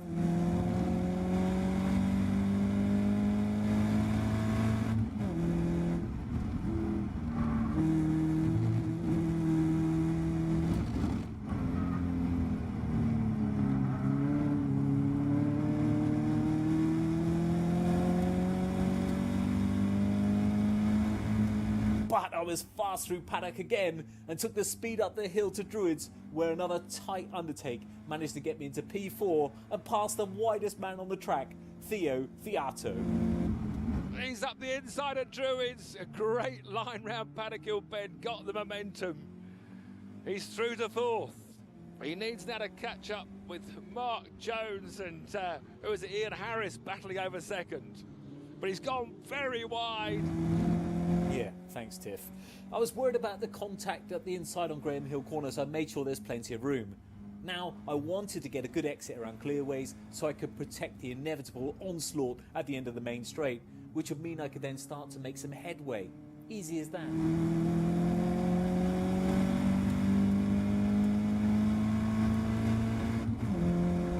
But then the most incredible, crazy, brave, call it what you want move from Theo going into paddock. Just when I think I've kept the position, he gets a massive tank slapper on, almost loses control. I back off for the inevitable crash, but he pulls off the most miraculous move I think so far of this championship. But I still had the momentum going up the hill, though this time he defended well and put me back into the dreaded chasing pack again.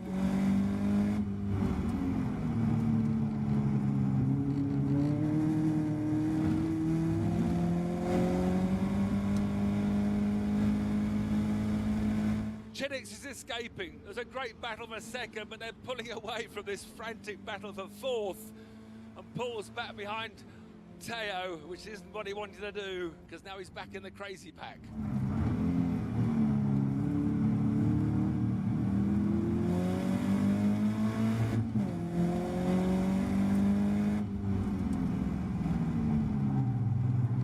Have you ever seen the movie I Am Legend with Will Smith and all those zombies, where he leaves the door open an inch and he's swamped with all these zombies coming in? That's what Caterham Racing is in a nutshell.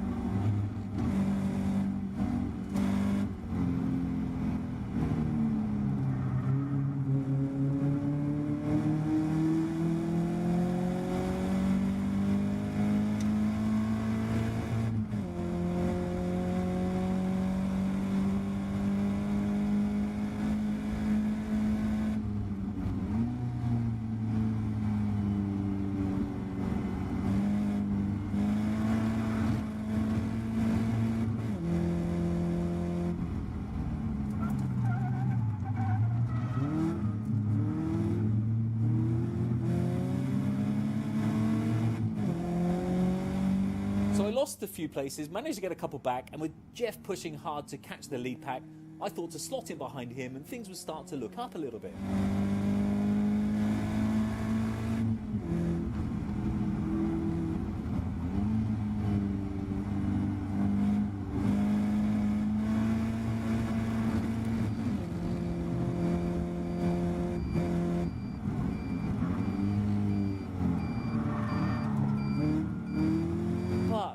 Flipping Theo and what seemed to be a Caterham twice as wide as anyone else's was really causing me problems.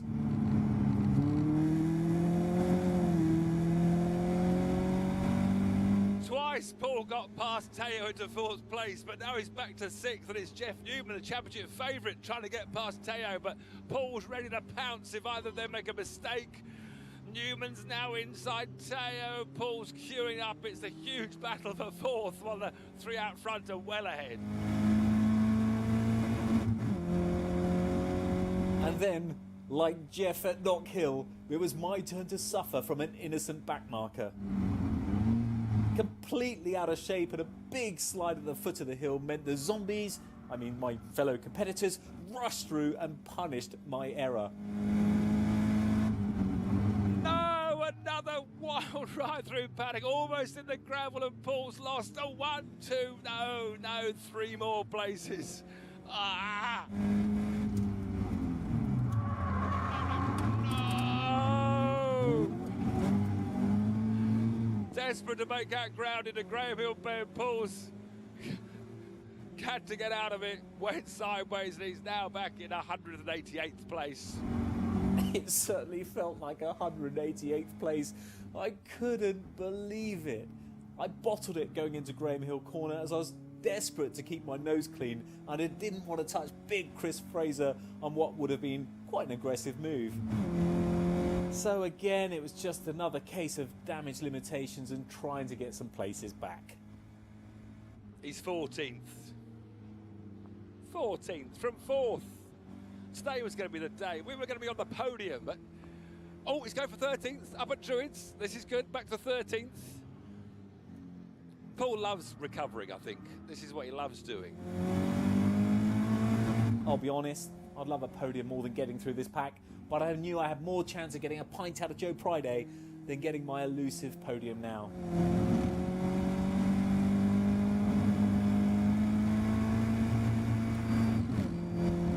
Then, just as I thought I'd get the move on Paul Castle, his bromance buddy Joe seemed to get a mystical tap from behind and span off the track, scuppering my chance of getting past his new BFF.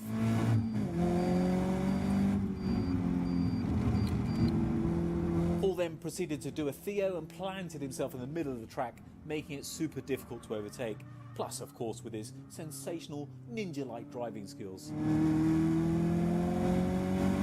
I've had 2 crashes this season, neither of which have been my fault, but all I could think was to avoid crashing at any price, which is probably not the best mentality to have as a racing driver.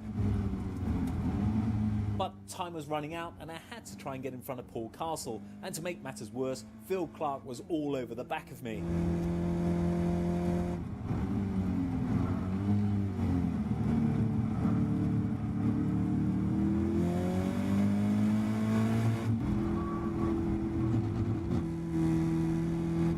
Finally, Paul ran wide, and next up to try and pass was Rob Domain, who surprisingly, very politely let me through with very little challenge.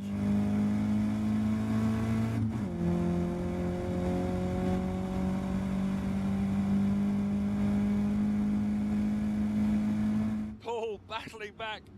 He's hoping to get to the top 10. He gets up the inside at Paddock Hill, can't quite make it. Looking to at least get to 9th, but he could get to 6th or 7th if there's much time left. Meanwhile, Chinnix is doing a masterclass out front.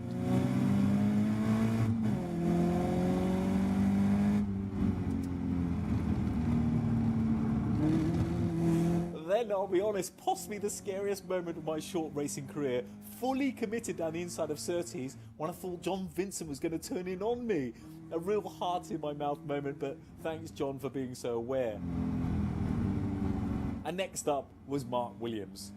Well, at least that was the original plan. I went for the same move up the inside at Druids that had been so successful all race, but realised Mark was not going to yield and he turned in, which he had every right to do as it was his corner.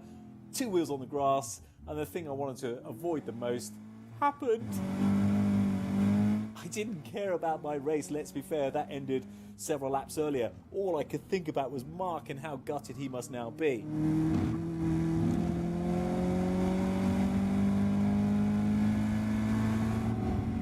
I'll be honest with you, I was very close to driving in the pits, had a sheer despair for spinning Mark around, but I knew that really was not the right thing to do. So for the remainder of the race, I just sat 100 yards or so behind Mark, gutted that I made contact, but there was no way I was going to challenge his position.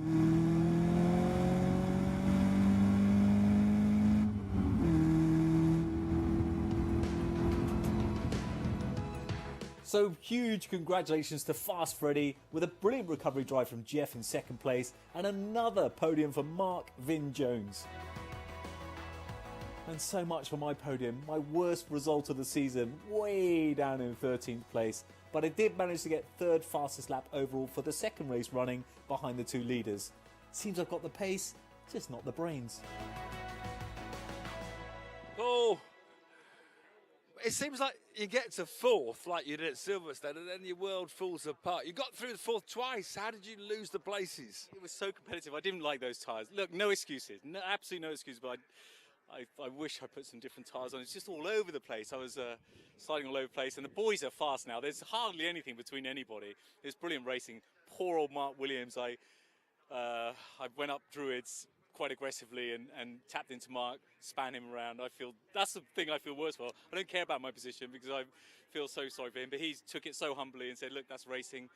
Stuff happens. But what a brilliant race. It looked exciting. But Well, it was fabulous. It's just you got through the 4th. We thought, right, if you could get away from Teo. Teo was sort of holding you back, and you got Teo, and then you lost it straight away with, just trying too hard at the next corner. No, he did the most unbelievable move I've ever seen going into paddock. I can't believe he carried it off, and he ended up going sideways into paddock, pulled the move off, and then because I kind of thought if I kept it from paddock, I would get with that breakaway pack, but it just didn't. It wasn't to be. It wasn't my day. I didn't drive very well. I didn't really enjoy it for the first time. I enjoyed the racing, but not my position. And I certainly didn't. Come to the pub. Come down the pub. Come over to the pub. I'll give the microphone back to the cameraman, and we'll go in now.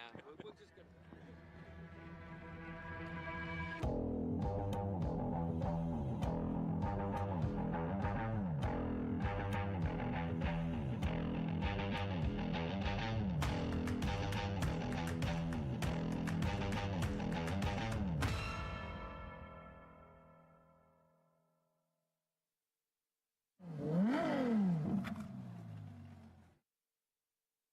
What's happening?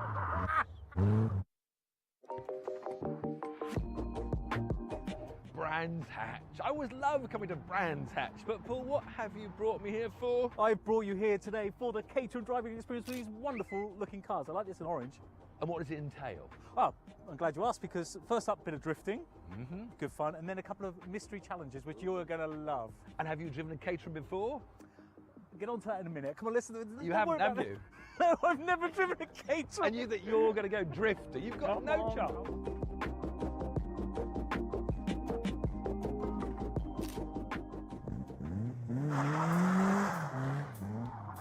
This is what we've got to do now. Looks easy, doesn't it? I'm glad you think so. Kick the clutch, get the wheels spinning, lift off, catch it with a throw. Lift, catch, power, drift. And you've never driven a Caterham ever before? Let's box, baby. Very good. Well, you ready for it? I'm ready. Well, where's your silly helmet, your Union Jack one? The moped's in for a service. The moped's in for Get in. Well, it'd been a while since I last went drifting, and let's be fair, he was always going to be annoyingly difficult to beat, but I still wanted to give him a bit of a run for his money. He's going for it straight away. Not a good idea. It's a blur of hands with Paul. It's just...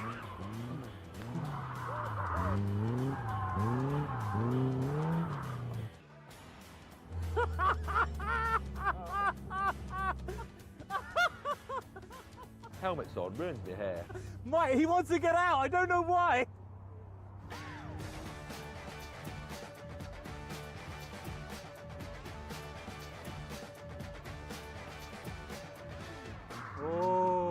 very good control.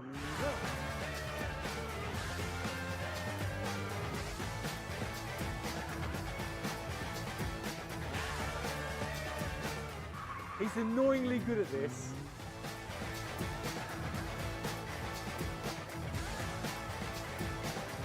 So that was that was a lot of fun. The tyres were overheating. The tyres were wrecked, and I blame Tiff, so the Caterham crew sorted out a fresh set of rubber, and I headed back out for a second run. But those new tyres, they're gripping a bit better. He's better. That's good now. That's good, Paul. That was good. Now, not too mad. Now ease off. That's good. Yeah, good. Right, okay. Yeah. Now half throttle. Good. Now full throttle. Now off the throttle. Yeah, good. Now more throttle. Now are you? Welcome back, everyone, to Anglesey then for the conclusion of this race meeting. You can see in front of you now pictures of the 310R grid still being sort of formed up. So, yep. So we were just before we took a early lunch break. We had a bit of a gap, and I think Sam, you're back down on the grid with us. I am indeed, yes. Hey, yes. Sam. So that was kind of an unusual situation, wasn't it, with the accident first, then people not seeing the safety car flags and having to get put back on this grid, but then having a talk, and then the safety car lights. I don't know if you've ever seen anything like that, but I've never seen it before. Certainly haven't, no. Apparently the start lights, they came on, then obviously they were on, went off, and then came back on again. So I was talking to Harry George, and he said he didn't know whether to continue or stop, or he wasn't quite sure what to do. That was on the restart. So yeah, it was a bit confusing, and obviously with the flags towards before the safety car came out, a lot of drivers at the back weren't sure what position they were supposed to be in, or it was very confusing for them. So I was talking to Dan Clayfan as well just a few minutes ago, and he was saying he didn't know, couldn't even see the lights, so he had to wait for somebody in front of him to go, then he went. Yeah, he's actually starting around the corner. We're just watching some replays of the various different starts that we've tried to get this 310R race underway so far, and we saw some of the initial accident from James Wingfield, and then we saw some drivers missing the fact that the safety car lights had the safety car flags had come out. But yeah, so it got an upset start to this 310R. We've had an early lunch, but now we're back ready to go, and I think we've got a 20 minutes on the clock, so they're back to 20-minute race. Yes, 20 minutes. So it'd be pretty quite nice for them to have a 20-minute race this afternoon with the heat. But yeah, they're all ready and raring to go. That's for sure. Yeah, 20 minutes is plenty of time to get races. We've already, had the Roadsport already in the 7 Championship UK, so plenty of time on track to get a full race distance in. And these drivers will have been used to doing 20-minute races when they raced back in a Roadsport, maybe a couple of years back. But it certainly looks like we're getting all of the drivers now on board. I think all the work, there was some work being done on cars, but it looks like it's all completed. They all look like they're ready to go. Yes, and obviously the way it all panned out, it was a bonus for Pete Walters, who after the first start of the race, his A-frame snapped. So when it was a safety car, he thought, well, I'm just going to have to see how far I can get. But then with the red flag, he managed to come in. The LFP guys changed it really quickly, so he was prepared to start from the pit lane. But because they re-grid the race, it means he can restart where he was. And there will be winners and losers out of that, and certainly it sounds like a great result for Pete Walters. Like you say, he's able to then start back on the grid in his original grid spot as well. So he will start in 6th, and with an A-frame change, they would have been lucky to start from the pit lane and get back onto the onto the tail of the field. So a result for him for sure. And I did see some other people who made some good steps up through. I think Alan Cooper was up into 2nd place, wasn't he? But he's going to be back down to 5th now, so he's got it all to do again. Yes, a good start for him again. That's what he needs to do. But there were a couple of cars that were going to be starting from the pit lane, and I heard a couple of the other the teams asking if they were allowed to work on the cars, but they're not in Parc Fermé, so they were okay to work on the cars and do any amendments. Yeah, and we saw some of the cars jacked up on the grid. I think it was Pete Walters' car that we saw jacked up as they were getting that A-frame sorted. The A-frame is at the rear of the car, and it's the piece of equipment that holds the 2 rear wheels central to the car, and once it's snapped, it's a very very unusual feeling. The car feels very strange as it wobbles around at the rear, and it's really not a safe thing to continue. The radius arms then are the only things holding the wheels in alignment. So yeah, good for Pete Walters to be able to change that this time, and a good job by LFP to get that done in time. And another kind of strange thing now, they're going to have to dial themselves back into this race, aren't they? Because they've kind of had 2 adrenaline spikes already, and now they're going to have to go for a third. That's right. Now, a few of them were having lunch in that half an hour gap that we had, and they seemed very relaxed. And I thought, you've got to get in the zone. Yeah, I mean, for me, I could never have eaten. I mean, I always felt ill before I got in a race car anyway. So for the prolonged period they've been getting in and out of those race cars, that's a lot of stress on the old stomach. But yeah, some people are much more relaxed about it all than others, aren't they? They are, yes. I know there's a lot of drivers that will not eat before a race. 100% not. And I was definitely one of those. I just felt more and more ill as the day went on. As soon as I got in the car, though, everything was fine. It was just the build-up. I found that nervous energy meant that I couldn't actually have food in the morning of a race, which is fine as long as you're not racing at 5 in the afternoon. So, yeah, that's today. That's not the case. You did race a bit later yesterday, didn't we? But we're back in this kind of lunchtime slot today. So the heat must be at its sort of peak right now. It certainly is, yes. I will be taking to the shades very soon. But just interestingly, Chris, so with this being a 20-minute race, how does that pan out for their tyres? Because obviously they're used to managing them for half an hour. Yeah, they're definitely going to appreciate that lack of 10 minutes there. It's sort of 10 minutes at the end of the race. They still will get to the point where their tyres are tired at the end, but at least they all should be in a slightly better state than they would have been. Just seeing down now into the Caterham cars awning there, and the fans up and running as they're trying to blow air through those easy ups. Everyone looking to see whether they can make life a bit cooler, and they'll see paddling pools out there. I don't know if you've seen any paddling pools in the paddock, but they're a normal sign in these hot weather conditions. I haven't, but we are going for a 1-minute silence very shortly for a marshal who passed away, a local marshal. Okay, so we'll listen out for that.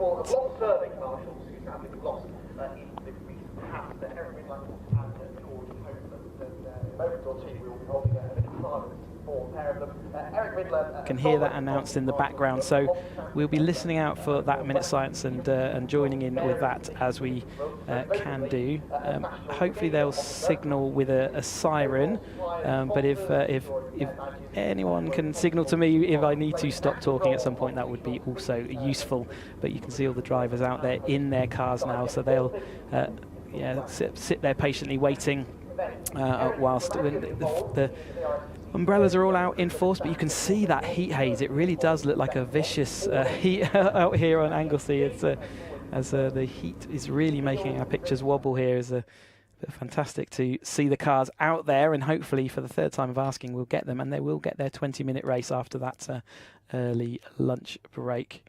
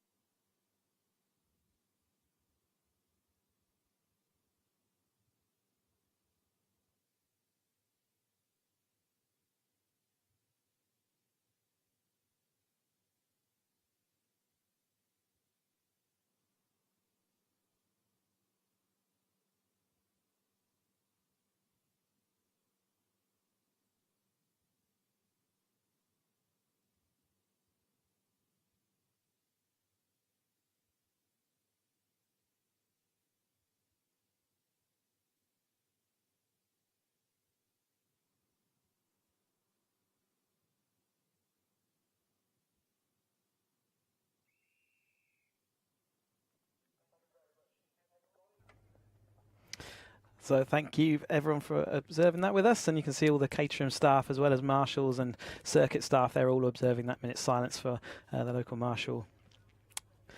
Good to see everyone on the banks also observing that with us as we look to now get the engines fired up then. Let's get the 310R race underway.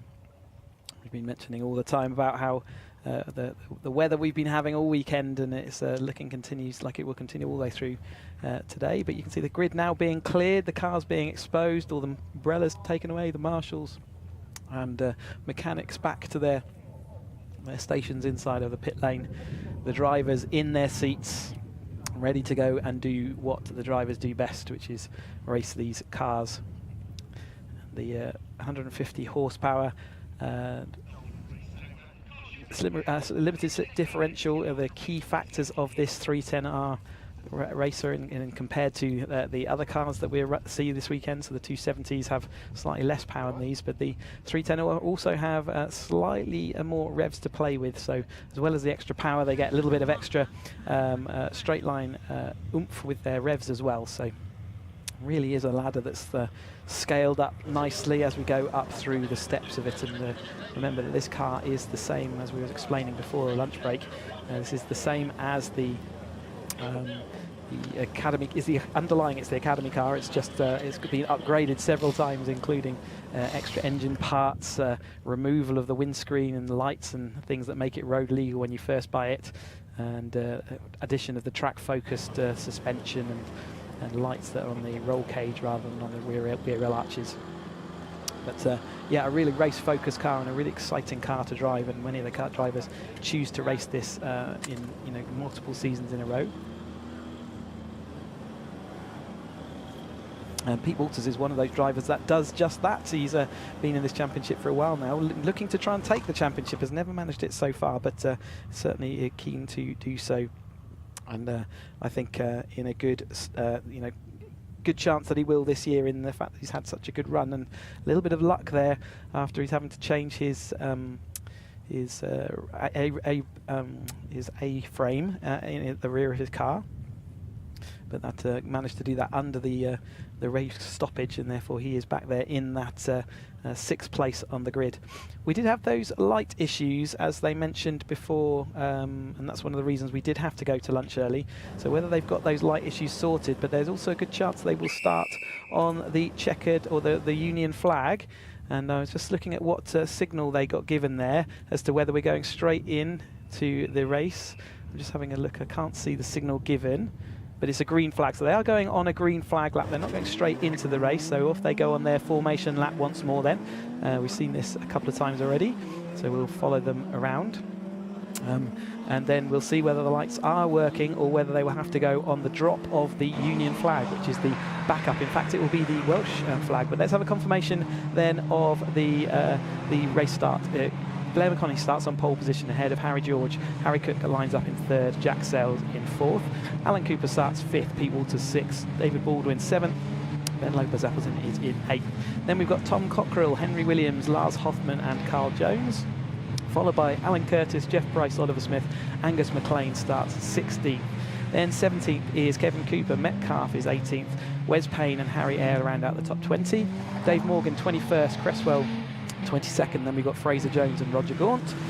And then we've got Michael Curley, Tim Steele, Duncan Cook and Nick Allbones lines up 28th. Martin Gleish 29th, although he won't start. Chris Welch will though. Paul Herndine I think we saw not starting. Pete Wales will start in 32nd. David Yates is a non-starter. James Wingfield will be a non-starter. So that leaves Dan Clayfan to round out the field. See those cars, that is the tail of the field that we're watching there. There is Dan Clayfan in his black car with the orange stripes, as the rest of the field are such numbers that they spread out all the way around this on this green flag formation lap. So can we, for the third time of asking, get this race underway and out into the books? Wes Payne giving a big thumbs up there to, I guess, people watching, spectators maybe at the top of the hill there for him. There's plenty of people using this as a nice holiday destination. There are some, including Ryan Errol. We saw him in the 270R race, or we will see him a bit later. So, and I think that's Freddie Chiddicks also with his arm crossed at the top of the hill there. So all the drivers out here as well supporting their friends who, as you go up through the ranks, other drivers spread themselves through the championships, and there's also a bit of camaraderie there to see how they all get on. So here's Blair McConaughey then, bringing them down towards that line. Can he make another excellent start? He's already made 2 excellent starts. He's got a third one to try and get done now, ahead of Harry George, who had that sort of stalled start. So he's benefiting from this reboot. Jack Sales had a great one, as well as did Alan Cooper as well. So all of these drivers will have had good and bad starts out of those last few, and they'll want to see if they can repeat the good ones now into this third time, and hopefully last time of asking. The marshals there ready to receive the drivers then. Blair McConaughey comes up to take that pole position in the number 34, the white car. We've got Harry George in the Alpha-sponsored car on the left-hand side, second place on the grid. The rest of this large field all get themselves lined up. There's Darrell Cresswell, Roger Gaunt in his blue and yellow machine there as well. And in the number 14 there, that's Fraser Jones in the black and white machine. A driver we do sometimes see higher up than that, so he's been up and down the field a little bit, and he'll be liking to see less cars in front of him by the end of this race, I'm sure. Anyway, it looks like we are nearing the starting grid being complete, and therefore let's see if we can get to this Caterham 310R Motul sponsored championship underway then, and looking for the green flag.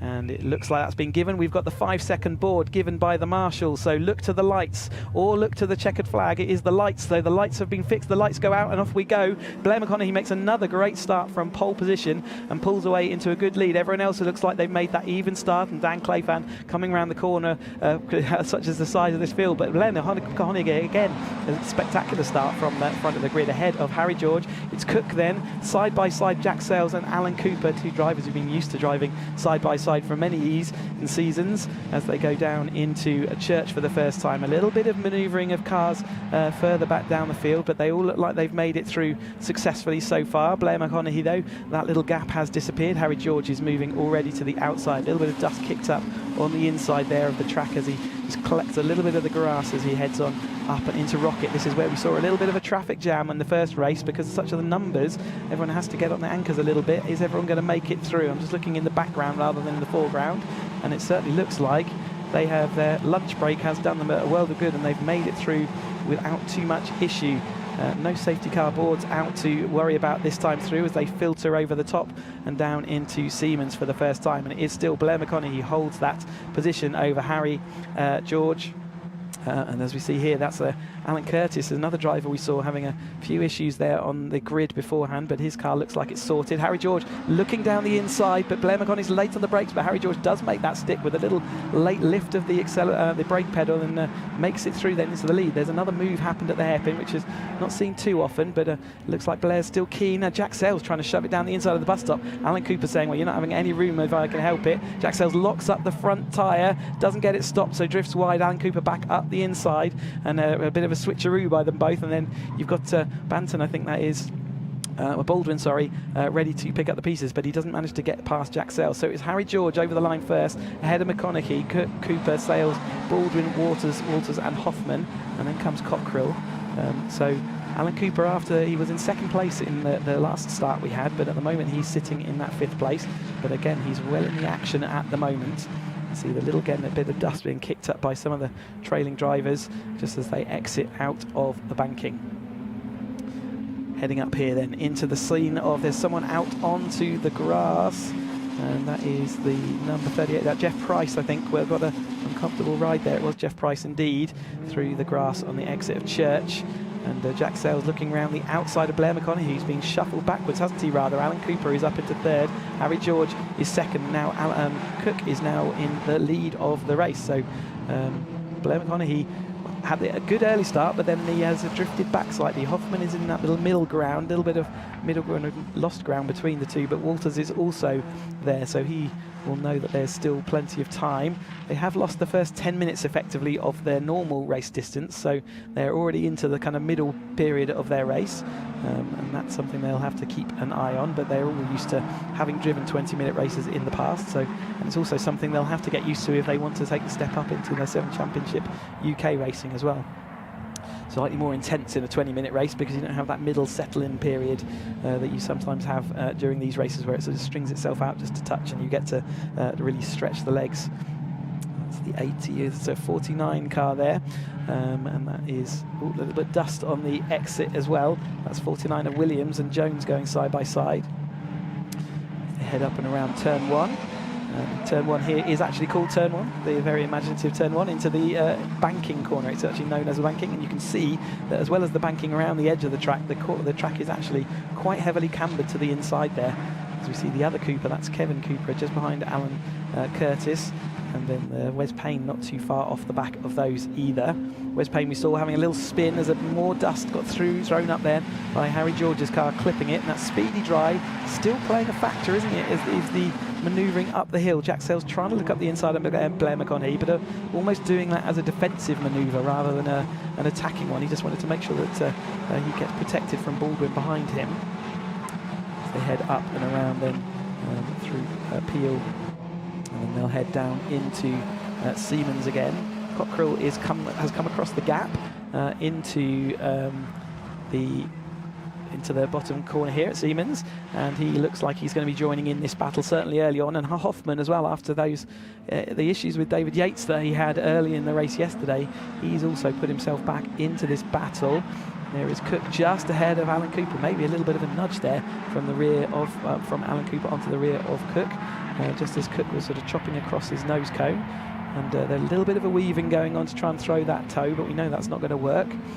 I did mention yesterday that the results were twisted around slightly from where we ended on the stream, with Harry George was in the lead, had won the race when we left the stream, but actually the clerk of the course reversed the top two and the second and third as well for a yellow flag infringement. But Cook currently sits into that second place. He ended up with a trophy for third place yesterday. And then Alan Cooper is now in that third place, with Blair dropping to fourth, and we've got Jack Sayles in that fifth place. Although is he looking up the inside of Blair? He is. They're going to go side by side through Church. God, that was incredibly tight. There was only a millimetre to spare there between the two, but Jack Sayles is now up into that fourth place. That's compressed all the people following Blair McConaughey, and we've got the battle coming up, the 3 wide into Rocket. This can't work 3 wide, surely. The lights on Cooper's car don't look like they're working, so can't see any brake lights on that car as he heads up into Rocket, but he's going to maintain that third place because he's going to have to get back into line behind Harry George. A little bit of a gap they had though to do that, and with Jack Sayles just behind him. Harry Cook though in front of the field at this point, with Harry George in second place. Then comes Alan Cooper and Baldwin there on our screen just following behind McConaughey. A little bit of a lock up there from one of those cars in that chasing pack, and Cooper's got some speed in that car. You can see the duct tape holding the rear wing in place at the moment, seeing whether he can go. He is renowned for being late on the brakes, is Cooper.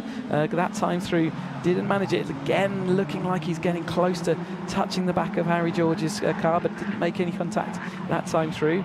And as Cook takes them down, and it's Harry Cook takes them down into the bus stop, and then now Jack Sayles looking down the inside. Last minute dive again down the inside of a bus stop. Did he make that stick?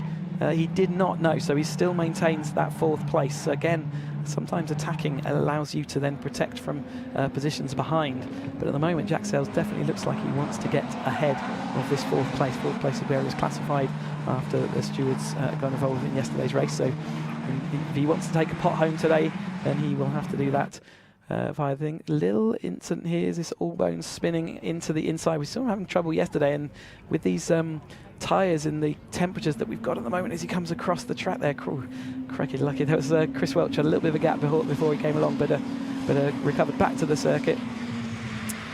But now if we see where we're up to, Harry George is in front now, ahead of Cook. That is, Cockrell is 39.988. Tom Cockrell has got that fastest lap.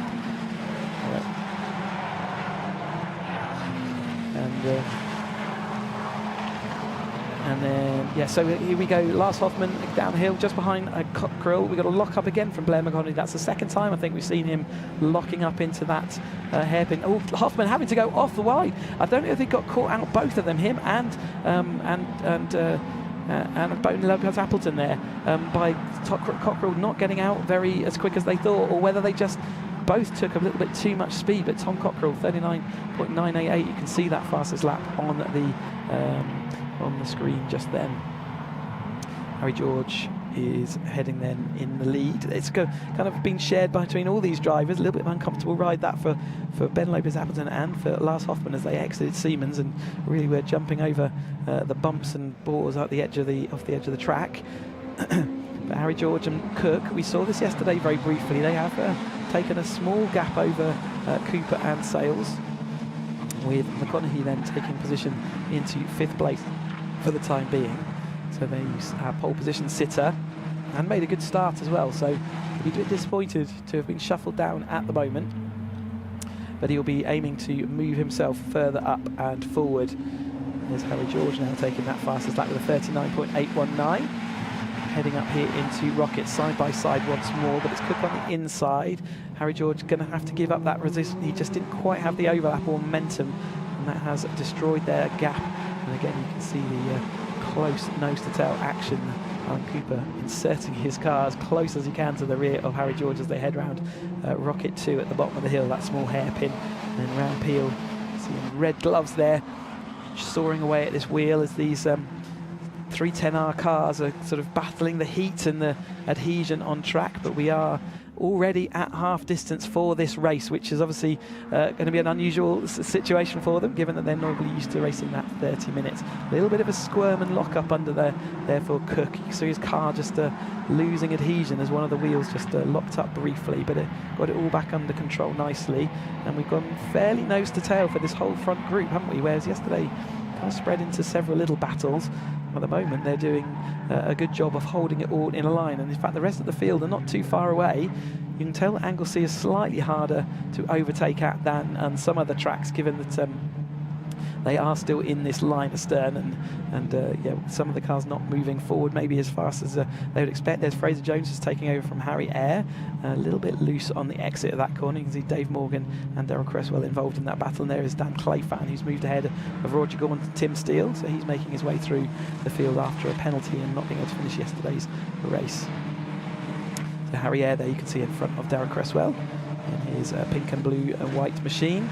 Crockett there and festooned on there, and Dave Morgan in his machinery. But we're coming up to a Rocket again with the leaders. Alan Cooper has got a good run around the outside there. Looks like he's going to make that position, and on Harry George does tuck it to the inside of the hairpin. Is Harry George going to persist? He does persist, but that still leaves him on the outside of Peel. So still think that Cooper is likely to get this manoeuvre, although Harry George is going to prove me wrong, I think, by holding on around the outside. There's not a lot of grip around there, but now suddenly he has got the inside corner. So well defended there from Harry George. I don't think I've seen anyone manage to defend all the way around the outside of both of those bends before, so great result. But Alan Cooper's got a good run on him as they come up to the hairpin before, and we've said that Cooper is good on the brakes, so is he going to have any opportunity? He's going to try for that outside line, but not late enough on the brakes to be able to make that move stick. Jack Sales still stuck there in the 4th place, and Blair McConaughey now having to look in his mirrors heavily because he's not only got Baldwin there, but Pete Walters is next up behind him, and Tom Cockrell, who we said is used to racing with this front battle. It was a bit unusual to see him drop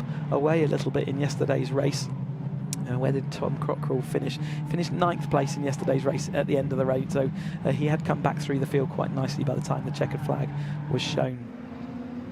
A gap here though for the first time for Harry Cook, and he's obviously having a great time here at the Anglesey race weekend. He's said on pole position yesterday, so clearly got the pace and knows how this car needs to be set up and driven, and we're in about the kind of temperatures he would have had, say, for qualifying. Oh, Cockrell touching the gravel there and really unsettling the rear of his car. I can't imagine all hooked up by the time he entered into church, but that has cost him a little bit of time. You see the Hoffman is just off the rear there with a tight move around the outside there from McConaughey on Cooper. Is he going to make that stick as they go up into Rocket? No, he doesn't, because he's going to lose out on the Rocket 2. He's going to have to tuck back into line, but he's showing his intent that he wants to move forward. 7 minutes of this 310R race left to go.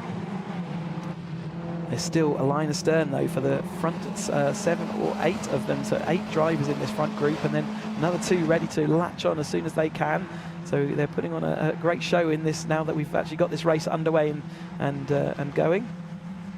Cook is in front ahead of Harry George, who's now got the attentions of Jack Sales, who's dispatched with Cooper and is comfortably into that third place. We saw some pace from him yesterday, and he will want to pick up a pot now because he had to give his back to Cook yesterday, and you can see the man he's had to give that pot to disappearing up the road. But with a little bit of space now in front of him, Harry George is going to have to be concentrating on his mirrors just a touch more.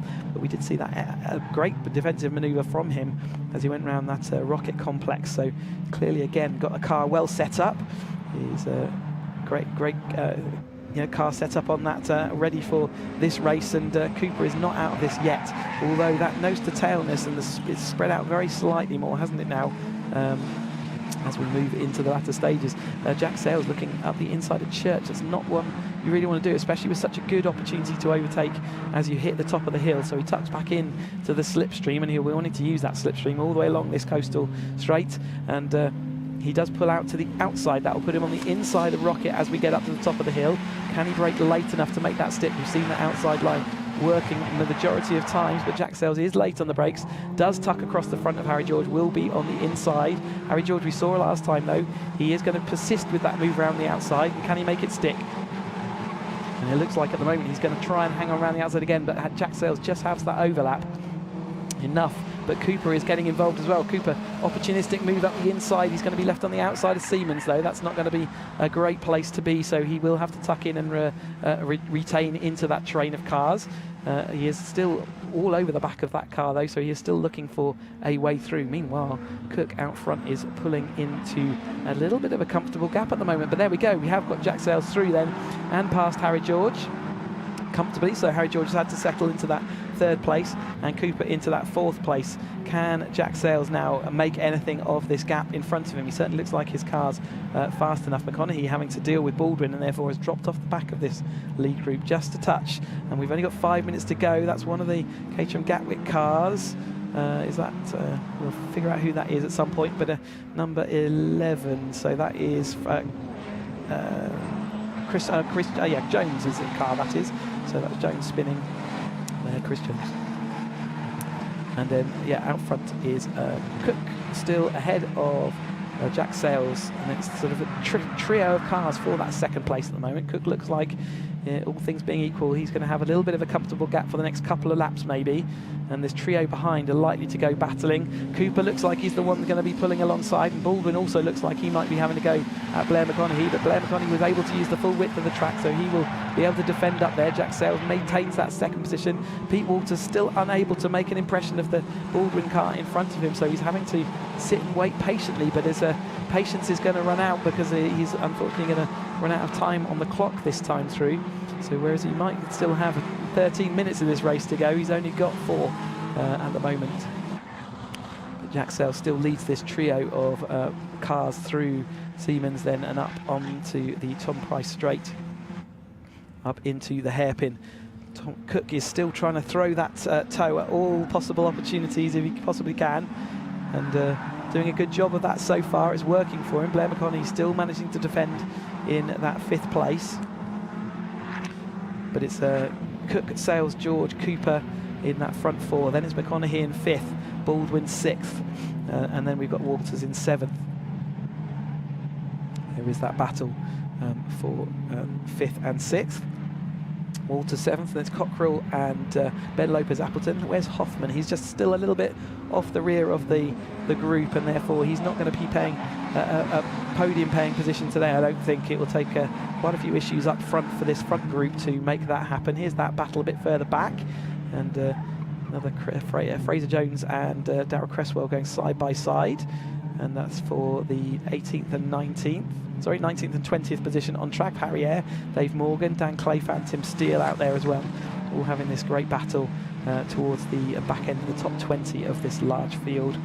And all showing that the battles do happen up and down this field, as this is, as you might expect with drivers of this skill level, say at least 4 years into their motorsport career, and many of them have a few more years than that, including Jack Sales, who's been racing since 2013, so nearly a decade worth of racing. Not always had a seat, but Blair McConaughey drifting his car around Peel that time through, and he is following Cook Harry George currently has the fastest lap with a 39.819. That is worth an extra point, which will be useful in the championship.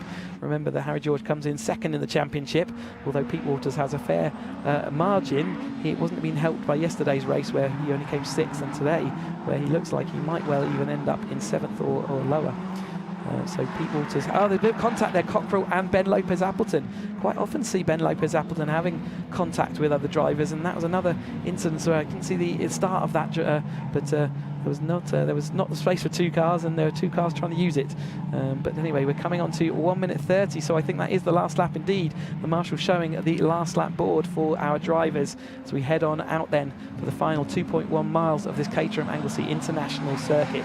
Cook has led them for the last few laps, but that gap that he had has evaporated, and it has evaporated just at the wrong time as far as he's concerned, because he's got the rest of these 4 quad of cars at the front here. Ben McConaughey is still unable to make any impression on that. Cooper's drifted onto the gravel in his endeavours to try and keep his foot in and get involved in the battle. Jack Sells is going to have to go to the inside, that's the outside, but remember that's worked out for quite a few drivers this weekend. He's going to brake late, but Cook has broke later. Has he outbraked himself though? Cook does manage to hold it all up by the time we get to the top of the hill, so great management from him to manage that situation. Jack Sells was in a good prime seat there, but Jack Sells now going to have to get into a bit of defensive mode as well as attacking to see what he can do in these last few corners. We've not seen too many overtakes, but we have seen some down here into Siemens this afternoon, in this morning's racing, and Jack Sells can't make a move there, so he's looking to see whether he can get this train and run up the hill out of this final lap and over the crest into the hairpin then for the final time.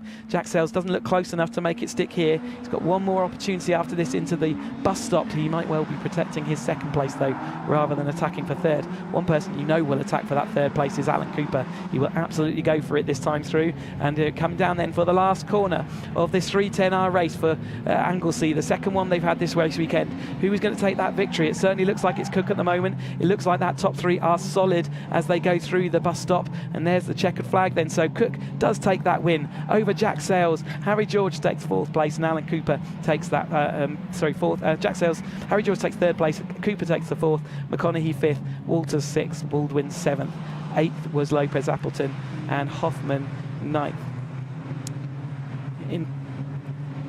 So it's just being pointed out to me that we've got a joint fastest lap being awarded on the timing screens, but if that does happen, then the person who scored it earlier on will be given and awarded that fastest lap, and that will be Harry George, who got it on lap 5. But on the final lap of that race, Jack Sells to the 1,000th of a second matched that. So we're just watching the rear end of the top 20 coming through our timing across the flag now. But yeah, 39.819, both drivers matching that exact time.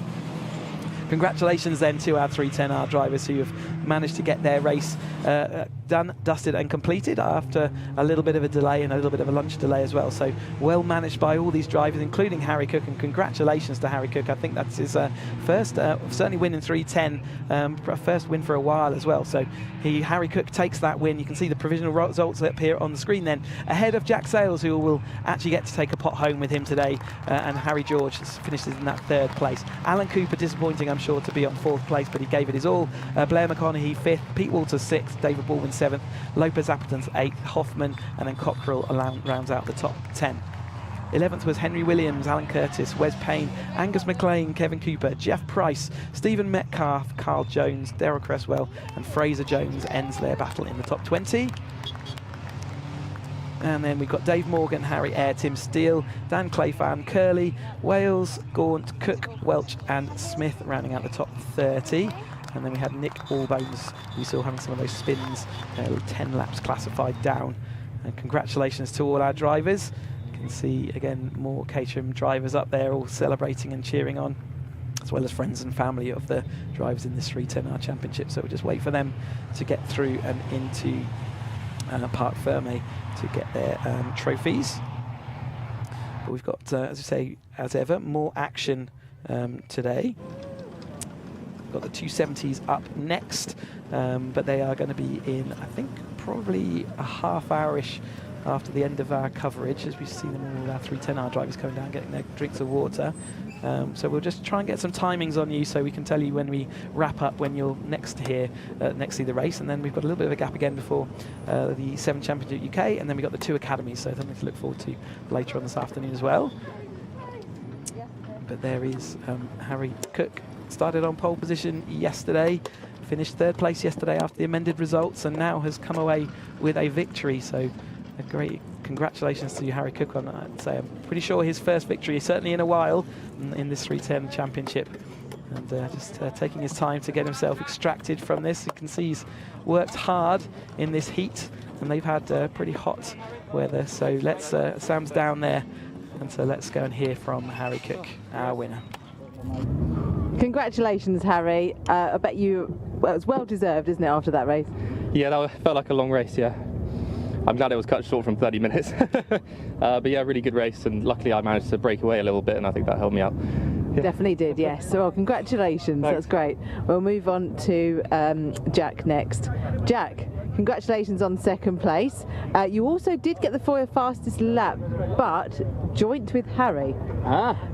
Exactly the same times, but because Harry got the fastest lap earlier on in the race as well, unfortunately it's awarded to him. But I thought it was great, you know, that you got the same time. Exactly the same. I should have pulled my finger out earlier, shouldn't I? That was great. Reasonable start, picked my way through, and then caught up with Harry C on I made the penultimate lap and saw the last lap board come out, and I thought, right, okay, I'm going to line up a move. And then the 3rd to last corner, he just absolutely nailed it. Pulled a little bit of a gap. I thought, okay, that's going to make it a lot more difficult from here. But no, chuffed to bits. Really, really good. I just want to dedicate this podium to Alan Maple, who's a friend of a lot of people in the paddock. His daughter Christina used to race Caterhams. Did it for 5-6 years. He has sadly passed away recently. So just want to dedicate to him and the Maple family. Oh, that's lovely. Thank you very much. Cheers. Congratulations. We'll move over to Harry now.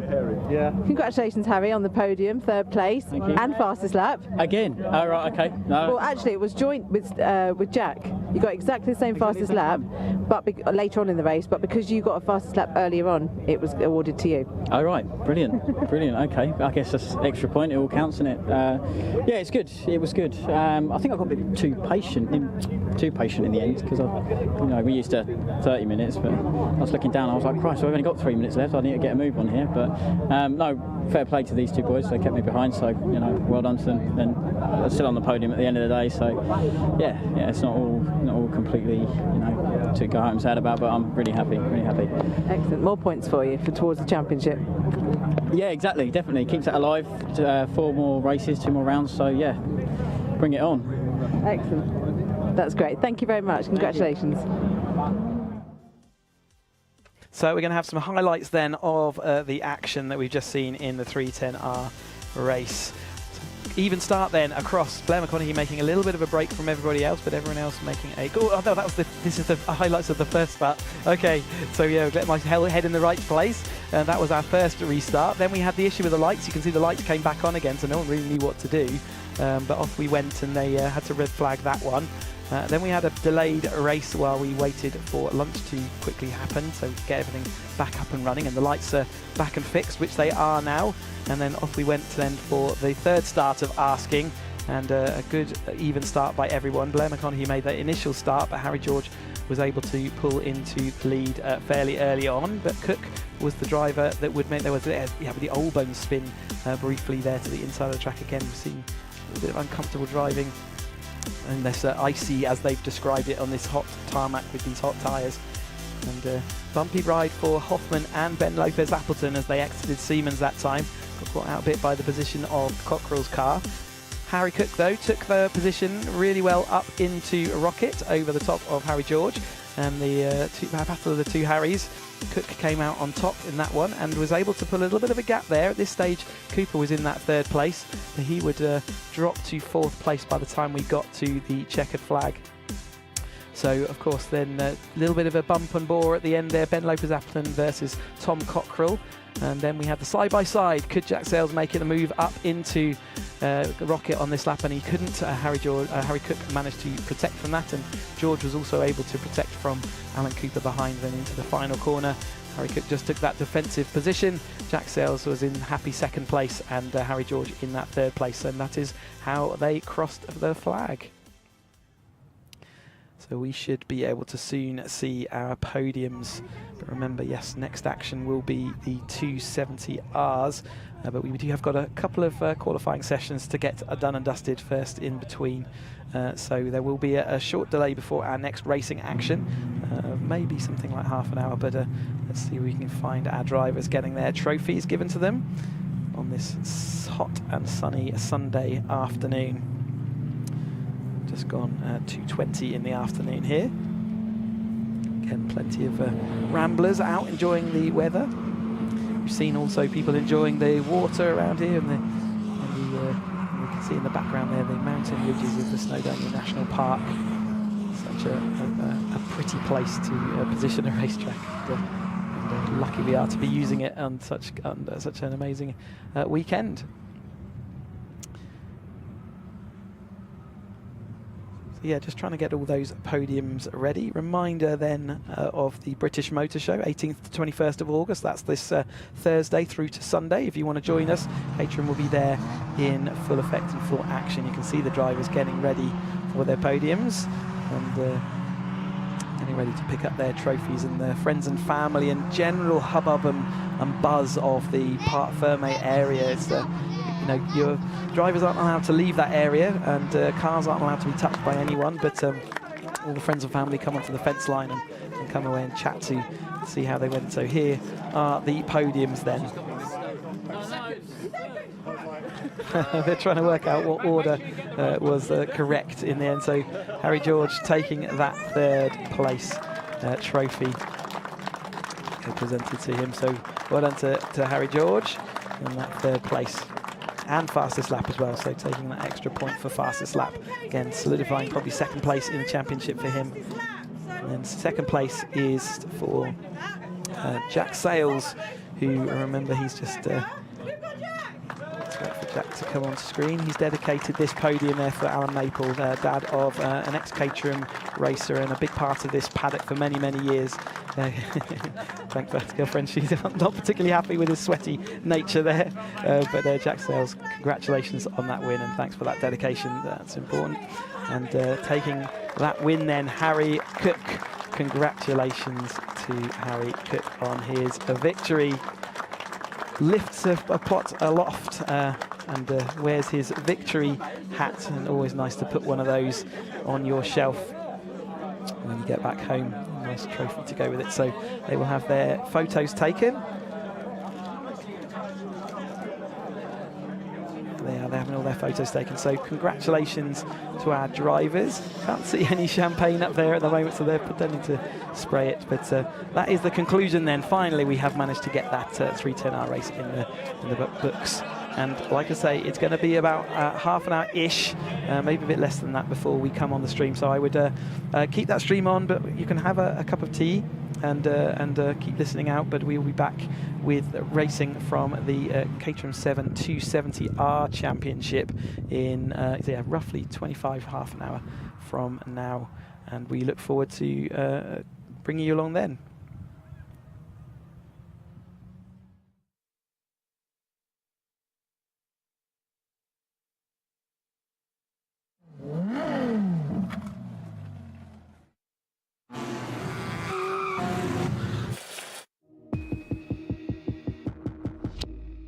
There's a real allure to the idea of being a racing driver.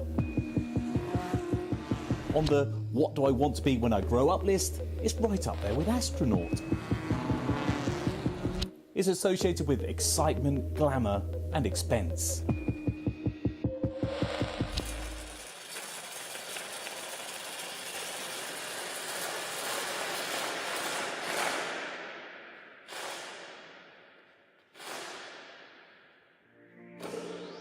The thing is, you don't need all this fancy stuff to show off the Academy car. It's proper grassroots racing, but it's also probably the most affordable, cost-effective racing that money can buy for a proper racing series. And believe it or not, we've had this for 2 months now. Before we go any further, I wanted to have a deeper dive into the car and tell you what you need to participate in the Caterham Academy series. But first up, a quick history lesson. In 1957, English automotive design engineer and inventor Colin Chapman built a lively little two-seater sports car. He wanted owners to be able to experience the pride of building their own cars and then take it on track, and came up with the mantra, simplify, then add lightness. And the 7 was born. Over 60 years later, Caterham still adheres to the original philosophy and turns out variants of the 7 with a lineup of models that range in power from 127 horsepower to 314 horsepower, with each car weighing just over half a tonne. The Academy is in its 26th year now, and with over 1,000 drivers taking part, it's considered one of Europe's most successful novice driver series. And in terms of your car, for £30,000, which you can spread over finance for a couple of £100 a month, you get your very own road legal race car, which is yours to keep at the end of the series. And on paper, it doesn't sound like it packs the biggest of punches, but this is a Caterham. The Academy car has a tuned 4 Sigma 1600 4-cylinder naturally aspirated engine.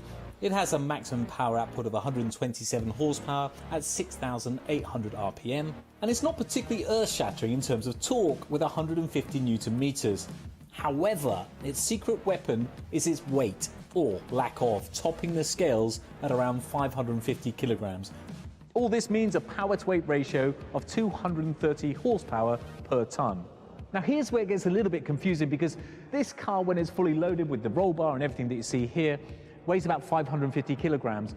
The minimum weight that you can race in, that you must finish a race in, is 635 kilograms. So if, like me, you've got a paunch after lockdown, you need to really consider your weight, because if you want to be super competitive and be at the top, weight, as we know in racing, means everything. And you have to finish your race 635 kilograms minimum, otherwise that's it. You don't get any points. And what that means with your power-to-weight ratio, 230 horsepower per tonne, is you've got a car that will take you from 0 to 60 in 5.3 seconds and have a top speed of 116 miles an hour. And believe me, in that thing, anything over 100 miles an hour, you certainly know you're doing it. Caterham fits special Academy tyres which are designed by Avon with low grip in mind. This is done to help teach car control. We all know it's easy to go in a straight line, however, corners are where most people tend to lose their speed. By having less power, less grip and a weighty roll cage, you'll learn the art of carrying speed through a corner without losing control. It also makes for some pretty dramatic racing. You see, less power doesn't necessarily mean less speed. So for your £30,000, you get pretty much everything you need to race your car. You've got your roll bar, your harnesses, your fire extinguisher, you've got your rear rain light, which sadly we're going to need that in the UK. And everything is ready to race under the compliance of the BRSCC series. But like all manufacturers, there are optional extras such as tonneau covers, half doors, paint options. But the option I would tick before any other will be some sort of V-box, which essentially gives you racing data analysis on where you're going right, or sadly, more often than not, in my case, where I'm going wrong. So you can at least analyze it and study your data to try and get a little bit better. Now don't forget, this is a Caterham and you can choose to build your car yourself.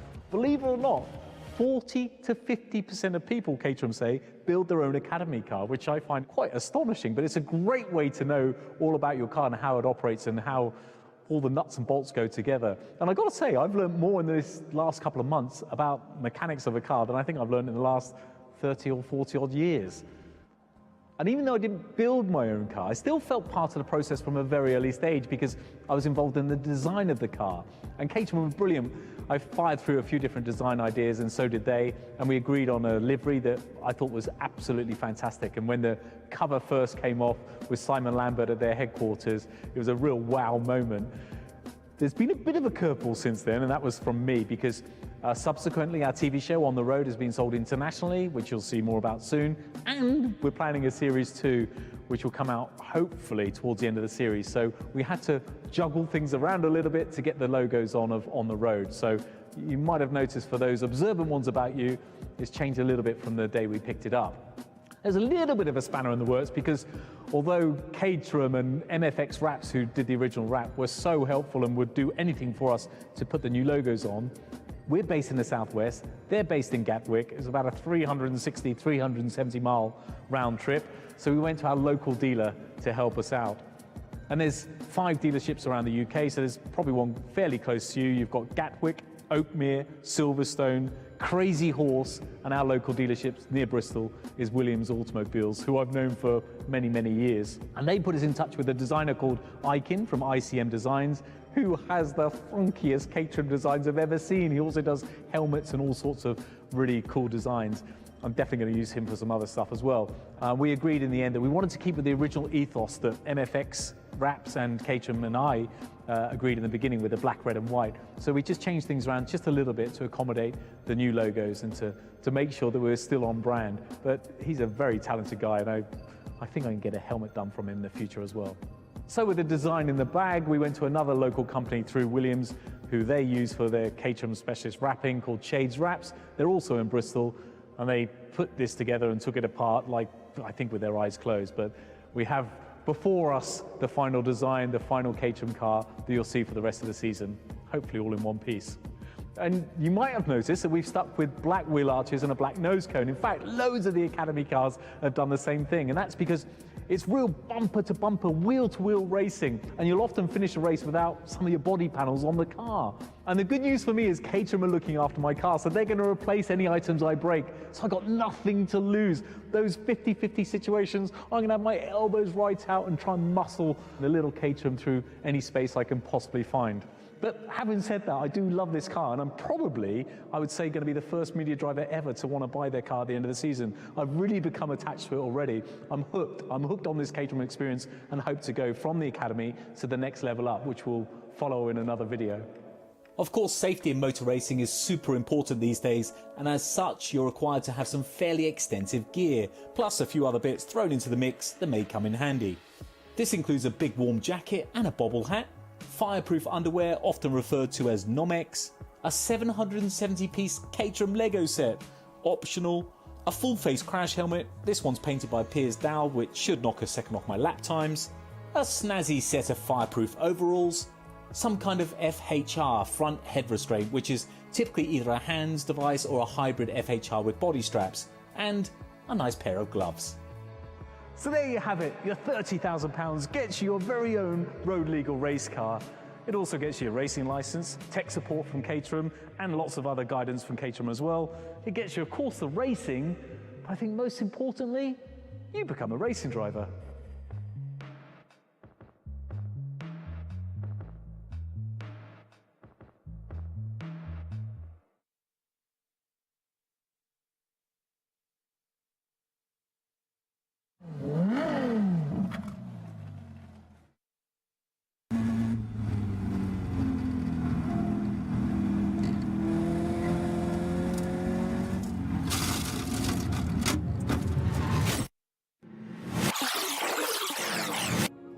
I'm not too sure that one's going to buff out, but more on that later. With the Kerberos Sprint a distant memory and our baptism of fire first race at Mallory Park, it was all to play for in Scotland, where I desperately needed to try and win back some championship points in this Academy double header. Welcome to Knockhill in Scotland for the third round of the 2021 Caterham Academy Championships. And it's fair to say things are hotting up. The honeymoon period is well and truly over. In terms of hotting up, I mean the driving, not necessarily the weather, although I'm told it is going to be quite nice over the weekend. But all the drivers are pushing that little bit harder, a little bit faster now that we're into the third round. As I soon found out on the very last practice session on Friday evening, where my fellow competitor, Paul Castle, got a bit carried away coming out of the chicane and stuck his car right on my exit. My tiny little brain went into overdrive, and knowing there was no chance of going to his right, I took my medicine and stuck it down the gravel on the left, which then left me perilously close to the barriers and ridiculously close to ruining my entire race weekend. A few more inches and I would have been in the tyre wall. It would have been game over. And this is round 3. Round 1 was the Kerberos Sprint, where I managed to scrape a 4th place overall. Round 2, got a bit ambitious at Mallory Park, which was the first time we were all on track together, and span off on the second lap, got back to 6th place, so it was all a good learning experience. Talking of learning experiences, my learned colleague here, Mr. Priday in car number 84, he certainly learned a thing or two as well.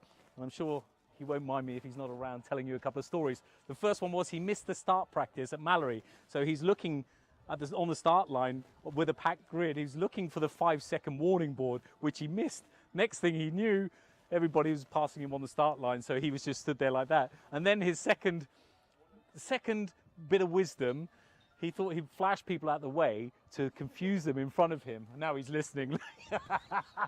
He thought he would flash people out the way to get out of the way, but his light where he smashed it earlier, or where he hit someone earlier, was facing him. So all he ended up doing was giving himself a face full of light. But it's all good learning for everybody. So Joe, this maybe will be the one to watch for this weekend. And you know what's amazing, actually, because Joe and Paul over there, they've travelled 500 miles from Exeter and Avon.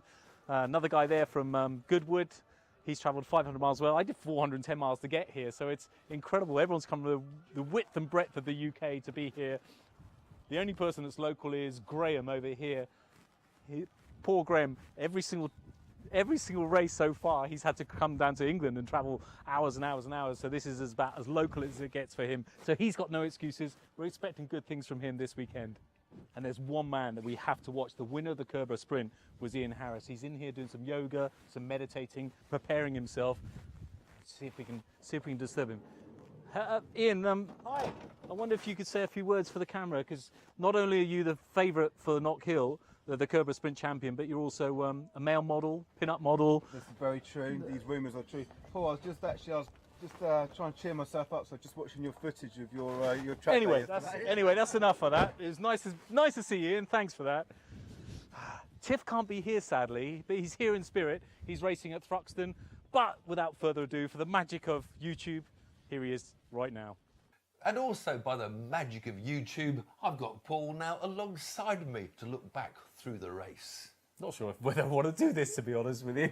Should we kick off? Yes. So you qualified fourth for the first race behind the championship leader, Jeff Newman, on pole, then equal second of the championship, Fred Chaddick, equal second of the championship, Mark Jones, equal second of the championship, you, all the top boys up front. And you made a brilliant start. It was wicked, wasn't it? I was chuffed with that.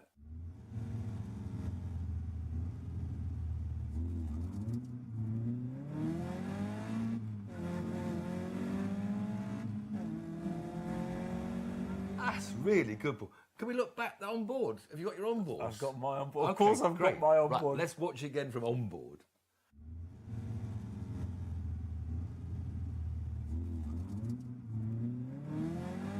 What a start! Look, I couldn't believe it myself, to be honest. It was all right, it was all right. What's the secret, do you think, of your starting success there? There is no... I'm going to get the editor to blur my rev counter, because there's no way I'm going to give away that secret. But, God, that was a great start. And I managed to hold the lead into the first corner, which is very important as well.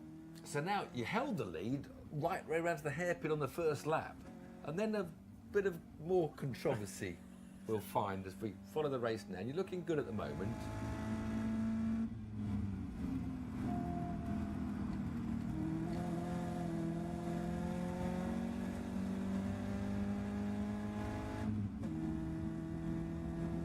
So here you are then, leading down to the hairpin on the first lap, holding the middle of the road, blocking everyone. Jeff comes down, he goes from about fourth to, and then, hold on, what was that there? What was that there? Hold on, stop that. You're not allowed to do that. I'm so embarrassed. I'm so embarrassed. I apologise to Jeff for that. But I thought he tagged me purposely, but I still should have reacted. You shut the door. It was. You could have given him a bit more room. No, I could not. You should have known he was there. No, I it was could your not. line. You're correct. Yes, the thank impact you. was his fault. But you know, all this. I know.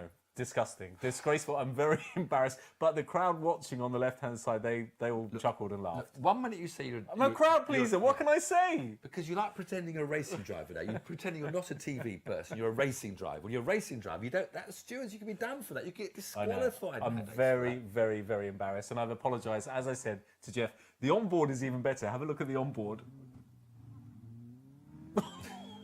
That is so embarrassing. Jeff, I'm sorry. I'm very sorry. But anyway, I managed to maintain the lead. You led for a lap. The whole lap. I think so far, I'm the only person that hasn't been on a podium that's led two races, two out of two. Across the line, about two abreast and two abreast. You're hugging the inside line, that's good. You're holding the inside line, that's good. Still in the lead. Still in the lead. Get in Come there. on. It's all looking good, actually.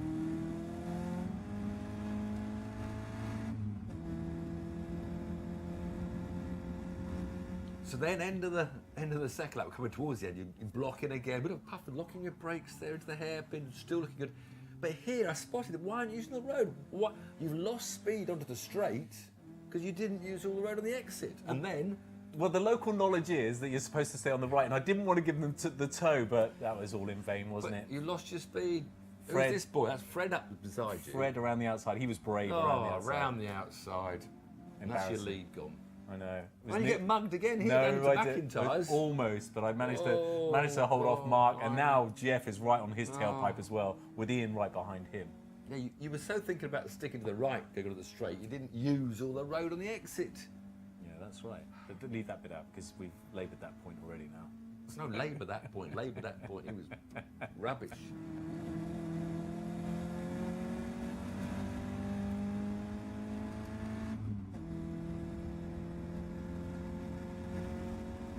Okay, but now look. So. I love end of the it. third lap time. More locking rear brake. Your rear brakes are locking. It's all squirmy. Look at that. Back in the lead again. I'm thinking happy days. I'm off the pace, but I'm back in the lead again. This is good. Is this going to be my day? Is this going to be my podium? How did you lose the lead this time? Again, identical move from Fred. I didn't learn from the lap before, but it got worse than that. I got mugged going into, what is it, after Duffers? We started the fourth lap. You're down to second. You go wide. Welcome back then to Anglesey for continued coverage of this, the 5th race weekend of the 2022 Caterham Motorsport season. We are just about to get going with the 7 Championship 270R racing, a grid for their second of 2 30-minute races. We've just got some qualifying going on in the background, but our 270s are all starting to assemble. So we'll try and get a few words with our drivers. Mission Motorsport sponsors this championship, and coming into this weekend, Taylor O'Flanagan leads this championship ahead of Hugo Bush and then Dominic Mansberger in 3rd place. But yesterday we saw Philip Bianchi taking his first win, very calmly taken indeed. He just he did everything that was needed of him. Hugo Bush, after a little bit of an issue with his brake pedal, ended up in the 2nd place, with Taylor O'Flanagan for the first time not finishing in either 1st or 2nd in these 270R races, but maintains a podium run with 3rd place in yesterday's race. But we have got Sam Parker down in assembly with Ian Hapgood. Yes, I'm here with a local chap. Ian, you're from 40 minutes down the road, you say? Yeah, from Prestatyn. So yeah, it's about the most local circuit we can get. Exactly. So does that mean you've spent more time at this circuit, would you say? Well, I spent a fair bit of time here. Yeah, we were in February, and we had a spell here on last Sunday. So fairly familiar with it, but it's not quite so easy.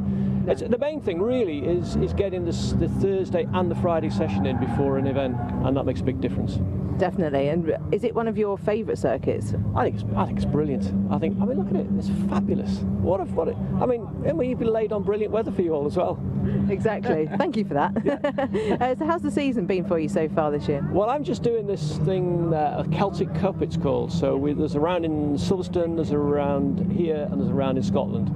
There's one in Belgium as well, but I think we'll pass on that one. So it's just a more gentle way than the full season. So it's a really good layout. Yes, it's a good idea, this cup, isn't it? Because it's not everyone can commit to a full season. That's the thing. Yeah, it wasn't so bad during COVID because we had lots of time, but now it's life's back to normal and it gets a bit more challenging. Definitely, lovely, great talking to you. Okay, thank you. Thanks. Cheers. Yeah, so we've not mentioned that Nations Cup before, and yes, it is the points scored at Silverstone and in Wales here in Anglesey, and also in Scotland at Knockhill at the next time out, and yeah, drivers going for that as well as the main championship. Yes, exactly. It's a very good idea actually, because it's fair to a lot of the drivers that aren't here, like you say, for the whole season. But yeah, it's a great idea. And it encourages them to get out and into all these great tracks that and pulls them to each corner of the British Isles. It's great to see that, and a nice initiative. I shall swat up on who's doing where, and obviously Knockhill will be the decider, I think, in that one.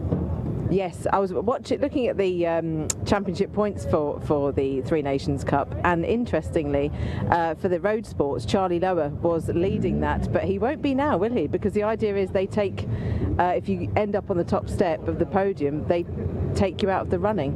Okay, so you cannot have got onto the podium then to be able to do that. So there you go. So it's going to be also a chance for some of the drivers who don't always see silverware to go and get that recognition for their efforts.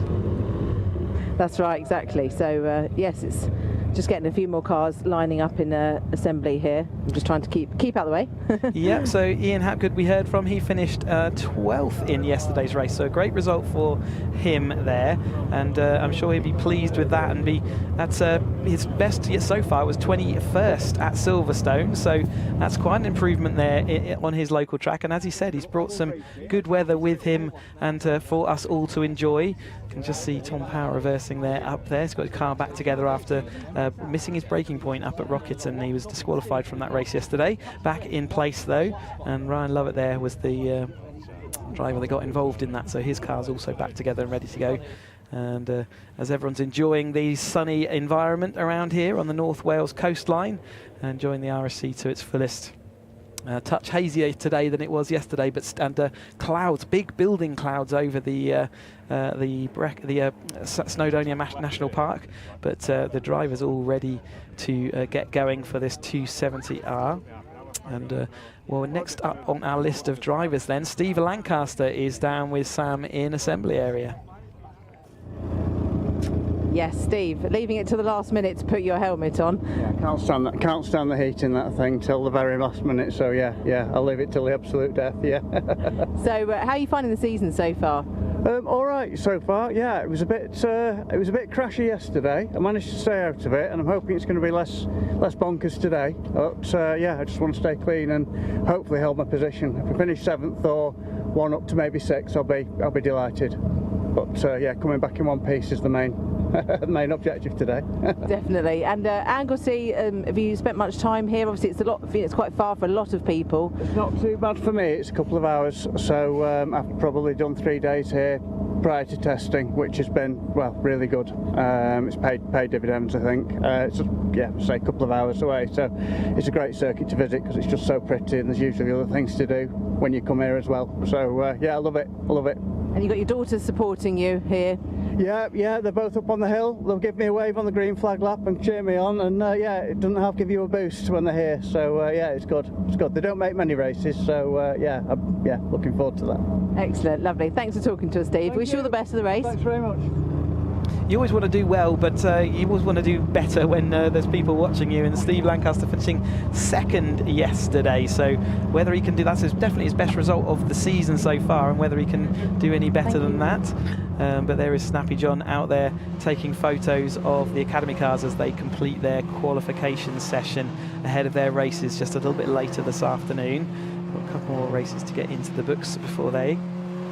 Let's watch the highlights though of yesterday's action.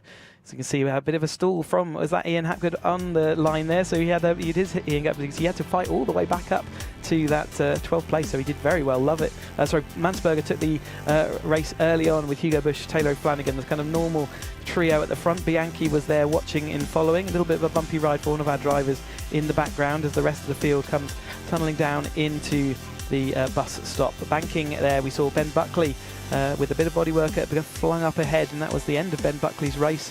He did actually join late on, but it was this front quartet of cars that sort of pulled clear with Bush, Mansberger all involved. And this is where we saw Tom Power miss his braking point and take out Ryan Lovett out of position, a good top 10 position there. And the battle for the lead went down to the wire with Bianchi currently in the lead, and as we get into the last lap, more issues up at Rocket there. You can see the number of cars, and that was on towards that last lap. But Bianchi, after a little issue with Hugo Bush and his brake pedal, took his first ever victory, coming across the line to take the flag. A great result for him. Hugo Bush taking that comfortable 2nd place in the end. And O'Flanagan coming through to take 3rd and maintaining his 100% podium record this year. Can he continue that on through today? He comes in here as the dominant champion of the season at the moment, and looking like he's his to lose. There's still action to come though, so you certainly want to keep an eye on it, but third place yesterday is certainly enough to do that. And indeed, talking about Taylor O'Flanagan, he is now down with Sam Parker in the assembly area, so we can hear from him. Yes, Taylor, how are you feeling? How are you feeling for this race? Yeah, I'm feeling good. It's going to be a bit hotter out there than yesterday, I think, but yeah, feeling as good as can be. So yeah, we'll see what the next 30 minutes brings.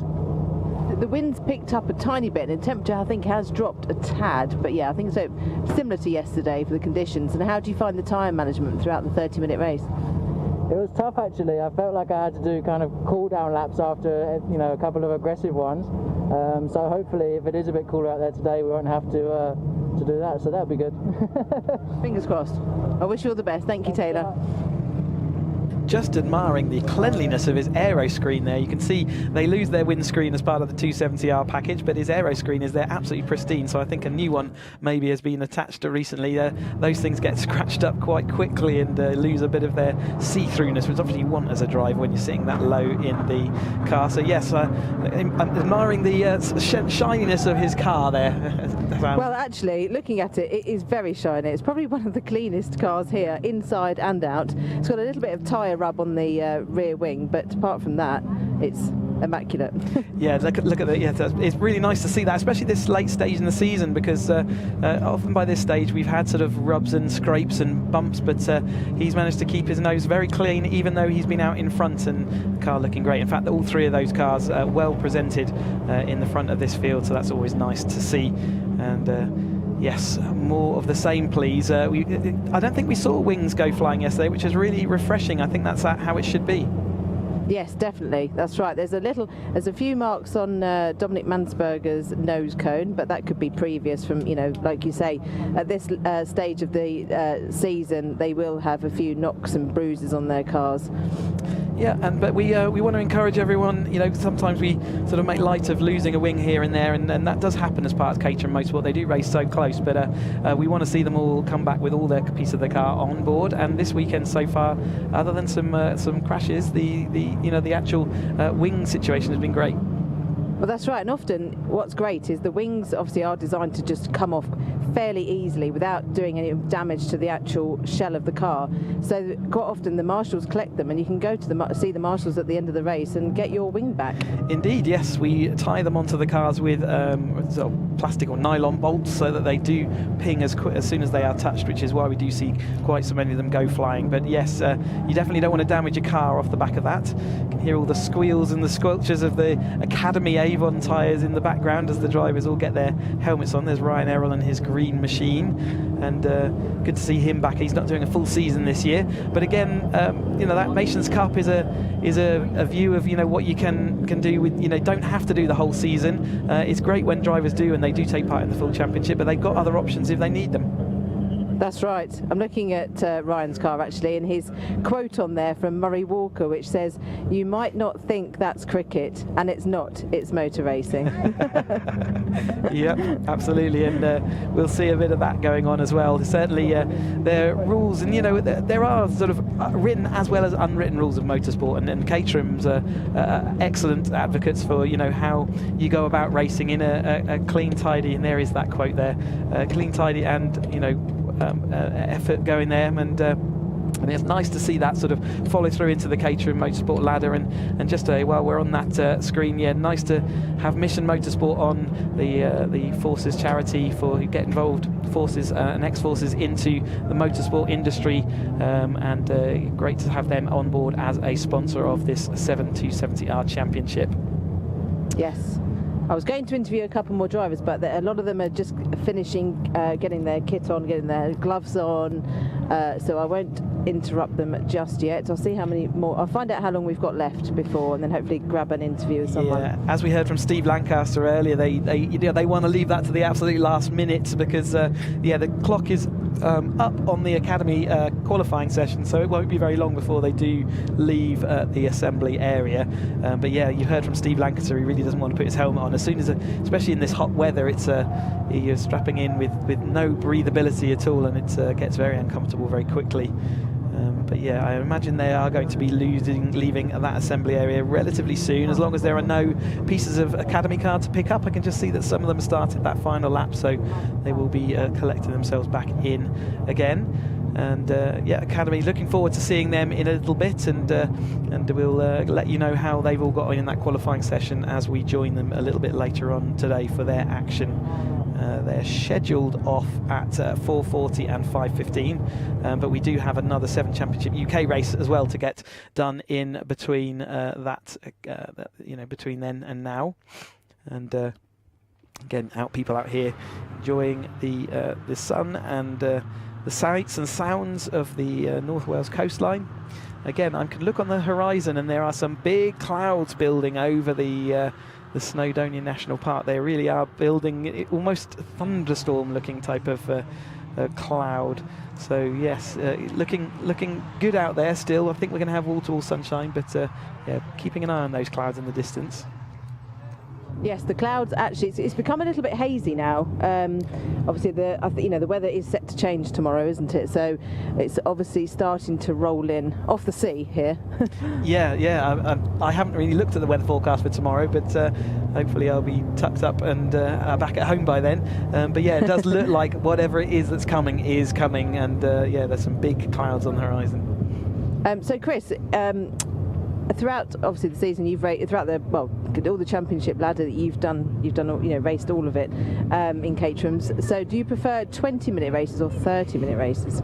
For me, whilst I enjoyed my Roadsport year as probably my favourite year, I preferred 30-minute races because they let you have a middle phase where you could really solidify, and it gave me a chance to do what I did best, which was become consistent. So in a 20-minute race, you don't really have an opportunity to recover if something's gone wrong or if you've lost a place or two, whereas in that 30 minutes you definitely have a bit more scope. So for me, I really enjoyed the kind of additional strategy that a 30-minute race brought, but I can also see how some people don't like that extended time. Yes. Why was the Roadsports your most enjoyable season? It's just such a an amazing follow-on to your academy year, which is your first ever motorsport time out there, and everyone comes together from the two groups. All friends and family are still there. Caterham still support all the cars, so there's no team bubbles, people bubbling off into teams. So everyone's in the paddock together, and it really is everyone's learning their craft by every time you go out, you're getting more and more experienced, and yeah, it's just still it's that friendliness before some of the rivalries start kicking in. So by the end of Road Sports, you've normally got a grudge match or two going on, or at least some rivalries being built. And like I say, your teams then get involved and everyone bubbles off a little bit more than they have been. So that's why I really enjoyed the Road Sport. Plus, you just learn a lot during that season. It's it really is a great learning season, the Road Sport season. And then you come into this 270R, which we call the Coming of Age Championship, because this is really where the racing proper starts. All of the drivers out there know what they're doing and how to race these cars, and the racing gets closer, and they race close and tight, and there's nowhere to go. So by this stage, they really are on that, and they have learnt their craft, and they are just solidifying. So we call it the Coming of Age Championship, and often we see different drivers doing better and worse at those different stages. So you can see the drivers all being released now from the assembly area straight onto the dummy grid, where they will take their the green flag and get to see the conditions out there. They'll get to see that speedy dry that we've seen on a number of the different the races so far, where there was a Formula Ford earlier on, dropped a lot of oil all the way up into Rocket, and that's been a part of our racing ever since today. But other than that, the track is still in really good condition, and you can see all the drivers lined up here.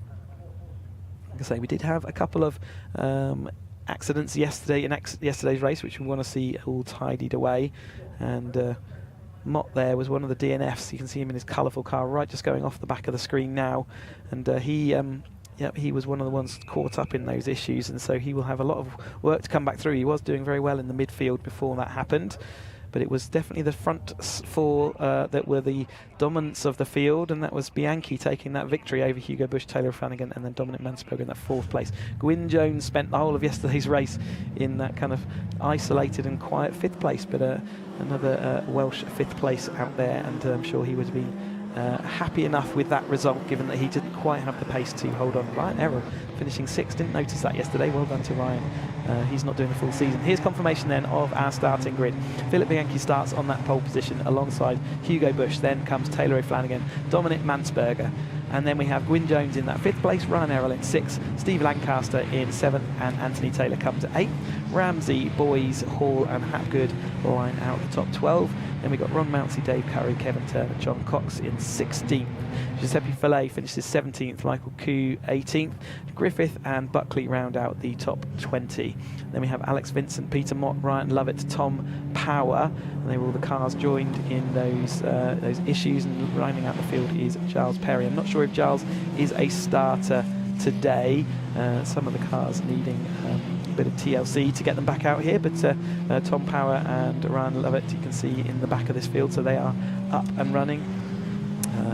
Yeah, they will be looking to see how far up through the field they can get.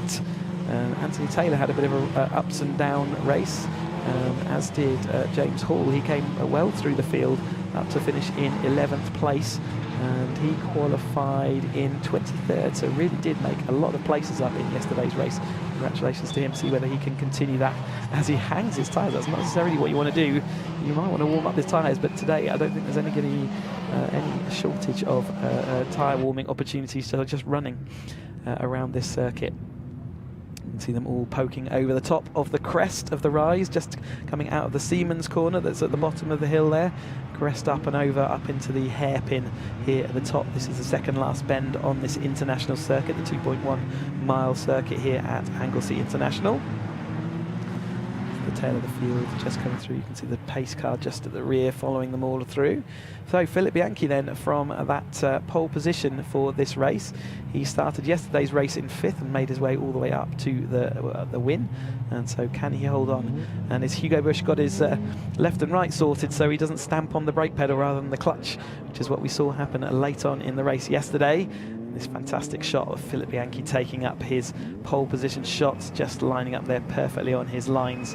Fantastic there. Also the Orange Army sticker, thanks to all our marshals on behalf of all of our drivers for all you do to let us do racing and go and do all the thing that we love most.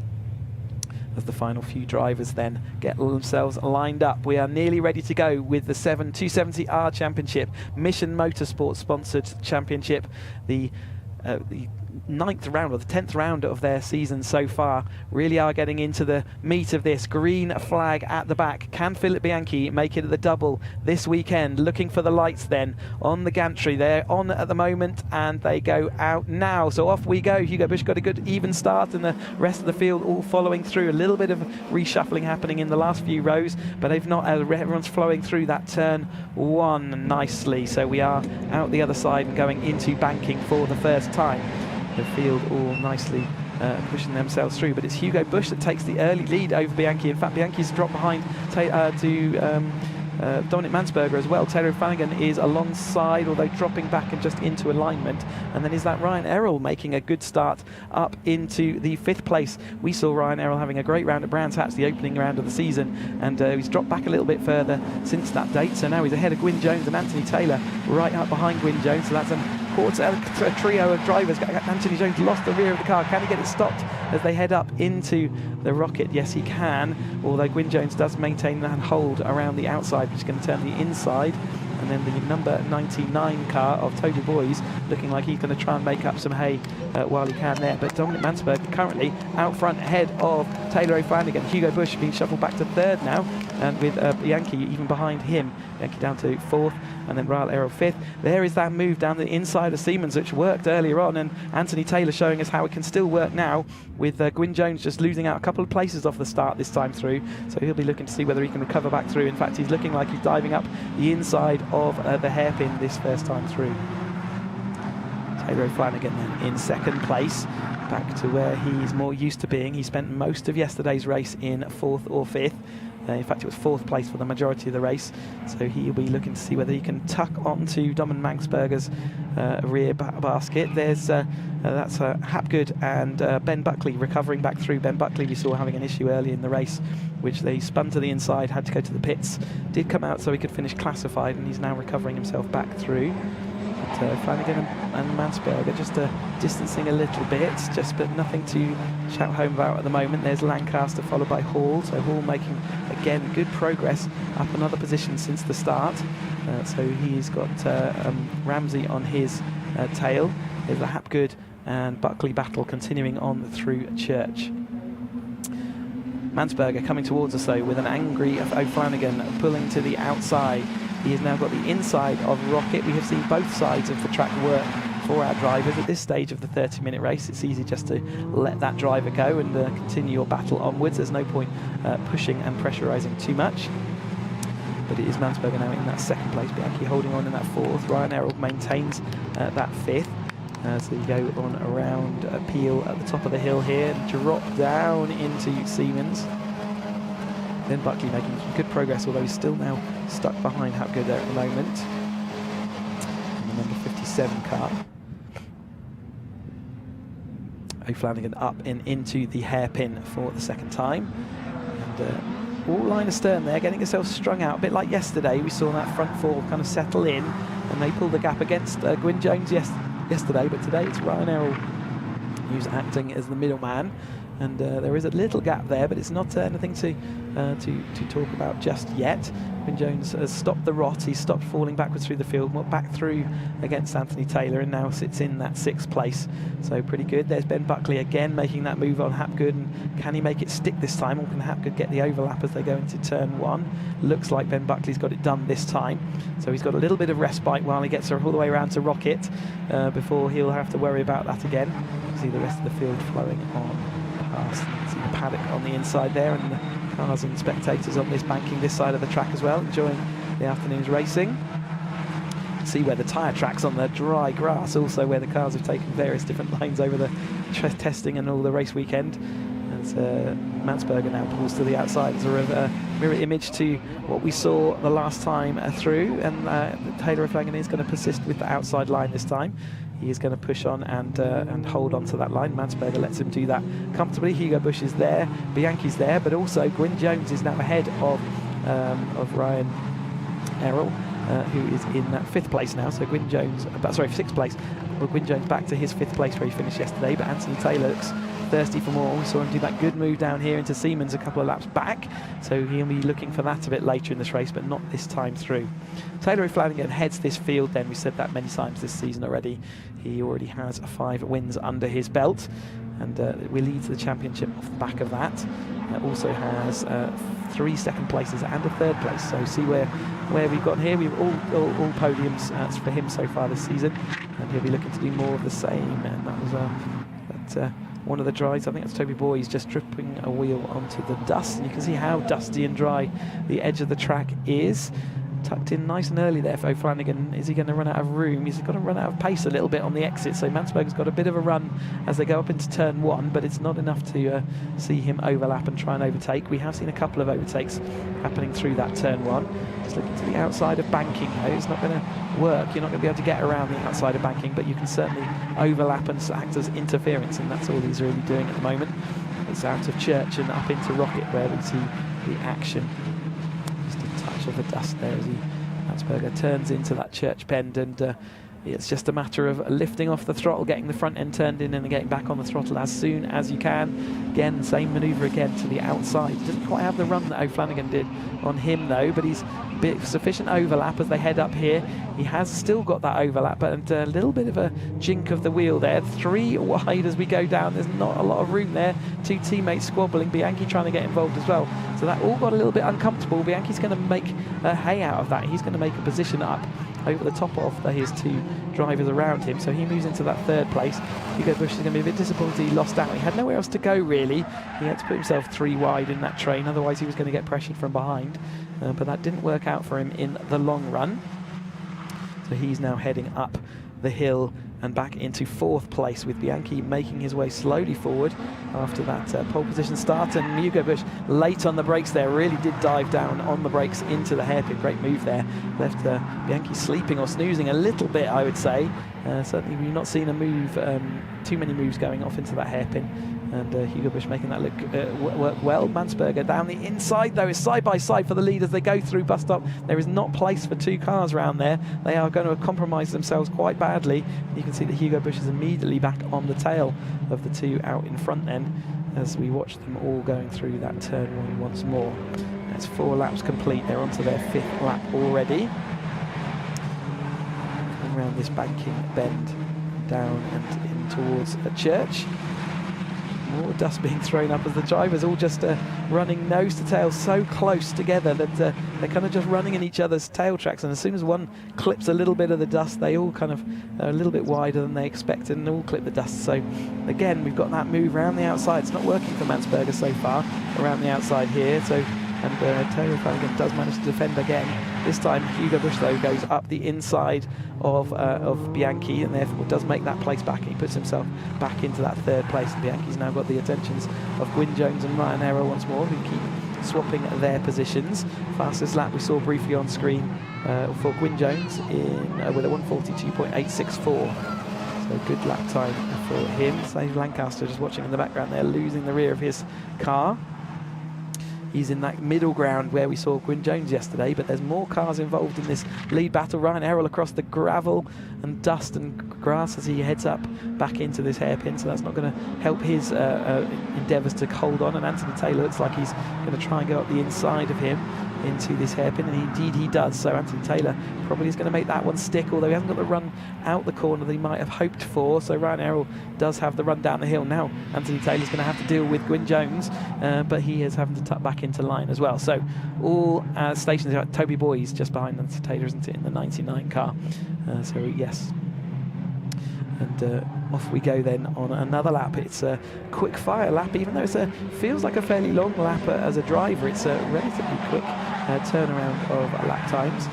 And again, a bit of more of a technical track sometimes. Well, it's more of a technical track than Donington was last time out. There's a bit more to it as far as hairpins. Donington's very much a momentum track, and the toe is so incredibly important there that it drags you around.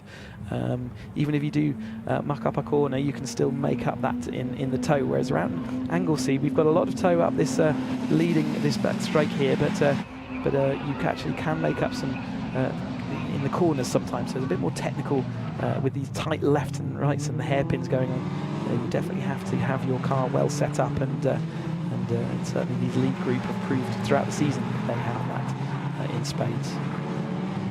Ryan Errol there just dropping away from the back of Gwyn Jones, but Gwyn Jones has managed to cling on to the coattails of Philip Bianchi this time.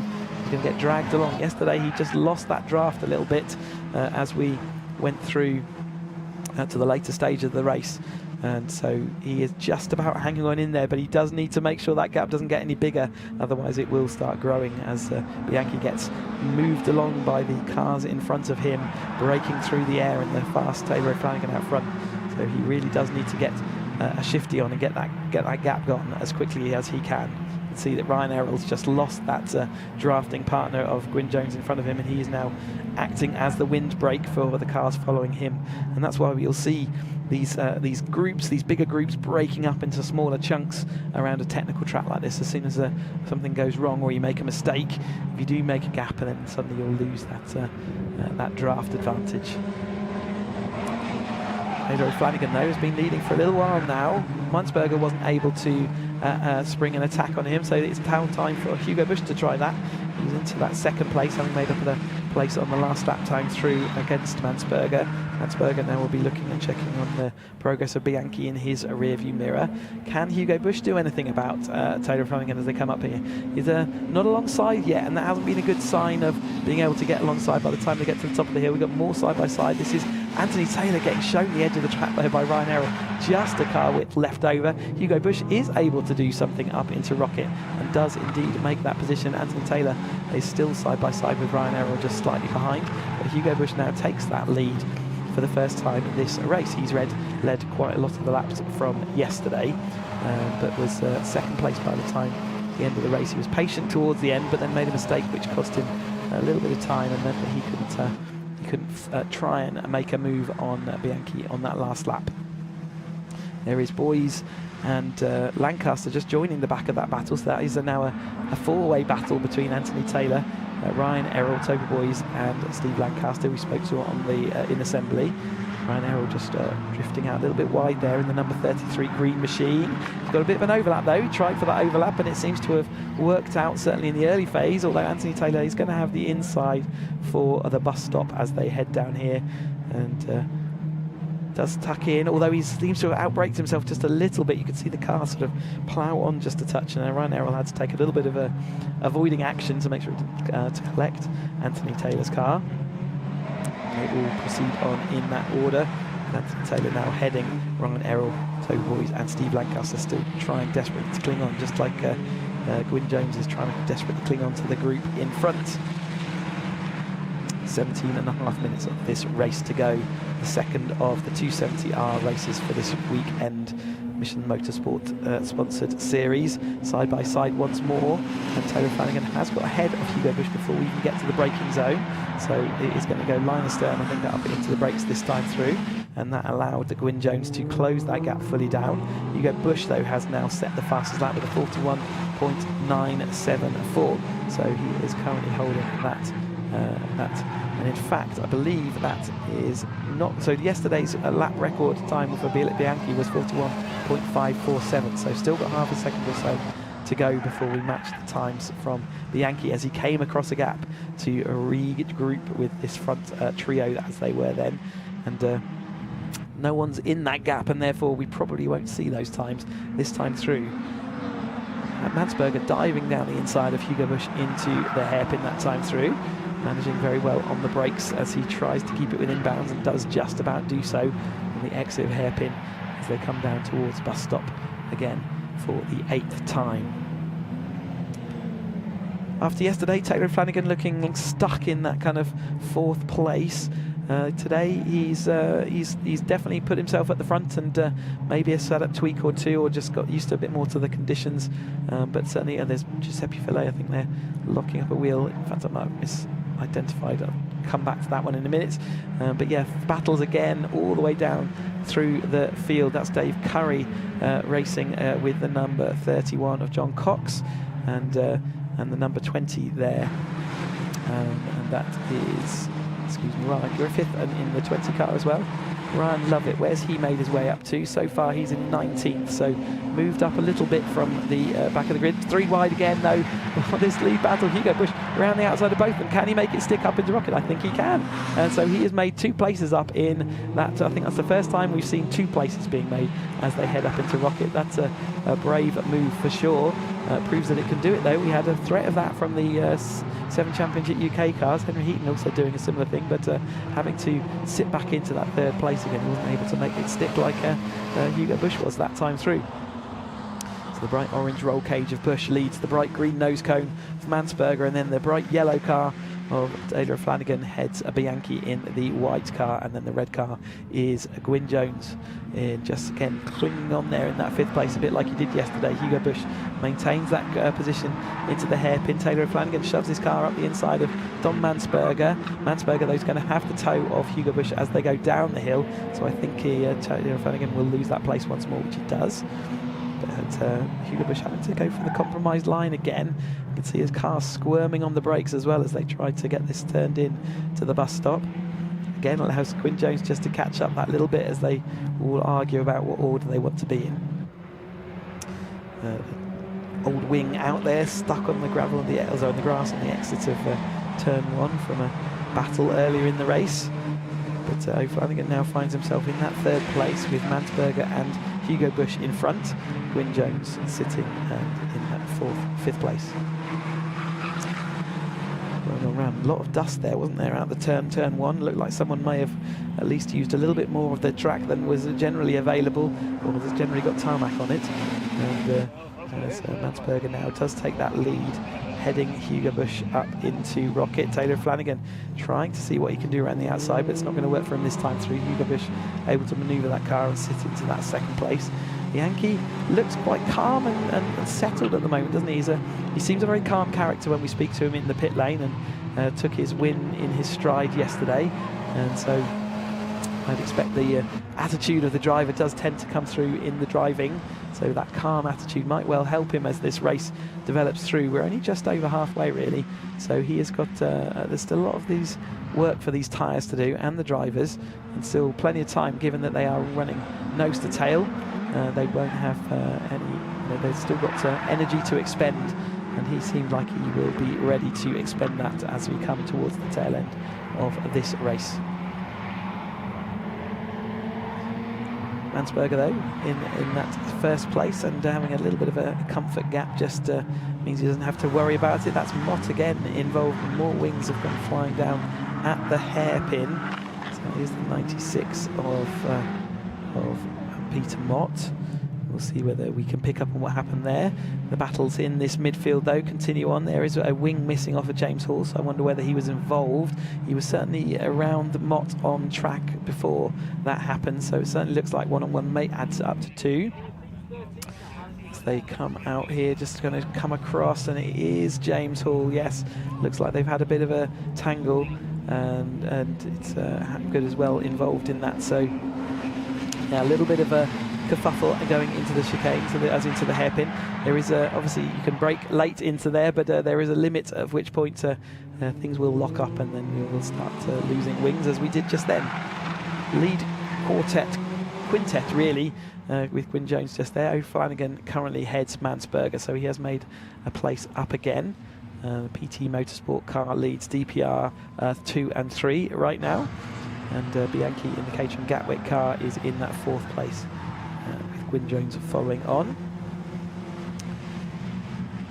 Gwyn Jones is a driver-entered car, so not running with a team. He's running out the paddock with Caterham support.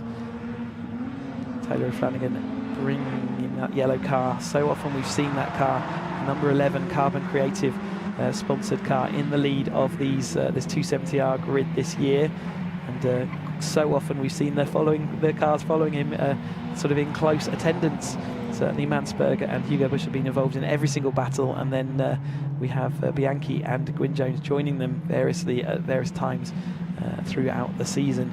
Certainly yesterday we saw Bianchi take that win, though, and his first, and congratulations to him on that. Currently in that 4th place, though, but still got 10-11 minutes of this race to go. Still plenty of opportunity to start moving forward. So if he's got anything to give, though, he does start thinking about doing that now. Here is that the Errol and Boys and Taylor, with Buckley having made his way all the way up there. So he's done 20th on the grid, and now Buckley, we saw him a little bit caught up yesterday, and the first thing in this race he was a bit caught up behind Hapgood, wasn't he? But he is now up into 9th place and making good. As we head up, there is now a wing which Gwyn Jones dispatches stage right. You can see it getting fired off to the right of the track into the grass, so that won't no longer be a part of proceedings. But there are the lead quintet of cars heading up into Peel. Taylor O'Flanagan leads the Motul sponsored Dominic Mansberger. Hugo Bush there, DPR Motorsport on the rear of his car, and Philip Bianchi just following on behind Dominic Mansberger at the moment. They head on up and into the hairpin then, with under 10 minutes to go now. So in the last few races we've been running 20-minute races today, even though we were supposed to have already had a half-an-hour race. But this would have been the halfway point of that 20 minutes, and you can see how different the kind of complexion of we've got a problem there for Bianchi. He's had to pull out the slip. I wonder what's gone on there. Is that a gearbox issue? Is his engine cut out? Has he got overheating problems? Something has gone wrong with Bianchi's car, and that is going to be the end of his race weekend. You can see how distraught he is. What's happened to that? I wonder whether the car's cut out. Certainly he could have been using the downhill bit. Everyone behind him is going to be moving up a spot then, so Ryan Errol moves up, Gwyn Jones moves up, Boys, Taylor, Buckley, Lancaster, Felle, Ramsey, etc. So these are now fighting for the 4th place, the first place without Ryan Errol is in 5th place, fighting out for 5th through to about 9th place, I think, in this battle. So But meanwhile, it is now back to a front quartet then, as Taylor O'Flanagan takes to the grass. Mansberger's got it done already before we even get to the braking zone, so he should well find himself in front and in the lead by the time they come out the other side of this corner, and he does just that, chops across the nose of Taylor O'Flanagan. They've all worked out that they need to be on the inside, on the outside of that corner, so they can be the inside of Rocket 2 on the hairpin and the inside. Around comes Mansberger then to take his turn in the lead again for a little while as they manage and balance their cars around that peel as they head down the hill now into the left-hander of Siemens. You can see it's a long left-hander, and you need to get the accelerator on well because you need to carry as much speed as you can. It's quite a steep little rise up there to get onto this little plateau, while we then keep gently going uphill and then into the hairpin. You can see the other drivers just following. Ryan Errol leading Toby Boys. Buckley has made his way past of Taylor as well, so another place made up, and Buckley moves up into 7th place at this stage. Buckley is a guest driver running with LFP when he does come along for our events, but he just can't do every single event. He's got a young family, and so he has to balance other life commitments, and doing very well, coming up from 20th on the grid to be in that 7th place as we cross the line this time through. Mansberger maintains that lead though, ahead of Taylor O'Flanagan, Hugo Bush and Gwyn Jones, who looks more interested in the battle now that Bianchi is out of the way. He's certainly able to keep clinging on in there. Toby Boys is the next up on Buckley's wish list after getting past Taylor, and looking like he has got the pace to do it. He's certainly the car with the momentum. Again, we've seen drivers just dipping their wheel. Are we going 3 wide up the hill again? We are. Hugo Bush is going to do it again. He's done it once before. He's locked fully up though, not going to make it stop this time, and that's going to cost him not too dearly because there's such a sufficient gap that he can drop back into that 4th place. Not the first time we've seen Hugo Bush outbrake himself. He does seem to get a little bit overexcited sometimes in those braking zones and what he can achieve, and that time through it did not work out for him, so he was briefly in the lead of the race, followed by then falling rapidly back down to that 4th place. 6 minutes though for him to come back to this group, and I'm sure he will do by the time this flag is shown. Gwyn Jones though finds himself in the 3rd place. What a great result that would be for him in his home race here at Anglesey on the international circuit. He was talking to say he's got friends and family out and about and watching him in the racing, so really great to see him up in that 3rd place, now tucked up behind O'Flanagan and Mansberger. So whilst he may not have had the ultimate pace this race weekend, he has managed the situation very well to move all the way up through the field from 5th where he finished yesterday. He is now into that 3rd place just by warrant of being consistent and not making mistakes, but he is going to have to worry about Hugo Bush before the end of this race, that is for sure. Can anyone do anything about Taylor Flanagan taking this victory then? And Mansberger will need this victory really in aid of his championship. He is in 3rd place in the championship as we see Pulmott and Hapgood continue their battling. And just in front of them is Tom Power. So Tom Power making his way up to 16th from the back of the field. So another good set of progress for him in his return to Caterham Motorsport after yesterday's outbraking and unfortunate crashing at the top of the rocket. There's more manoeuvres, so Mansberger can do something about Taylor Flanagan and does so. And Gwyn Jones really is looking quite comfortable in that 3rd place now. He's absolutely latched on into that toe and is holding on there for all his worth. Seeing whether he can hold on there all the way through to the conclusion of this race, which isn't that far away now with 4 minutes 50 on the clock. We've only got a few more laps left to get completed. Everyone's shared the lead at the moment except for Gwyn Jones, who's maintained that watching brief. And I get the impression he is going just as fast as he can, and that is he is holding on. But he will be ready to pick up the pieces should any pieces be left for him to pick up, as he already has done to get up into this 3rd place. Hugo Bush not making it immediately back across, and I think that shows the pace of this lead group, as they haven't been battling too much and they've been using each other's slipstream to get past. So yes, a little tricky for Hugo Bush to get back on, onto terms, but does look like he's slowly doing it. He set the fastest lap of our race on the last time through, a 41.858. still not quite as quick as yesterday's Bianchi lap, and this will be an opportunity for him to see whether he can match those times. There we go. So Buckley has got past Boys there in front of Toby Boys, and so he has done that, but at the expense of losing the rear wing of rear basket of Ryan Errol. You can see Ryan Errol scampered, so clearly taking in quite a few corners to get by. You say it's quite tricky at Anglesey to try and get by, and there was Giuseppe Fillet we are also seeing there, making his way up from 17th to 10th. So some really good drives by people, but Boys is not happy to give up on that position yet. Ben Buckley's going to have to capitulate and again cost himself more time. So he wants to move forward through this grid, but he's having to battle Toby Boys at the moment. Ryan Errol is saying, thank you very much. I shall disappear off down the road then. And that might well be a comfortable gap now with only 3 minutes of this race left to run. Good to have Buckley on board this weekend, and great to have Anthony Taylor back. There's Steve Lancaster, who we spoke to in the assembly, saying he just doesn't like putting his helmet on until the last second, and I don't blame him at all in this weather. But Giuseppe Fillet has hooked on to that, and he's making that progress through the field. So he is up to that 10th place and looking and eager to make more.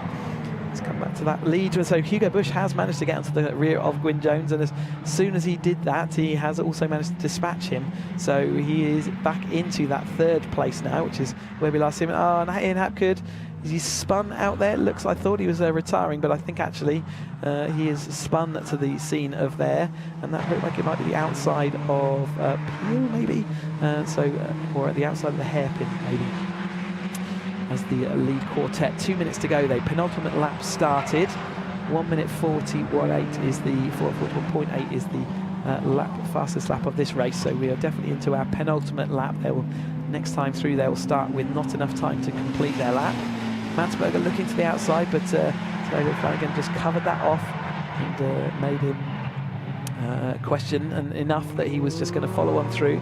Really nailed that corner as well, did Taylor Flanagan. Gave himself a really nice slingshot, and see that he's broken that little gap away from Hugo Bush behind them, just on the want of that one little manoeuvre. He got them braking absolutely nailed on then, and really did show with the others a clean pair of coattails.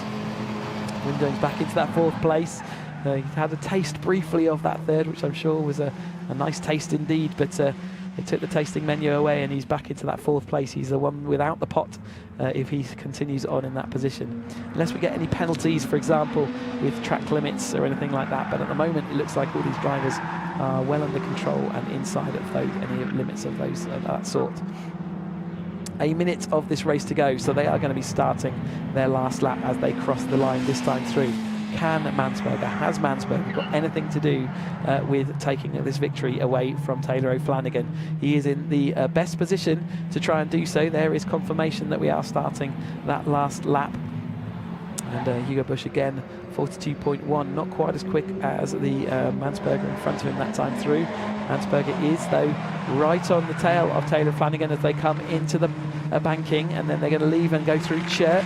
Hugo Bush a little bit wide there, so he's trying desperately to get involved in this battle, but I think he's too far back to do anything about it until maybe the last corner is going to be his last opportunity, especially if these two go side by side. But Mansberger is late to get to the toe this time through. He's got a good run of speed, got momentum around the outside. Can he do anything about that Carbon Creative car? They're both on the brakes about the same time. They're going to stop. Carbon Creative going to get, so Taylor Flanagan around the outside trying to hold on, but Mansberger squeezing onto the grass. There's contact. Mansberger's going to be spun around. Their cars are side by side. A little bit of an unsettled car. Has Hugo Bush got anywhere to put his car? Mansberger, though, was definitely unsettled by that.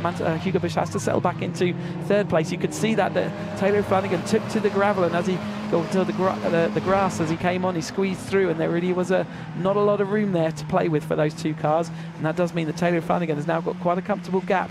I wonder whether there's also an issue with the rear end of Mansberger's car there, so maybe nursing it just a touch. It did have a big old slide on as he got clobbered, so it can be something that can break a radius arm or an A-frame, so something to keep an eye on. He's got round the right-hander of the hairpin okay, though, and it does look like O'Flanagan then is going to take the victory with a bit of contact there on that last lap as he came through. So O'Flanagan's going to take this victory over the top of Dominic Mansberger. And then in 3rd place is going to be Hugo Bush, the checkered flag, there we go, and Gwyn Jones finishes in that 4th place. we wait for the rest of the field then to come through. Here is that Mott and Hall battle which we've seen. Tom Power just behind them. Going to see who can make up the places towards this end. Oakmere Motorsport follows Williams Motorsport, follows LFP Motorsport. So everyone coming down into this final bus stop chicane. Has anyone got anything? Mott locks up a wheel, gives Hall a sniff of the inside. Has Hall got the momentum out the corner? Mott's lost the rear end. Who is going to take that? It is Hall taking that just over Mott as they left over the line there, according to the timing screen. And Power just coming through there in 17th place. Congratulations to those drivers for their race-long battle. There we see Hapgood just coming through. Disappointed 19th, I'm sure, after the 12th position of yesterday. Not quite what he would have wanted from his local circuit, but nevertheless a race completed, and we saw that spin. There is Taylor O'Flanagan waving to the marshals and saying thank you very much in his Karma Creative PT Sports car, and he runs with, I believe, out of the James Winfield awning as well. James Winfield Racing in the paddock, and we saw James having a pretty torrid race weekend. But here's confirmation then of the provisional results. Taylor Flanagan taking that win over Dom Mansberger. Hugo Bush taking the 3rd place over Gwyn Jones in that 4th place. Ryan Errol takes 5th. Ben Buckley 6th. Toby Boy 7th. Anthony Taylor 8th. Giuseppe Fillet heads Steve Ancaster, who rounds out the top 10. 11th was Ramsey. Then we had Perry, Vincent, Lovett, Hall, Mott, Power, Mountsie, Hapgood and Curry rounding out the top 20. Chris Griffiths comes home 21st. John Klopp 22nd, Michael Koo 23rd, and then we had Philip Bianchi didn't finish the race, and Kevin Turner also not classified. So hopefully we'll find out what happened to Bianchi at some point. I'm sure he's quite disappointed to have fall out. You could see the disappointment in his hand gestures as he was making his way back into the pits. Whether the gearbox went or some other malady, but crowd's treated to another great race by this top 3. These top 3 have repeatedly been up there. And there is O'Flanagan coming down to take that 1st position. There is Dom Mansberger taking into 2nd, and Hugo Bush in the number 22 lining up in 3rd place as they all take a well-deserved water. I don't think Dom Mansberger's be best pleased with how that race ended for him. Let's hear from him, I'm sure, in a minute from Sam. And we're just watching Taylor O'Flanagan there, getting his helmet off and extracting himself from his car. And I'm sure he'll have a big smile on his face as he does so.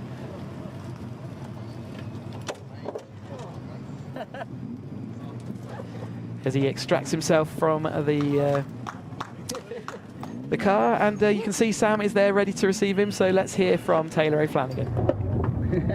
Congratulations, Taylor. You look very happy with that one.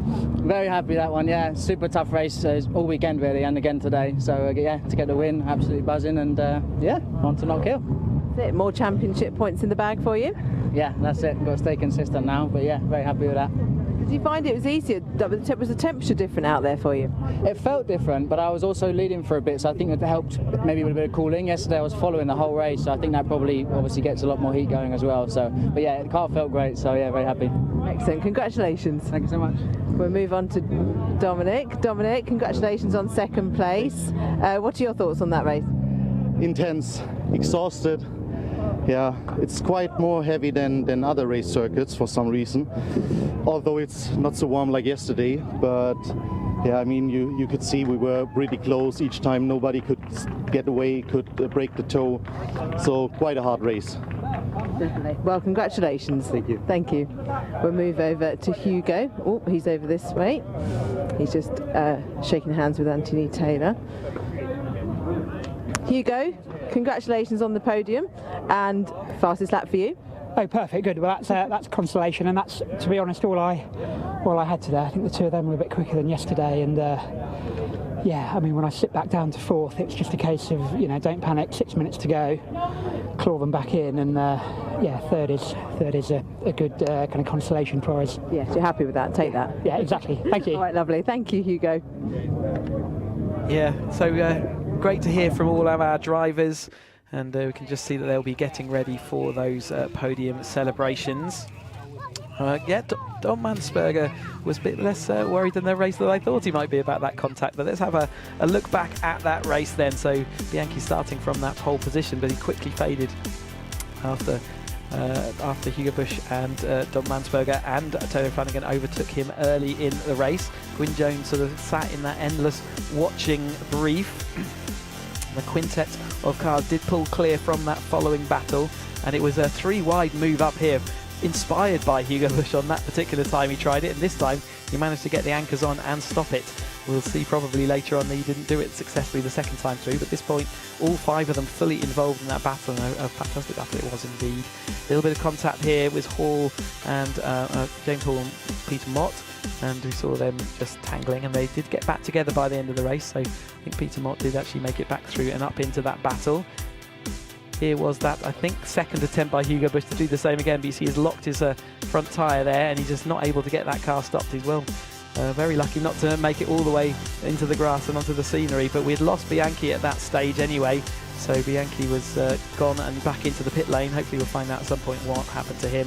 Mansberger tried round the outside, he had the move done and stuck around the inside, and it looked like there's just enough room with a little bit of grass for Taylor Flanagan to a little bit of contact there as they went down, and then Mansberger had to manage the gap to Hugo Bush and hold on through, but it was Taylor Flanagan who took that win over the line. Dominic Mansberger taking the second place, Hugo Bush third, and Gwyn Jones, a local lad, taking that fourth place. So well done to Gwyn, and just having some more shots of this fantastic area. You can see across here, it's the reverse side of the circuit, and up here on the north end of the Wales coastline. Next stop Holyhead, and then beyond that we've got Dublin. That's where the kind of geography of where we are. You can see all the DPR mechanics and the LFP there, all congratulating their various drivers. And the cows all having a bit of a lie down in the afternoon heat, and as they wait for this air to cool off just to touch into the evening. Mansberger, and there is a bit of discussion going on, isn't there, between Mansberger and O'Flanagan about that last minute there, and Simon Lambert just about to call it. So third place then is not being called yet. So Simon just about to start podium proceedings, I think. See the drivers already. There is Hugo Bush taking his third place trophy then, and Kirsty giving his cap as well. They have got some champagne up on the podium, so they're ready to spray that.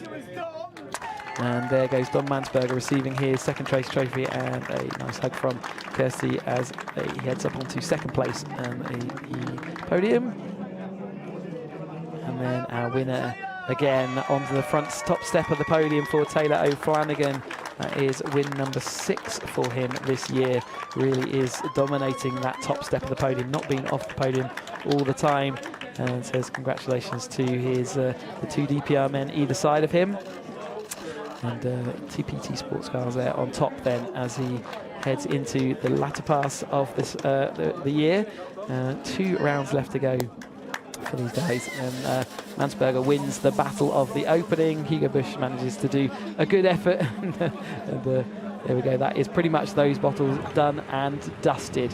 We have about a 15-minute gap now whilst we wait for our next action, which is the last race for the 7 Championship UK with us this weekend. There's a 20-minute race for them, and then we are followed straight on behind on the coattails of those by the 2 Academy races, but that is in about 15 minutes time. So again, don't go anywhere, keep the streams on, but go get yourself a cup of tea, and we'll join you back here shortly for the conclusion of the Caterham action.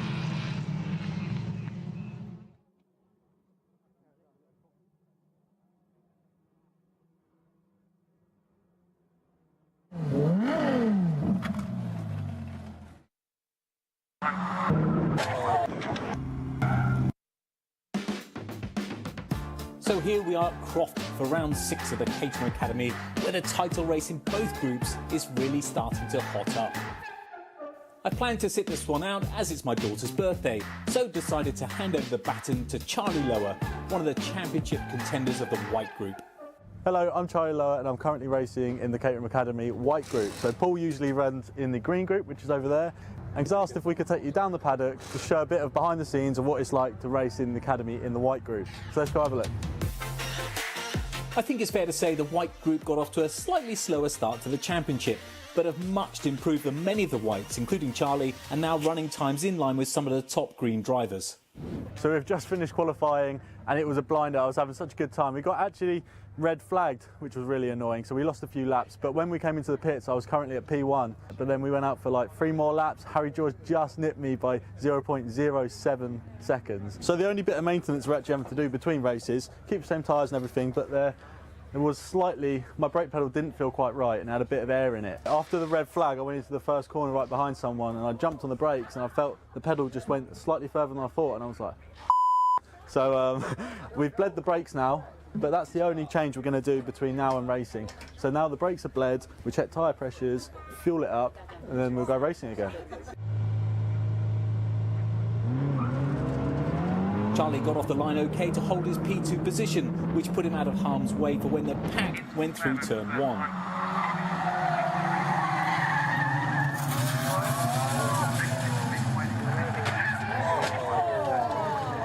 The oohs and ahs tell you everything you need to know about that, but it was soon back to business, and then Charlie and Harry George started tussling right from the outset.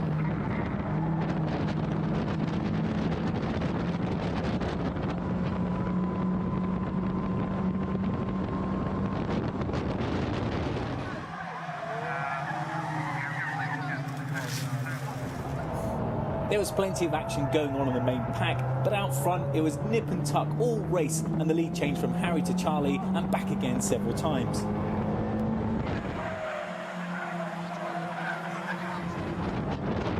Smooth racing lines are probably not what Charlie's used to, as he's a stunt driver and a precision driver, but on track, of course, the smoother the better, which is probably where I'm going wrong.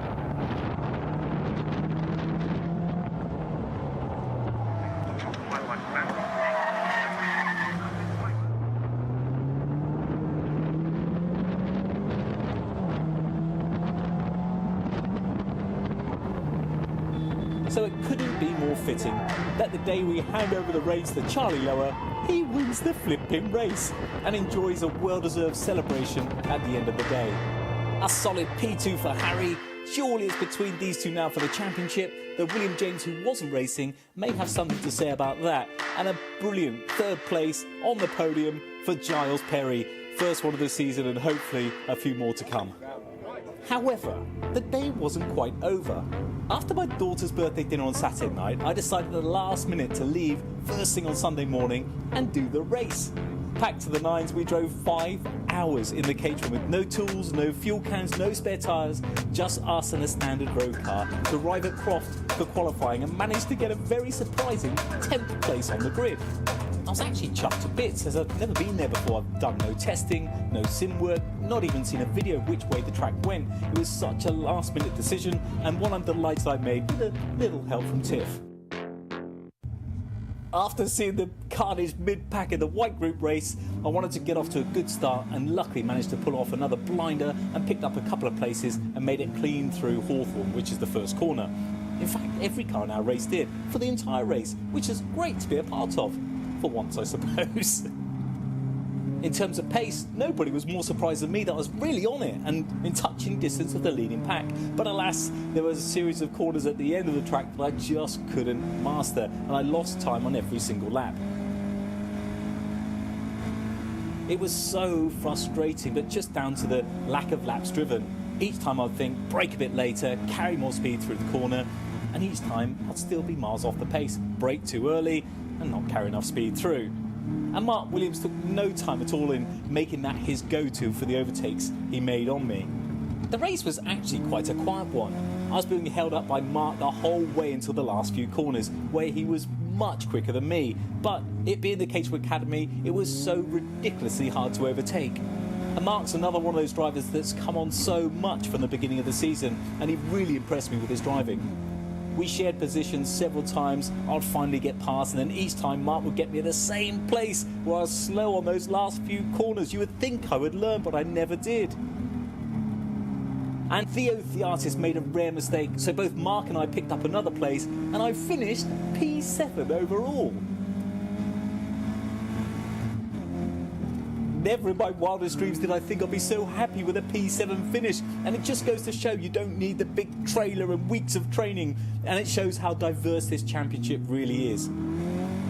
At the end of the day, I'll be lying if I said I wasn't out there to win, but this race reminded me of the fun factor too, the camaraderie and just how good these little cars are.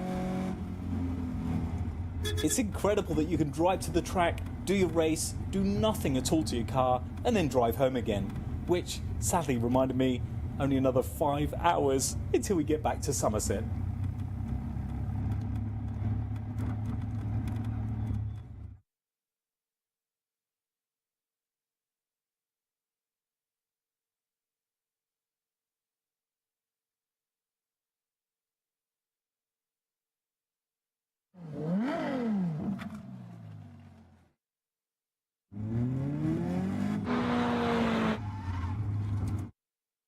Welcome to the Snetterton Circuit near Norwich, where the Caterham Academy contestants have gathered for their final 2 races of the season.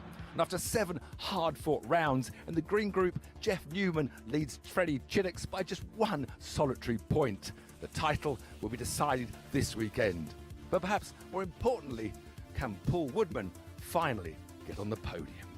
Qualifying around the Snetterton Circuit was as frantic as ever, with the 2 long straights meaning a good toe can help you get a better lap time. The championship contenders were separated by just 7 thousandths of a second, with Jeff Newman the man to take pole. Meanwhile, our man Woodman had a flying last lap that put him an impressive 4th on the grid. Jeff, if you win with the fastest lap today on the Saturday, that's it, you're done. Yeah, so of course I dropped my epic crash at Knock Hill, which I'm very thankful for. But yeah, I guess I hadn't really thought of it like that. But yeah, that's one way to win it. But you know, there's a great story behind the qualifying in that Freddie did an astounding job out front by himself with 0 toe, which just shows how incredibly good it is. And it's lovely to have people like that with us because it just makes us all put in more effort and perform better. And I was behind Paul Woodman and he was generous enough to give me an epic toe on the last lap. And I was just watching my Delta thinking, gee whiz, how am I making all this time up? So I kind of feel that I lucked into, I think, pole position. Best of luck in the first race. I kind of hope it'll go on for a second race, but should you win today, we will be there to congratulate you. Thanks a lot, Tiff. Cheers. Thank you. Freddie, it's been an amazing year of Caterham Academy. It's your very first year in motorsport, but now it's got a bit serious, hasn't it, this last weekend, because the championship is so close yet so far. Yeah, I mean, it's been a brilliant year. If you said at the start of the year I'd come into the final round this close to touching distance of the lead, I'd have been happy. But yeah, I know what I need to do.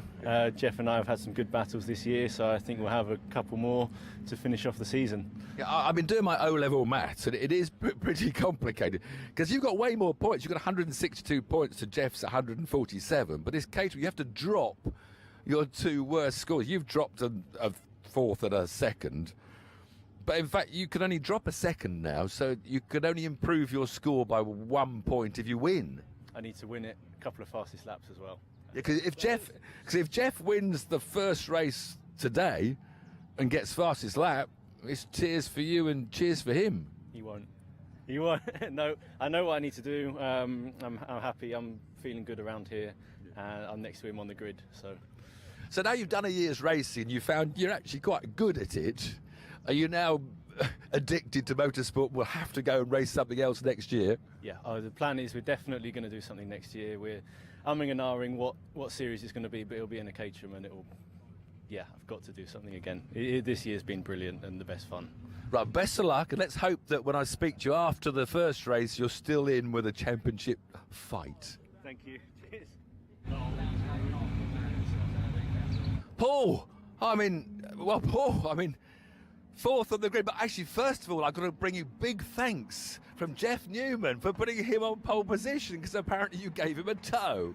It wasn't intentional, but in turn I got to do big thanks to Mark Jones, because he gave me a big toe as well. So yeah, but don't you think you better apologise to Freddie for putting his opposition on pole? That's big respect. Fred doing that time with no toe whatsoever around here. And I also got to thank Mark because he gave me the lucky side of the garage. He gave me the right-hand side of the garage.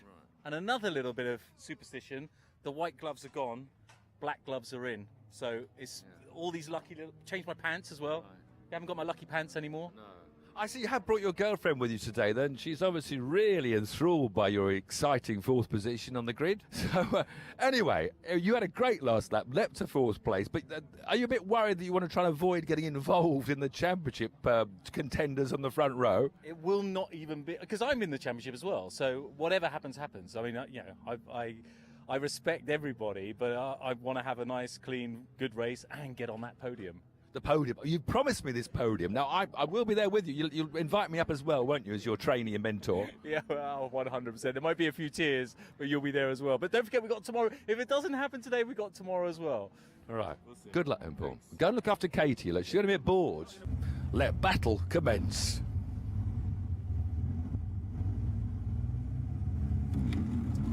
I needed a good start and managed to get another blinder.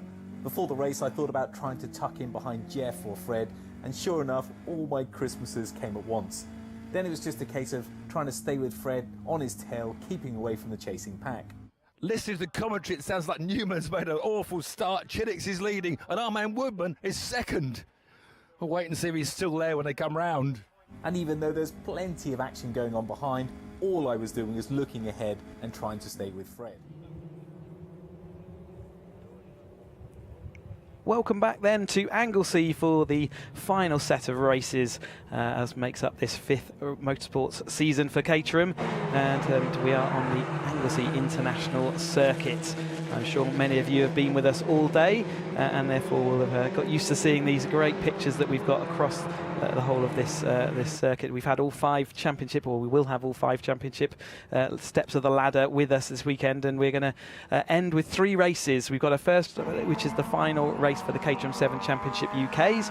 Already seen them once out today, and they'll have a 20-minute race. And then we have 2 races to end the day with, which are the 2 Academy grids. So we're looking forward to bringing you their action. They were out qualifying earlier on today, and they will get their own 20-minute races. But we are going down into assembly area where Sam has got Lewis Thompson ready to talk to us about the last race for him this weekend. Yes, Lewis, we're hoping for a podium, aren't we, for this final race? Yeah, definitely hoping for a podium. First time off the podium in that second race in any 420 race I've done, so it's a bit annoying to lose that streak. But yeah, I think we just made a few mistakes with the setup. Fingers crossed, you know, get it right for this one. Just a quick one actually while I'm on the camera. Happy birthday to me, Nan. I was hoping to get one while I was getting an interview, but I might not get the opportunity, so I may as well do it now. So happy birthday. Oh, that's lovely. Well, hopefully you can get a podium for her. Yeah, that's the plan. A win. A win. All right, lovely. Thank you, Lewis. Wish you all the best for the race. Happy birthday to Lewis Thompson's Nan there. So yeah, whether he can get onto the top step. The top step has been dominated though by James Murphy in the first opening 2 races. One race yesterday we had already for the first 20 minutes, and then the second one we had this morning where James Murphy again took it over the top of Aaron Head, and Aaron Head again came second today. Lewis Thompson we just spoken to, he did come on the podium yesterday. And we've got another interview lined up. So Chris Moore is down in assembly with Sam Piper. Chris, talk us through your weekend so far here at Anglesey. Yeah, I'm really enjoying the track. Amazing track. Fortunately, the racing hasn't gone to plan just yet. Got up to 4th in race 1. Fortunate drive shaft issue. Put me at the back for race 2, and then I got myself up to here, which is not right at the front, but I think I'm in the right spot now to have a go. So yeah, looking forward to it. Hopefully make some places up and stick with the boys at front and not let the toe get broken. Yeah, that's the plan. I think I just lost them in the last race, so yeah, that's the plan. And once you lose it, it's really hard to get it back, isn't it? Unless they bunch up, you know, through battling. Yeah, exactly. And I think they were playing nice for the most part of that race, so it's really difficult. But yeah, should be good. All right, lovely. Thanks, Chris. Wish you all the best. Thank you. Yeah, great to see Chris Moore there coming back through the field. Like you said, he had a drive shaft issue. It's a feature sometimes that you get on this car. But he came back through the field well to that 6th place, and now he's going to try and hang on for all he can to the coattails of that lead. 5 drivers that we had at the front there before. It was Murphy, Head, Heaton, Thompson and Bristow. So Moore is going to add himself to that list. I understand that Tom Eden has withdrawn from this race, so he will be another non-starter, and we are dropping in numbers a little bit as the weekend goes on. But we, you know, still a great action. You'll see the difference in speed of these cars. But I understand we've got another driver, so Dale Head is down with Sam there in assembly. Dale, so how's this weekend been for you so far? Race 1 wasn't too bad. Race 2 was worse. We didn't quite get the setup right on the car, so we ended up dropping back in race 2. So we've got it all to go for from here, really. Exactly. Well, fingers crossed. Have you spent much time? Have you tested here much before? No, so we got here on Friday afternoon and we did 2 test sessions, and I hadn't raced the circuit before, so, well, even driven the circuit before, so it's all a lot to learn. Steep learning curve, yeah. Excellent. No, thank you, Dale. Wish you all the best for the race. So we're going to have a quick look at the highlights from the race earlier on today. Then it's a replay. They headed on there. James Murphy taking that early. Well, in fact, Head overtook him into the lead early on. As we saw in the first race, he did initially drop back, but it was those two pretty much maintain station then for the rest of the race. It was absolutely orange roll cage versus pink roll cage. James Murphy having come out on top on the previous day's action. And again, some fighting around the outside. You can see how nippy these and how rapid these cars are, as Lee Bristow also fully involved in that battle, which involved Lewis Thompson as well. Side by side again as we headed up there. Aaron Head this time making it through, but Henry Heaton not able to make any impression at that stage. Side by side for Lewis Thompson, Lee Bristow holding on though into that 4th place at that stage of the race. Henry Heaton showing that you can go down the inside and steal a place away at the inside of the Siemens bend there, and he though did lose back out to Aaron Head a little later in the course of that race. James Murphy never happy to be out of the lead of the race though, and did manage to do so. They tried to go 3 wide, a bit like we saw with the 270s last time out, but James Murphy just managing to squeeze in front of everyone else. Henry Heaton trying, seeing whether he could put it down the inside, and then a last minute lunge around the outside, but it would be the order they finished in as Henry just dropped his wheel onto the gravel as he came down into the bus stop for the final time. James Murphy did lock up his tyre, which sent him a little bit wide, and then Aaron Head had to do a bit of avoidance to avoid collecting each other, but it was 1st and 2nd as they crossed the line. Murphy taking overhead, and then Heaton. As we watch everyone out there enjoying the sunshine and the warm weather. It's a little bit depleted grid now after a bit of attritional race weekend, but we've got the 30-second board, so they are getting ready then. They are released onto their dummy grid, and they're getting ready to be released onto their green flag lap.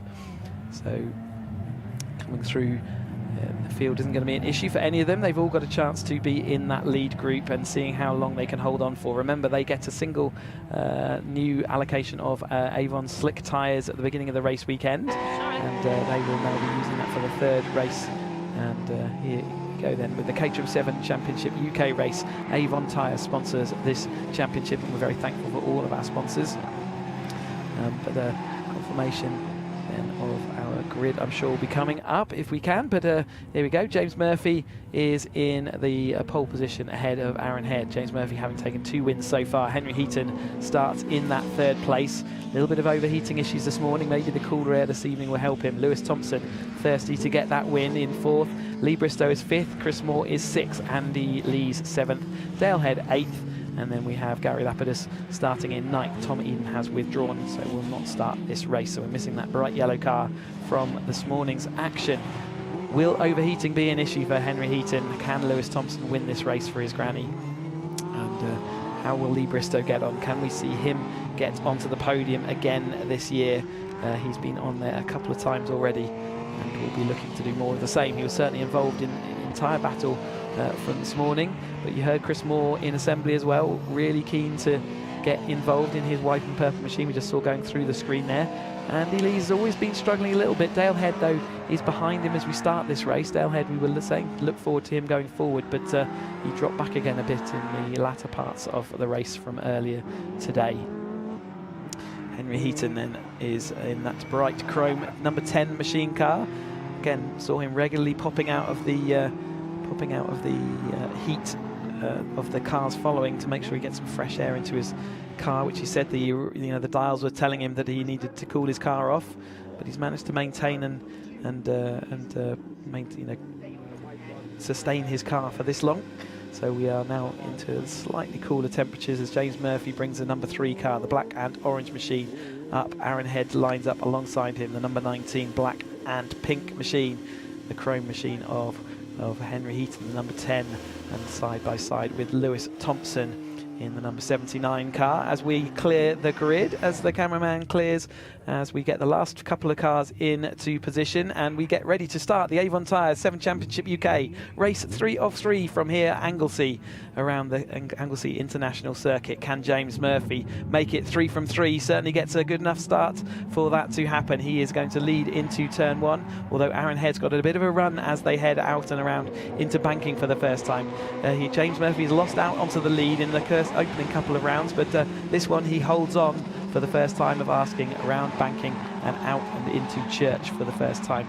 See the whole field all bunched at the moment as they all go nose to tail around here, all using each other's tote and slipstream to maximise their speed. Aaron Head coming under pressure already from Lewis Thompson, who's dispatched of Henry Heaton already into that 3rd place. So is he going to try and make another move up there? Aaron Head up the inside of James Murphy. He's going to do the hold on around the outside, although his tyres aren't quite giving him the grip he wanted at that stage. He's just about got away with it, but you could see that the tyres aren't yet giving him the grip that he expected of them, and he understeered off a little bit wide. He has managed to maintain that, but that allows Lewis Thompson to scamper underneath Aaron Head into the peel bend at the top of the hill here. James Murphy maintains that. Looking like Henry Heaton wants to go down the inside of Siemens again, but didn't make it work that time through. And Chris Moore has made it in front of Lee Bristow that time through. So Chris Moore delivering on his promise to move up through the field. Chris Moore, the next person on the list he wants to overtake is Henry Heaton there.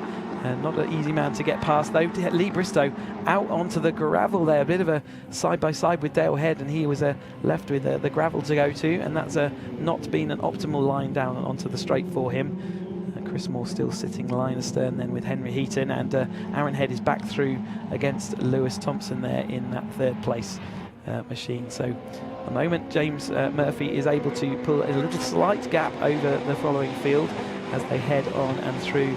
And Head is in the 2nd place. That's Aaron Head in 2nd, Lewis Thompson 3rd, and then Heaton you can see in the chrome car in a 4th place. Bit of a gap there though, back to Chris Moore. So Chris Moore didn't manage the end part of that lap as well as he might. And again, he's going to have to deal with some of the heating issues that all the other cars are kind of getting used to managing. At the moment he's sitting in a nice bit of clean air as James Murphy again allows himself to take the braking zone full width, and therefore is not interfered with by any of the other cars. That allows them just to carry that extra speed. Lee Bristow back ahead of Dale Head as they go round Rocket 1 and 2 and head round Peel at the top of the circuit. There goes Henry Heaton. There is the Bristow ahead of Head. Dale Head, the brother of Aaron Head, who sits in 2nd place in this championship with James Murphy there out in front. Henry Heaton losing the rear end of the car there. That would have been a bit uncomfortable. He's just checking, see him weaving the car there just to check, because that would have been a nasty clonk that he gave that car. And he's just checking that his rear A-frame is not upset and that everything is where it needs to be going into. Also cleaning off his tyre as he weaved his way up that straight. Again, tucking out of the hot air to give his car as much of a breath as he can, heading down into bus stop. That's 2 laps completed of this 2.1 mile Anglesey International Circuit here on the north coast line of Wales, with James Murphy and Aaron Head. They've been a consistent force in this first 2 places. These 2 drivers around this track seem to have the absolute run of things, and they have been fighting for that win between themselves, and James Murphy twice has had his way. So will Aaron be able to do anything about it this time through? Well, he's going to give it a go for the first time up into Rocket then. He's got the inside of Rocket, and he's made it all stick by the time they get to the braking point. James Murphy just let that one happen. Just a touch of a lock-up shown. You can see a bit of smoke off the rear tyres. But James Murphy, I think, let that one happen because he can see that gap developing behind. And I know that Henry Heaton will be able to see the gap developing in front. That will certainly be on his mind.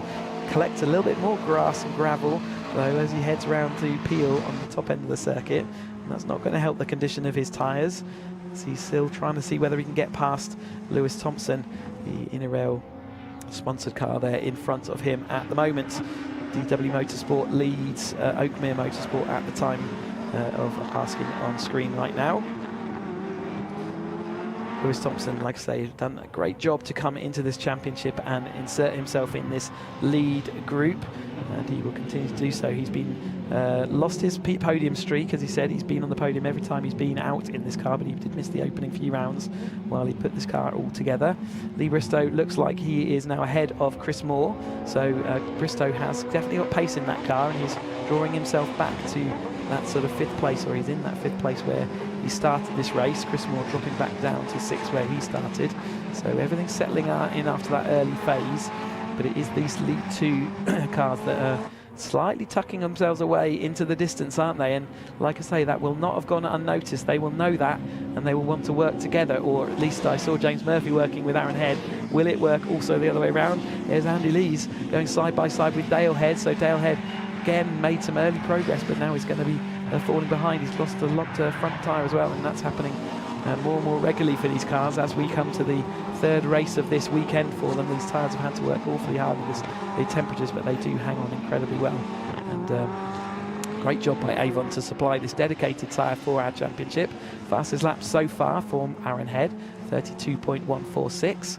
Again in that 32 sort of second bracket, nothing like the qualifying times we saw earlier in the cooler airs and with the sort of slightly newer tyres. So the tyres have sort of gone off by about 2 seconds in total overall over the race weekend. But the tyres are of such quality that you then can use them for the whole of the next testing session. So they are great as far as slick tyres goes. They give a good level of endurance and really representative performance all the way through the life of the tyre. So they are, as you progress through the season, you've got plenty of options for testing, as well as your new allocation that you get when you actually start the racing proper. Again, we haven't seen too much movement in this lead pair. Aaron did let James Murphy get back through and see how comfortable that was. But you can see that Henry Heaton is ahead of Lewis Thompson and stretching them back towards this lead pair. So I imagine these will still have a bit of a truce between themselves at the moment, and let any moves happen, they will just give them that leapfrog effect. So the following car gets the tow, which moves him ahead of the other car with extra speed, allows them to generate more lap time, and therefore by just letting the move happen and slotting in behind, as a pair of drivers, you can be quicker than you can as a single driver out in free air on your own. You're able to generate more miles an hour, but it can only happen if you work together and don't trip each other up as you're going through the actual bends. I'm not sure the work is entirely working out how they want to, though, because their gap, let's monitor it now. We'll watch it as they go over the line this time, see whether Henry Heaton is gaining back at all. But he's certainly got a bit between his teeth. He's stretching away from Lewis Thompson in his endeavours to try and get back to this lead pair, but they are still quite a comfortable gap, and whilst we're not even at the halfway mark yet, it's certainly something to keep an eye out for, especially with the pace that these two have shown so far this weekend. So the gap across the line then back to Heaton was 1.7 seconds. So let's see whether that gap back to from Murphy to Heaton is going to increase or decrease as this race goes on. But Head leads that race currently ahead of James Murphy, and then comes the Henry Heaton car in mid-ground with Lewis Thompson just clinging onto him as best he can. Come on down here onto the straight and where all the action that tends to happen at the Anglesey Circuit. That is again side by side, and are we seeing, yep, still more allowing that move to happen, although James Murphy's outbraked himself slightly, so that does start upsetting the apple cart just a bit. Didn't quite work out as they wanted. James Murphy was late on the brakes then, but a bit too late. He didn't again fight back too hard, so let Aaron Head take that position once more, but you can see that Henry Heaton has not disappeared anywhere, but we're waiting to see whether when they come across that line the next time out where they will be. But you can see with a 1:32 a second lap time, these cars are roughly 10 seconds per lap quicker than the 310R. So the next step up on the ladder beyond the 310R is this Caterham 7 Championship UK car, and with that 10 seconds a lap improvement, it's quite a significant step up and a real challenge for our drivers, and one that they are all relishing with these slick tyres, which brings a whole new characteristic to the Caterham. They are still underlying, they still have the characteristics and the handling characteristics of a Caterham, but they are a Caterham on absolute going crazy with the amount of grip and performance they have. All of the suspension components are dedicated to track focused machinery. They have a rear suspension assembly which is different from all the other Caterhams we have. The rest of the car is dedicated for this one focus of getting round a lap as quick as they can, and they get round laps just about as quick as a British GT4 kind of car. Dale Head dropping a wheel onto the gravel as he turns into Church, and you could see the gravel on the tyre was upsetting the balance of the car all the way through to the exit of Church, which is extremely fast and flat out a right-hander kink as they head out onto that back straight. James Murphy's been sitting in that since he outbraked himself that time before. Been just sitting as a watching brief, but they haven't got the pace to pull away and distance Henry Heaton on their own. In fact, James Murphy's front wing stay has cracked. I can see that's waggling around, and if that gets stuck in an awkward position, that could start a tyre rub. You can see the wing stay is getting bent back the more we travel on through. That's going to be acting as a little windbreak for him, and that's not going to be helping his performance. In fact, it is now causing a tyre rub. You can see that as it's developed, and it's now rubbing awkwardly, and it's now flown off straight into his eyes. He's managed to get it back into this corner of his cockpit. Didn't know what was going on for a bit there. He was completely blinded by that mudguard. In fact, he's pulling off and into the pits as the actual wing stay itself has been pushed into the tyre, and you can see that was immediately cutting a hole in that tyre. It was a scary moment for James there, as he couldn't see anything as he headed down into that bus stop chicane. That would have been a scary thing for him to have to deal with, and he dealt with it very well. He has pulled off now though into the pit lane, and that leaves Aaron Head clean and clear of Henry Heaton in that second place. But again, the replay there just absolutely stuck on his visor. He couldn't see, and now he couldn't get the gears in, and he's having a few troubles, and you can see that the rub of the tyre is getting worse there as the smoke just pouring off, and again that would have just resulted in a DNF anyway. So it looks like he's pulled to the pits as the discretion being the better part of valour there. So it leaves Aaron Head out clear without his erstwhile shadow. He'd been shadowing, both of them had been racing together for the whole of this race weekend without more than a millimetre between them at any one time, and that wing stay cracking has cost James Murphy another chance for a win here today. We have 8 minutes of this race left, and Aaron Head is currently looking comfortable, but we did see that Henry Heaton was trying to get across that gap. The gap has gone out slightly, but we've lost a car, so it could still be that is coming down. Let's keep an eye on it now as the race time goes on. Lewis Thompson, though, is slipping back into the clutches of Lee Bristow and Chris Moore, so they'll be looking to see whether they can improve their positions. They're certainly head down and trying to get back onto into that podium paying position there that Thompson currently occupies. Aaron Head also has currently got the fastest lap of the race, the 32.146, which is worth an extra point if you can take that fastest lap. And yeah, Bristow is leading Chris Moore, who's happy at the moment to just follow in his coattails and just see whether they can get back to Lewis Thompson in front of them. And the gap's gone out to Heaton, so it looks like Aaron Head is actually increasing that gap rather than reducing it. So at the moment it looks like everything is stationary, and it's this battle between Chris Moore, Lee Bristow and Lewis Thompson which is the one that will develop as this last 6.5 minutes of this race goes. Lee Bristow having to deal with a bit of oversteer there as his tyres are starting to cry enough. They've had too long, 40 minutes of racing already, and they've had their qualifying session and Super Pole as well. So those tyres have had a good workout over the course of this race weekend in the temperatures that we've had. And he's having to deal with a bit of oversteer, which is going to be more of a problem around a corner like Siemens, where he really does have to be patient on that throttle to not let that rear end step out. Chris Moore right back on his tail again, and even looking to see whether he can overtake him. A little bit of a late brake there, but it wasn't enough. We saw earlier how late on the brakes Lee Bristow can be in his orange machine there, and at the moment Chris Moore wasn't able to make that stick, but he was close enough to give it a go, and certainly enough to make Lee Bristow look in his mirrors a little bit to confirm that he has still had that covered off, which he did. So it is this battle for third place then. Aaron Head and Henry Heaton disappeared off up the road. It is Lee Bristow leading Chris Moore, and they're chasing down, a pair of them chased down against Lewis Thompson, who is currently holding that last pot and podium position. They head on around again, once more through the Church Bend. See how much the dynamics of the cars are really asking, even though they don't lean half as much as the cars that we see in the other championships, given the stiffness of the suspension and components there, and all the chassis there.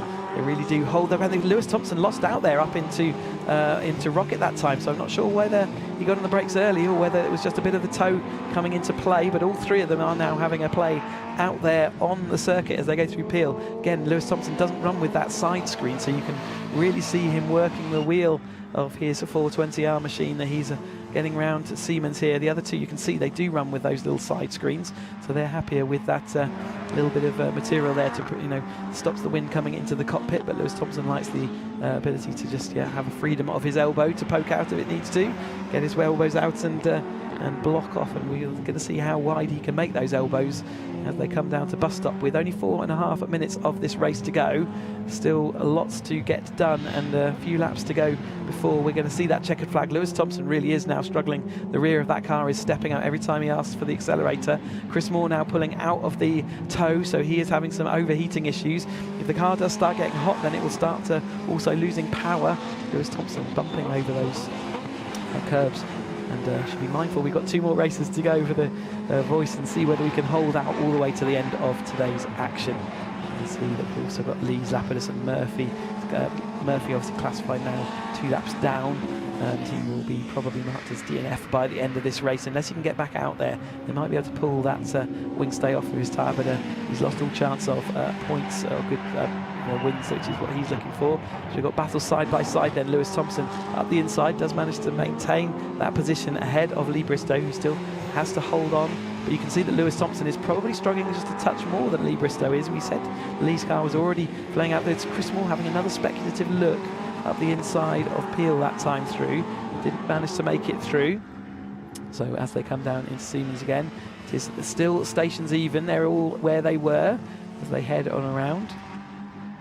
And coming up here into the hairpin then. Lewis Thompson this time through looking like he's got it back under control a little bit, but we didn't see, or I didn't see what it was that caused him. Henry Heaton looks like he's dropped a wheel onto the gravel ahead. That gap has stayed about consistent now, so it's not going up anymore. But let's have a check this time through. In fact, it has gone up by another 0.4 of a second, so it looks like Aaron Head, subject to not getting any track limits infringements. He is still in the lead. Little puff of a locked tyre there as he heads into banking. It shows how much they're actually still pushing to the absolute limit of what the tyres will give them in these in this third race and in these temperatures. Lewis Thompson dropping a little bit of a black line there as he exits, got on the power, and the black wheel just spun up just very slightly. As they're all checking their brake pedal is in place as they exit and come up here into Rocket. You definitely want your brake pedal to be there, so you will have a confidence tap sometimes just to check. But Lee Bristow looking up the inside then as they come up into Rocket. He's going around that outside route and pushing Lewis Thompson to the edge of the track, showing him the edge of the track and actually managing to hold on around the outside. That was a tough move there by Bristow to move him across the track, but he's actually lost it on the exit, which then moves Thompson back into the lead. And in fact, Moore is going to have an opportunity to sneak up the inside and take that 4th place away from Bristow. So it was a tough move by Bristow, but overall he's lost out that little bit. He couldn't get that car stopped and turned around Rocket 2, the little hairpin at the bottom of the hill. So the new order then is Moore ahead of Bristow, and they're still both trailing Thompson in that third place. Thompson really is not willing to relinquish that third place, although Chris Moore looks like he's got some really good braking performance still in that car and those tyres, and everything is lining up nicely. Bristow has to make his mind up as whether whose toe he wants to take. Moore protecting to the inside. Bristow does a late dart to the inside and tucks it on the inside, but does not have the braking ability to outbrake him into that final corner. We've not seen too many moves work there, but we have now moved into then the final lap of the race. Aaron Head has gone across the line with still the fastest lap, so taking an extra point there as well, as we see them coming into banking. Chris Moore has definitely got speed in that car.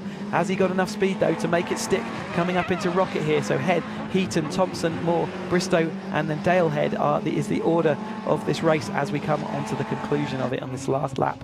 There is Aaron Head heading up into Rocket comfortably round there, so his last big challenge is probably done. He just has to make sure he massages it home, with Heaton sort of still not able to make an impression on him in that second place. We've seen him in second place a couple of times this race so far, but he's managed to, James Murphy, after that initial problem with his wing stay, then had a scary moment where his wing pumped up into his face and had to get it out of the way, and went back into the pits after he'd seen that his tyre was damaged. But Aaron Head, that left him clear of Henry Heaton, our two championship leaders coming down here in championship order currently. So Aaron Head is improving his championship positions, and there is Henry Heaton in the Oakmere Run car, following through from Aaron Head in the DPR Motorsport Run car. A great result here for Aaron Head then in his championship ambitions.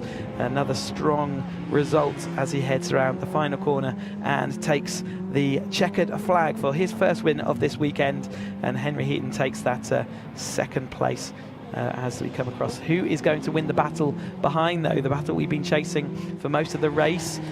Just going to watch the timing screen to see who's going to come across. Then it's Thompson, then Moore, and then Bristow has not crossed the line yet. There is Bristow coming across the line now. So there was obviously a bit of a complicated manoeuvre up there, and Rocket, but it's Bristow, Head, Lees, and then we're waiting for Lapidus to cross the line. Murphy is a non-finisher there in that 2 laps down, so he might have actually gone out back out there. He might have been out, but Aaron Head waving to all our marshals and to the crowds out there, and definitely a great set of points this weekend for him across the championship, and taking him into the there's a little bit of contact there. It's that Lee Bristow contact with the rear wing of Thompson up into a Rocket, and there's a bit of a contra 2 behind as well between Dale Head and Andrew Lees, or Andy Lees as we like to know him. But yeah, that's what dropped Lee Bristow back just a touch. So let's have confirmation then of that finishing order. Aaron Head finishes in first place ahead of Henry Heaton. Lewis Thompson is in the third place. Chris Moore comes home 4th, Lee Bristow 5th, Dale Head 6th, Andy Lee 7th, Gary Lapidus is 8th, and James Murphy finishes or classified in 9th place. So that is the 420 action done for this race weekend. 3 event-filled races for them. We will next see them out at Knockhill on the 17th and 18th of September. So make sure you come back for 3 more action-packed races for our 7 Championship UK cars then.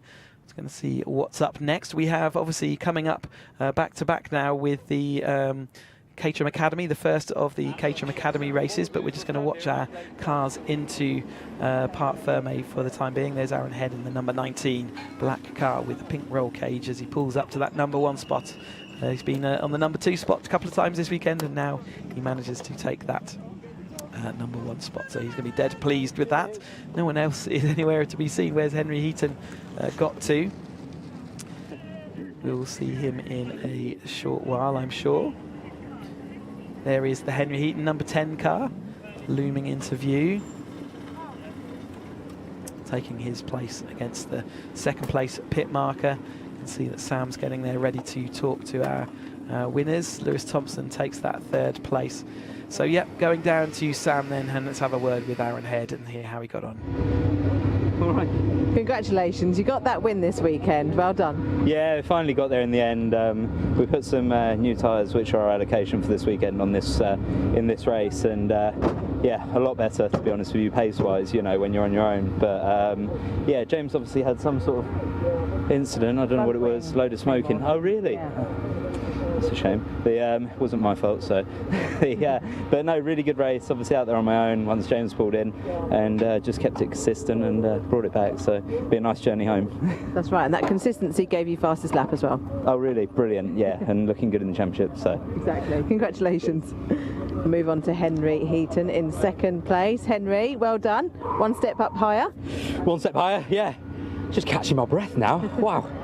Yeah, that was it was a funny old race. I mean, I was stuck behind Lewis for the first part of it, and I could see James and Aaron getting away. I don't know what happened to James, but he pulled off into the pits and then released me to go and get Aaron, and Aaron was setting some good pace. It was just me and Aaron. I'm not sure where the gap was, but yeah, I was pushing as hard as I could, absolutely as hard as I could, but couldn't quite get there, couldn't quite get in that toe distance. So yeah, fair play to Aaron. He was consistent setting those fast laps, and yeah, it's an enjoyable race when you're out there and you're just trying to push as much as you can but not overdo it.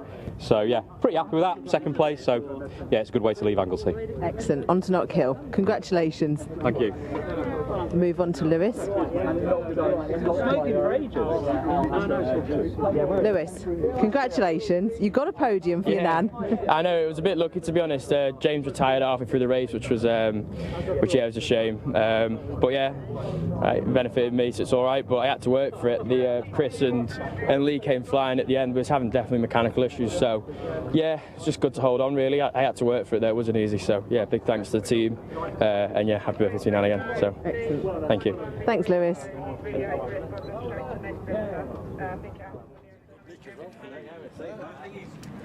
So we've got back-to-back action, as we've said already, so we're going to go straight into the next Caterham action. You can see they're already on their green flag lap, and next up is the first of our academy, the opening step of our Motorsport Championship ladder.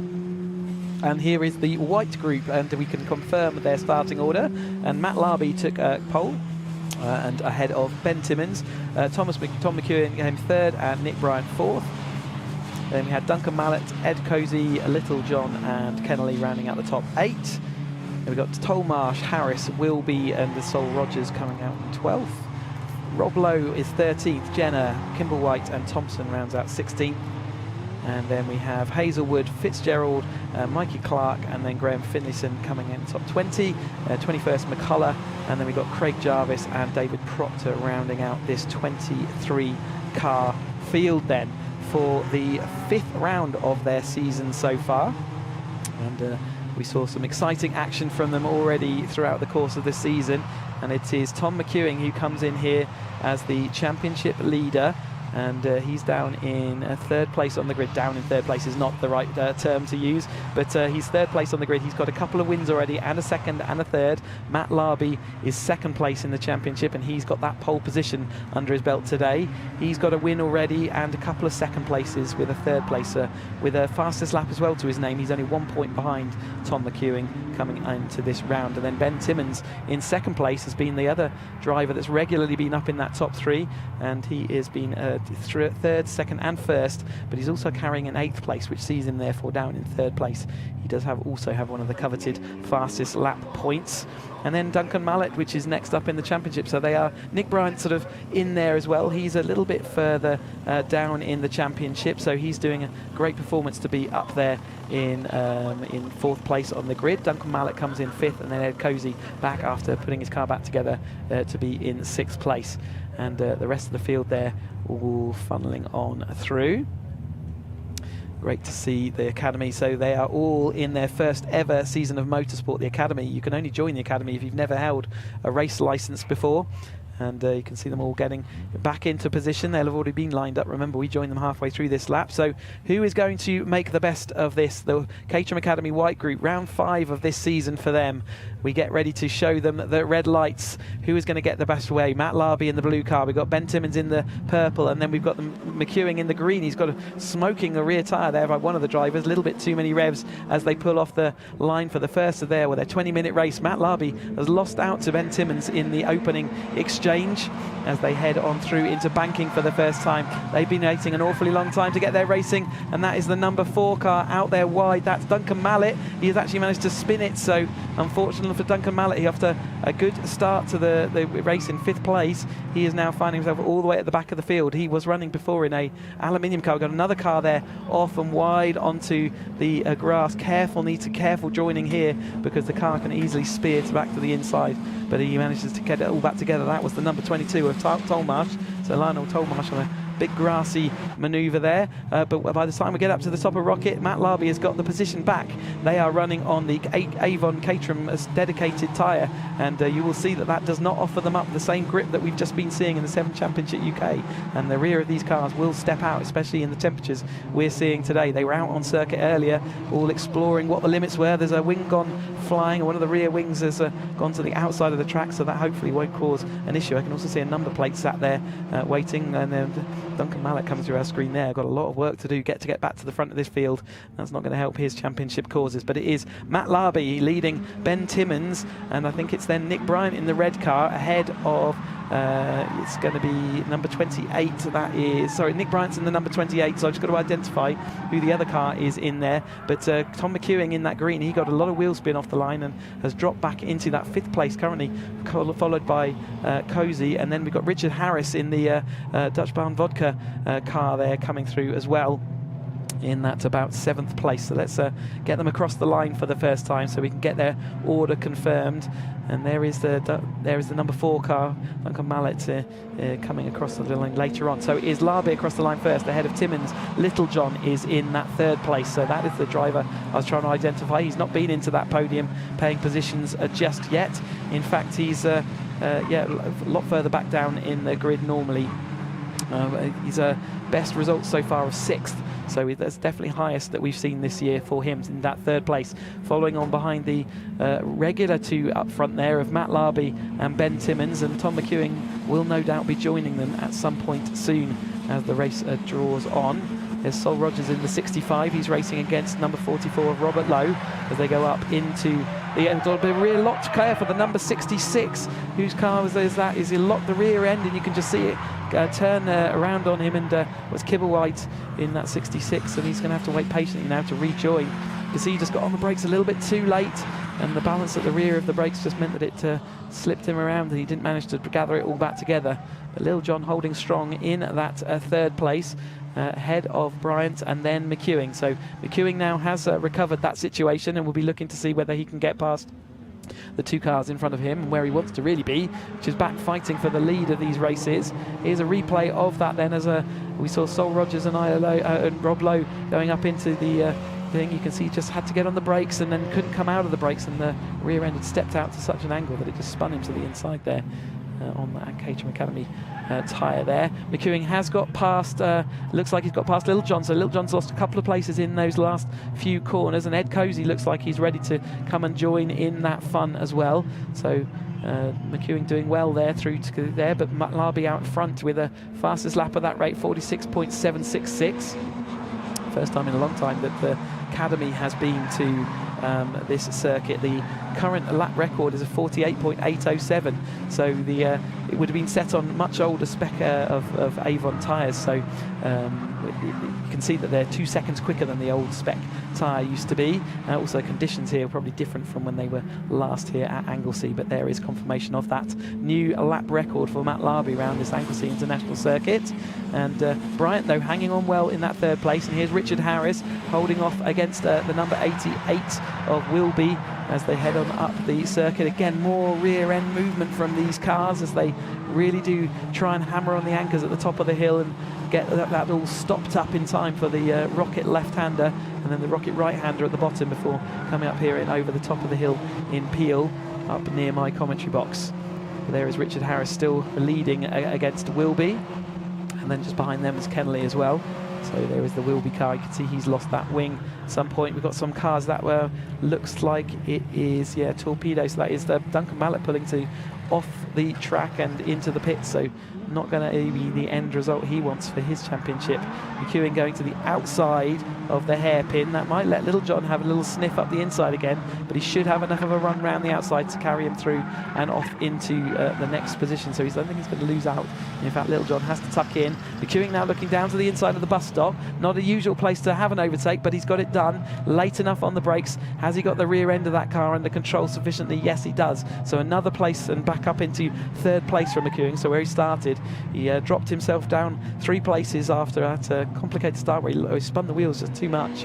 And there's no limited slip differential on these, so Larby currently is leading ahead of Timmins, ahead of McEwen, Bryant, and Little John is now tucking down the inside of Bryant, or trying to at least, and then it's Cozzy is next up into that battle, and then Richard Harris and Wilby, which we were following just now. See little pockets of battles now developing as the race develops, but the lead to Larby and Timmins busy trying to go at it out in front, and can Tom McEwen in the next 14 minutes get across the gap? In my days, academy races were only 15 minutes, so he's got an extra 5 minutes there in the bag just to be able to get across that gap. And we've seen him do some pretty spectacular things before, so maybe we'll see that again. Brian, though, is able to protect from Little John at this point. He was ahead of Cozzy in that car there. And Wilby and Richard Harris going side by side once more as we head on up into Peel, and Wilby's going to take that position. And then the number 14 Kennelly follows on in a watching brief. They head on down now and into that Siemens bend.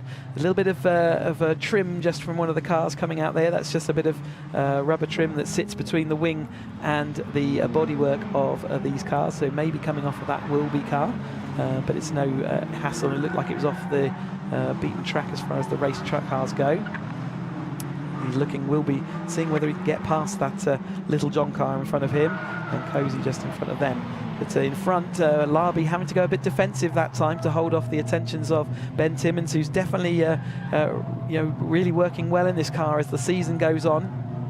He had a 3rd place at the opening sprint. He's had a 2nd place at Snetterton. He had 8th place at Silverstone, which is going to cost him a little bit as we get towards the tail end of this season. But he also won the last time out at Donington. So he's a man on form, and has now taken that fastest lap and lap record as well. So every time you see that fastest lap will be a new lap record.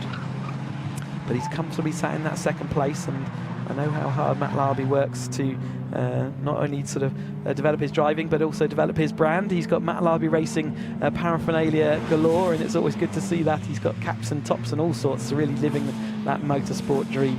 Really good to see from Matt Larby there. Tom McEwen, though, a bit of a replay of a little bit of a wide moment.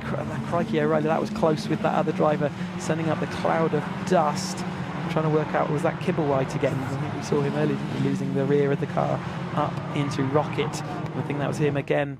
I think as Matt Larby makes his way down into Siemens, and Timo there, so Timmins in that 2nd place, 11 minutes 30 seconds to go in this 20-minute race for the first of the 2 academy races. We have 2 full grids of academy. There is the number 44 of Lowe, and Robert Lowe is the husband of Isla Lowe, who did the academy last year, so they've had a bit of a childcare swap, and he's going to be the racing driver this year, while Isla is there making sure that the family, who are all coming along and obviously know a great deal of this paddock, where they've had 2 academy seasons now, where you get to really get to know all of your friends and family that you're racing against as the season goes on. So they really are having a great time being part of this Caterham paddock. And just ahead of him is Sol Rogers in the white and yellow machine. But there is Robert Lowe, Roller, as he's got on his number plate. These are all fully road legal cars. That's why you see number plates. They have to run with a number plate, but it doesn't have to be a road legal number plate that they run with. So you'll often see messages and names applied to the number plates that these drivers run. And yeah, Ida Lowe's car was a very much pink machine, and I think the roll cage there is a nod to that. There is Cozzy's there side by side with the number 87 of Little John. Battles going on, so seeing whether Cozzy can make his way through. He's had to rebuild his car after a nasty incident in testing at or qualifying at Silverstone. missed out on, I think, Donington last time out. But back here with that car fixed up and just following on behind Wilby now. So he did lose out a little bit in that exchange, and Richard Harris not far behind. Wilby carrying a little bit of damage to his exhaust, but nothing to cause a particular headache to these cars. It takes a lot more damage to that exhaust before you start losing power. As there, Little John looking down the inside. We've seen that move work for a couple of the drivers in the higher championships. Didn't work for him that time. You will see that the Academy cars don't have a rear anti-roll bar, and you'll notice not only do they have these Avon Academy tyres, which are slightly wider, you'll also see the cars leaning through the corners an awful lot more than the cars as you go up through the ranks. Both of cars there losing a little bit of traction on the road and drifting onto the gravel, which hasn't been particularly beneficial to them, and Cozy has made his way through past Little John now on the back of that. Will be looking again, but Little John is not ready to give up on that, and he dives straight back down the inside of the bus stop. He's drifted a little bit wide, but I think he's still going to hold it all together, although Cozy might well have a bit of an overlap. There's four of them all going hammer and tong at it. Richard Harris looking around the outside of them all. It looks like his nose cone's got it. I can't tell whether that's a little bit of a defect or a ding on it, but it certainly looks a slight strange shape on the inside there, but he's just about managed to haul it all up in the number 2 car there. He heads on down and out of the banking corner and through Church again. Again, all of them just touching that. Tom McEwing in his endeavours to try and get back to this lead group. He's dropped his wheel onto the gravel again, so that's not going to help. Bryant is in that middle ground. We've got this Wilby Little John battle going on up into Rocket again this time through. It looks like Little John's going to have that one licked as long as he can get that car stopped, which he's locked up. Drifting a bit wide. Can he get it all gathered up? He can. He's still on the inside. Wilby's tail end all the way out, drifting it round the bottom of the corner. It's not going to be the quickest way through, and that's going to give Cozy a run up the inside of him into the corner at the top of the hill, and therefore Cozy might well be able to take this position. He does indeed. You can see that as soon as that rear end stepped out and Wilby, he wasn't able to get it back, and that's cost him quite a number of different places as Wilby goes down the inside of them, really stabbing back at the position. Did well to hold on to that, really not willing to give up any positions. They are holding on to them for all they are worth. And Little John now has managed to break away off the back of that. A little bit of a comfort break for him, as Wilby then still sits in that 4th or 5th place, I think it is. It's going to be 5th place, and Bryant in that middle ground. He's going to have a bit of a lonely race at this rate. But Henry Littlejohn in the, and we've got Proctor spinning there. We also saw him have an accident earlier in the year, so good to see him back out in his white and black machine, David Proctor. Good to see him out there. Currently, before that spin, he was in 21st, so whether I think that was in last place anyway, so I don't think it's going to affect his positioning. But Larby has a broken Timmins in the gap we've seen while we've been watching this intense battle around here for the sort of 5th to 8th place. And Cozy still watching the rear end of Wilby's car, and Henry Littlejohn still managing to stay in front after what was a great start from Littlejohn. From 7th place, he moved himself up into 3rd place immediately off the start, but now has to sunk back a little bit, now back into 5th place, but still up on his starting position. Richard Harris now having to defend from Kennelly behind him, and that's you can see in his sort of black and white striped car. In fact, it's red and black, it's all navy curves as it's all going off again down at Rocket. Cozy looking around the outside of Little John. Will be, in fact, Little John has made that place up, and he's in behind Wilby. Wilby has made it through then past Little John on that lap through, with Ed Cozy having to settle into that 3rd place. He looks like he's got he's keen to get up there into that lead group, but he's just not able to dispatch and stay dispatched with all these drivers, and Richard Harris is now right on his tail, ready to get involved in that battle. Little John again has that little gap, but now he's got Wilby in front of him, so instead of being a gap to the 4th place driver, it is now a gap to the 5th place driver. And I think Wilby definitely has the pace. Richard Harris just running out of space on the exit of the hairpin that time through, as Kennelly looking again to see whether he can do anything with Richard Harris's car, but he can't. He has to be patient in the number 14 car there, and he's going to stick in that 9th place just for now. Cozy losing speed around the bus stop. What happened there? Why did he lose speed? Did he miss a gear? Did he upset his braking point? We just missed exactly what happened, but Richard Harris is currently leading Kennelly, and Cozy is dropping back. Is he going to be able to hold on? It looks like he's back up to speed now. A little bit of a lock-up, though, as they went into the banking, so that's going to allow Kennelly to get round the outside of him. So, yeah, not having a annoyed with himself there, so I think it might have been a self-mistake. You can see all the novice crosses on the back of these Academy cars until you've, when British Motorsport, until you've done got 6 signatures on your race licence. You cannot take that novice cross off. It's just to signify that you are a new racer, and obviously everyone starts the Academy together, so until they've done 6 rounds where they've had the opportunity to get 6 signatures, that cross will be a part of their racing start. Kennelly, great move up the inside of Richard Harris there, and he's made it all stick by the time they get to the apex. Richard Harris therefore losing a place, and that's Wilby off into the barrier. We said he had a lot of pace, but he's carried that pace all the way off and into the barrier, and that's a fair way off the track. I'm wondering what part of the track that is. Is that up at Rocket, or is that maybe around the early part of the lap? But you can see the driver moving around in the cockpit there, but he was ahead of this battle we're watching now, so I'm not sure whether we got a replay of what happened to those, but they can see the cars still fighting that grip at the rear. 4 minutes of this race to go. Is that car in a position where we have to have it covered under a safety car, or is that going to be covered off the end of the race by yellow flags and the like? Let's see how this goes on with 4 minutes of this race to go. Kennelly dropping another wheel onto that gravel. Henry Littlejohn now in that little ground in between. Everyone was in that 5th place, and he's just thrown that away, and that would have been he's got a podium before now this season, so he had a 3rd place out a couple of rounds back. And there again, Wilby out wide out the bus stop, so a couple of them having issues there when they're not getting on the brakes in time, and that makes Cozy gets back through in front of him again. And these places all changing every single time we see them. But out front, just to confirm, Matt Larby is still coming through in the lead of the race, ahead of Timmins. He's got a 2.4 second lap. McEwing is only 1.2 seconds back from Timmins, but I don't think he's going to be able to make that stick by the time we get to the end of the race. There is the Wilby driver, okay, out of the car and running to a position of safety. See, the marshal is making sure that he's looking in all the right directions so that their driver can then get back to a point of safety.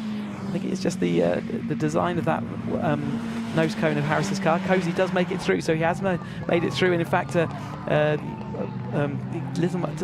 Kennelly also makes it through and passed on his way through. Well, there was a yellow flag up there at the top of Rocket, so that's clearly where the driver was in the barrier. We're going to be able to see him. There is that car stuck in the barrier, so he just outbraked himself on his endeavours to try and catch the cars in front. You can't blame him for wanting to do that, but man ran out of gravel, and someone else running out of road there. Who is that off on the gravel? Is that one of our leaders? Let's keep an eye out just in case it was. Looks like I can't see any cars sort of stuck or lost speed, so they are going to head off and around again. 2 minutes 20 on the clock. We've got a 1 minute 46 second lap for these Caterham Academy cars.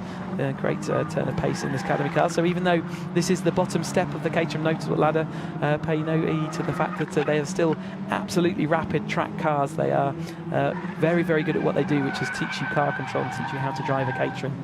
And they are out there absolutely maximising their fun and enjoyment. You can see how close Tom McEwing is getting to Ben Timmins. I'm not sure he's going to get any closer though, so maybe 3rd place is as good as a result as he's going to get away at the moment. And Ben Timmins in that 2nd place, and Matt Larby, this will be, he looks like, unless he makes a mistake at this point, he's got a couple more laps to do, this one and the next one, to get it into the books. But it does look like McEwing is closing that gap. Is 2 laps enough? Certainly Ben Timmins is going to be watching with interest in his mirrors now, and that's a nervous time for our drivers. But there's Matt Larby. He really did control this race. He started on pole position today by a 4/10 gap, so really significant racing gap there. He carries the fastest lap, and as long as he can complete this next lap and a half, he will also take that win, which will be a fantastic thing. I really do hope I haven't put any commentator's curse on that one, as we see Ben Timmins and McEwing come up through, and this race-long battle between these three continues on up into Rocket. That bump as they hit the curb on the inside there. Cozy now back behind the two in front of him. So Kennelly and Harris have managed to make it back through. Again, more gravel and grass being thrown up by Bryant in that middle ground. Remember, he is currently in that 4th place ahead of Little John. And then this battle that we've got with Kennelly, Harris and Cozy. 38 seconds, so we're definitely going to get that second that next lap in, aren't we, as we're heading down here for Matt Larby to come to that line. So we'll get that final lap board shown to him this time through. Number 17 Team Larby Racing. You can see all the last lap board shown. There he goes. The board is presented to the drivers. Has McEwen got anything left? He's only a second back. He's drawn back about 6/10 in that one last lap. Can he draw back that final second? You know he's trying hard. We saw him off onto the gravel earlier, but I just don't think he's got enough tarmac left. The 2.1 miles of this Anglesey International Circuit, I don't think it's quite enough to draw himself back and to that Timmins car, who has resisted that pressure, resisted the temptation to just completely focus on his mirrors and really had to focus forward. But you can see confirmation, Matt Larby there in the lead of the race, ahead of Timmins, McEwen, Bryant. Across the line last time it was Littlejohn, Kennelly, and then Harris and Cozy. So the orders changing every time. Cozy losing out a couple of places on that last one. Can he draw it back?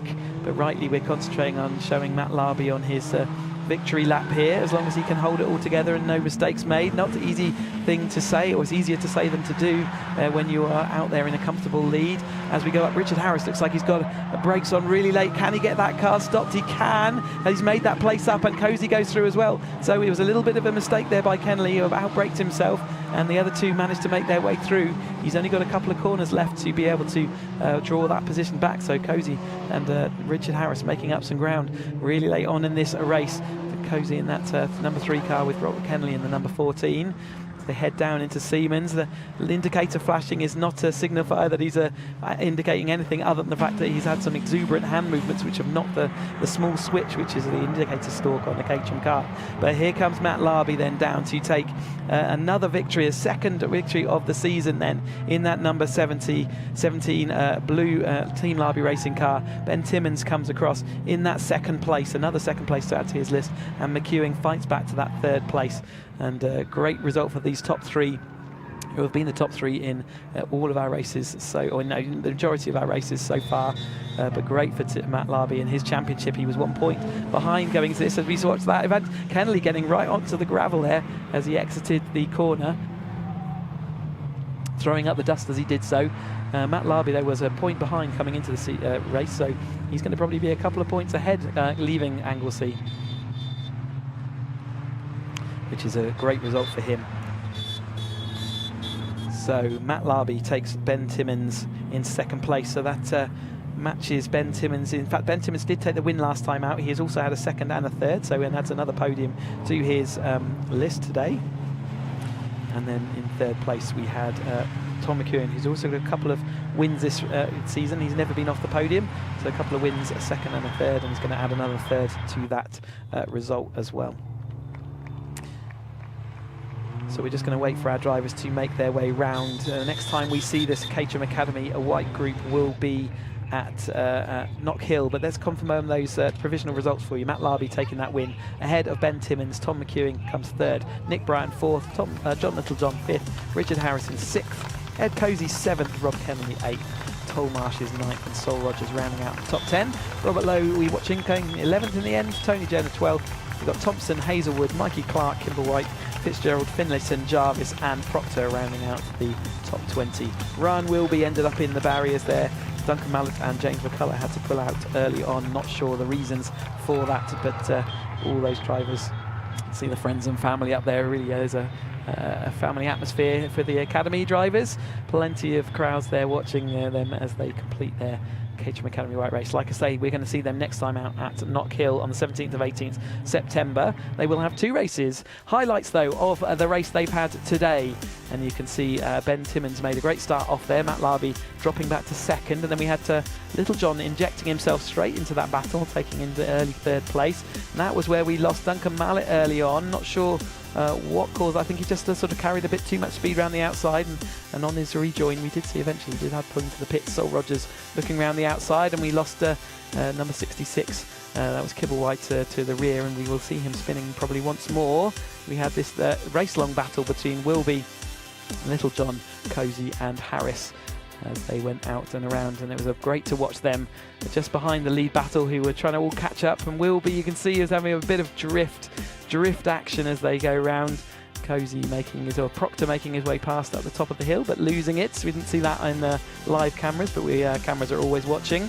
Harris, though, in that last lap, carrying the speed through. making sure he was ahead of Cozy, and that's how the order they finished. And out front, Matt Larby had a comfortable gap to protect back to the following Ben Timmins and also to Tom McEwing. So congratulations to all our Caterham Academy white group racers. You can see they will all be going down to assembly area, to Parc Fermé, where they will be trying to collect their trophies and other paraphernalia. And you can see we've got Wilby, who will be disappointed to have ended up in the barriers, and his car's got to be now collected and tidied away. But you can see that the other Academy drivers are now all back in Parc Fermé area, all jumping out. There is Matt Larby, and Tom McEwen come to congratulate him on that win. So Tom McEwen did come in here in the lead in that championship, and he will have lost that to Matt Larby this time out. So I'm sure Matt will be extremely pleased. Not yet got his helmet off. Definitely taking his time, isn't he, to extract himself. 20 minutes racing out here in the hot, still very hot at this time of the day. And we're going to head down to hear from Matt Larby, where Sam's down there with him now. Congratulations, Matt. What a great race. It's been a hell of a week. I just want to shout out to my family that lets me do this. They're at home this weekend.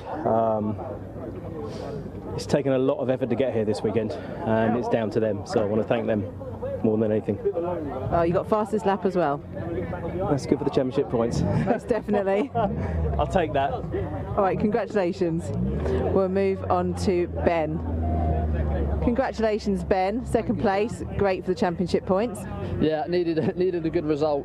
Well done to Matt and Tom. I don't know what Matt's been having for breakfast every day this week, but he was in a different league today. So, yeah, well done to them both, and yeah, great race. You enjoyed it then? Yeah, absolutely. I missed third gear about 10 times, and I could see Matt just pulling away and Tom closing in on the background. So when that last lap board came out, I had a huge sigh of relief. But yeah, it was another great race. Yeah, just got some work to do to catch up with Matt now, I think. And on to Knock Hill next then. Absolutely, and it must surely be raining for that. It's been 1,000,000 degrees here all week, which is very non-Welsh, so I'm expecting it to be pouring with rain when we get to Knock Hill. We've not had a wet race yet, so I think that's going to be interesting when hopefully that does come around. But yeah, we go again in a few weeks. Excellent, thank you, congratulations. We'll go and find, here he is.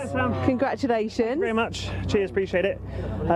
Matt had great pace all weekend, so props to Matt, and Timo as well. He stuck with him for as well, as long as any of us probably could be expected to, but yeah, Matt's been the cream of the crop this weekend. The consistency's been fantastic, especially in this heat, but it was a fun race. It was nice to do a bit of chasing for once, and had a battle after a less than ideal start, so it was nice to make my way back through the pack a bit, and I was closing on Timo the last few laps, but I needed one or two more, but I was happy with third after the start, and I think it was Larby's to lose this weekend.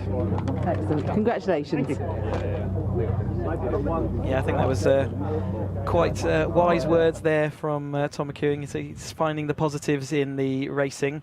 That he's didn't have the best start, but still fought his way back to that third place. He was, I think, 6th or 7th at one point, so absolutely to draw it back to third place, that's great. And he said even a couple more laps, I think I agree, he would have been at least with a chance to overtake Ben up into one of the moves there. But Matt Larby absolutely inspired this race weekend, and saying he's not got his family here with him this weekend, but he's thanking them for their actions. So on his behalf, say thank you back to them as well on the live stream. But yes, we've got one more Caterham race still for you to go this afternoon before we call it a wrap here at Anglesey, and that is the Caterham Academy Green Group, and we will be watching them shortly once they've managed to collect and tidy up all of the cars.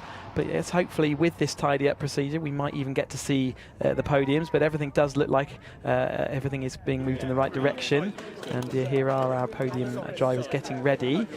We'll just keep that on, check we can, and we will bring the podium who can. The next race up is the final 20 minutes, and you can't wait to bring you more Caterham Academy action. They've been waiting a long time to get their time in the spotlight, and they now deserve it. There's Simon Lambert just chatting away to them. In third place it was Tom. So there we go, third place for Tom McEwing, and he receives his third place trophy there with thanks, and great result for him in his championship. He's still well into the battle as we come into the tail end of this season. Got a double header coming up at Silverstone and at Knock Hill, so plenty of action. And second place for Ben Timmins then, again solidifying his position in that championship. So another great result. These three have been the class of this white group this season. But in the lead and the class of the field today, there's Matt Larby. So congratulations to Matt Larby. Let's wait to see his trophy being presented. There we go. Great effort by Matt all weekend, and pole position and Winners' Cup to take home with him, as well as the trophy as well. So congratulations to Matt Larby, inviting his friends up onto that top step. Remember, we say this is all about a friendly family atmosphere, and these guys all getting to know each other very well, and it's great to see that all developing. Also learning the tap of the champagne bottle there. Good stuff by Tom McEwing. He's going to win this battle by a long way, able to drown his friends. In fact, both of them able to drown. Trap him out. But he's got a bit of a retaliation just of his own. So congratulations to our Academy White group for getting through another race weekend and a successfully thing. We are going to go straight, though, into the Academy Green group. This is our last Caterham action for today. Then to wrap proceedings up, let's hope we have a great action. You can see they're all being lined up on the dummy grid, and you can see they're, again, identical cars to the other Academy group, but it's a completely separate championship. So we have 21 cars on this grid with us today. They have been given the green flag to pull away onto their formation lap. So again, they are completely separate championships, so the points from the last race don't mean anything in accordance with this one. They are racing for their own full championship trophy. Such is the numbers of people interested. Let's go through the grid before I get into that. We've got Roger Patke in first place on taking pole position ahead of Ravi Patel, James Empson in third place, and Ian Hibbert fourth. Then we've got Daniel Hope, Toby Ballard, Harvey Lawrence, and Darren Butler rounding out the top 8. Simon Sabin, Craig Boyle, Neil Warnock, and Rob Gregor line out the top 12. Then we have Mark Soden, Guy Crossman, Andy Denny, Stephen Trinder coming into 16th. Mike Whiteman in 17th. And then we've got Gary Cross, Jarvis, and Brijesh Patel in 20th. Andrew Bailey in 21st. So again, the kind of normal crew that we expect to see up there in the top of the field. Harvey Lawrence just a little bit further back than he might be wanted, but everyone else is where we expect them to be. And Roger Patke, as we know him in the paddock, is he's been showing a real clean pair of heels to the drivers, whilst he's fifth in the championship. That is by one to the fact that he's carrying a 0 score from around the opening round at Brands Hatch, which means that he has got a couple of wins and a third place, and so as when we start taking drop scores into account, he is going to be coming right back up there, and he has starting today as high up as he can do in that pole position. But it is currently Ravi Patel who holds the top step of the championship, coming in here by about 4 points over Harvey Lawrence, and he is in that second place. So again, up there. That's why I'm saying Harvey Lawrence is a little bit further back than maybe he wants to, because he needs to get back up into that front group if he wants to continue to pressure for that championship. He is currently tied in second place with Ian Hibbert on 85 points. Hibbert there in that fourth place. Hibbert and Empson, I've had troubles earlier in this season trying to get their cars identified. They're rather similar, and in these, as the sun starts to set on this race weekend, it's going to be harder to pick out the colours of the cars.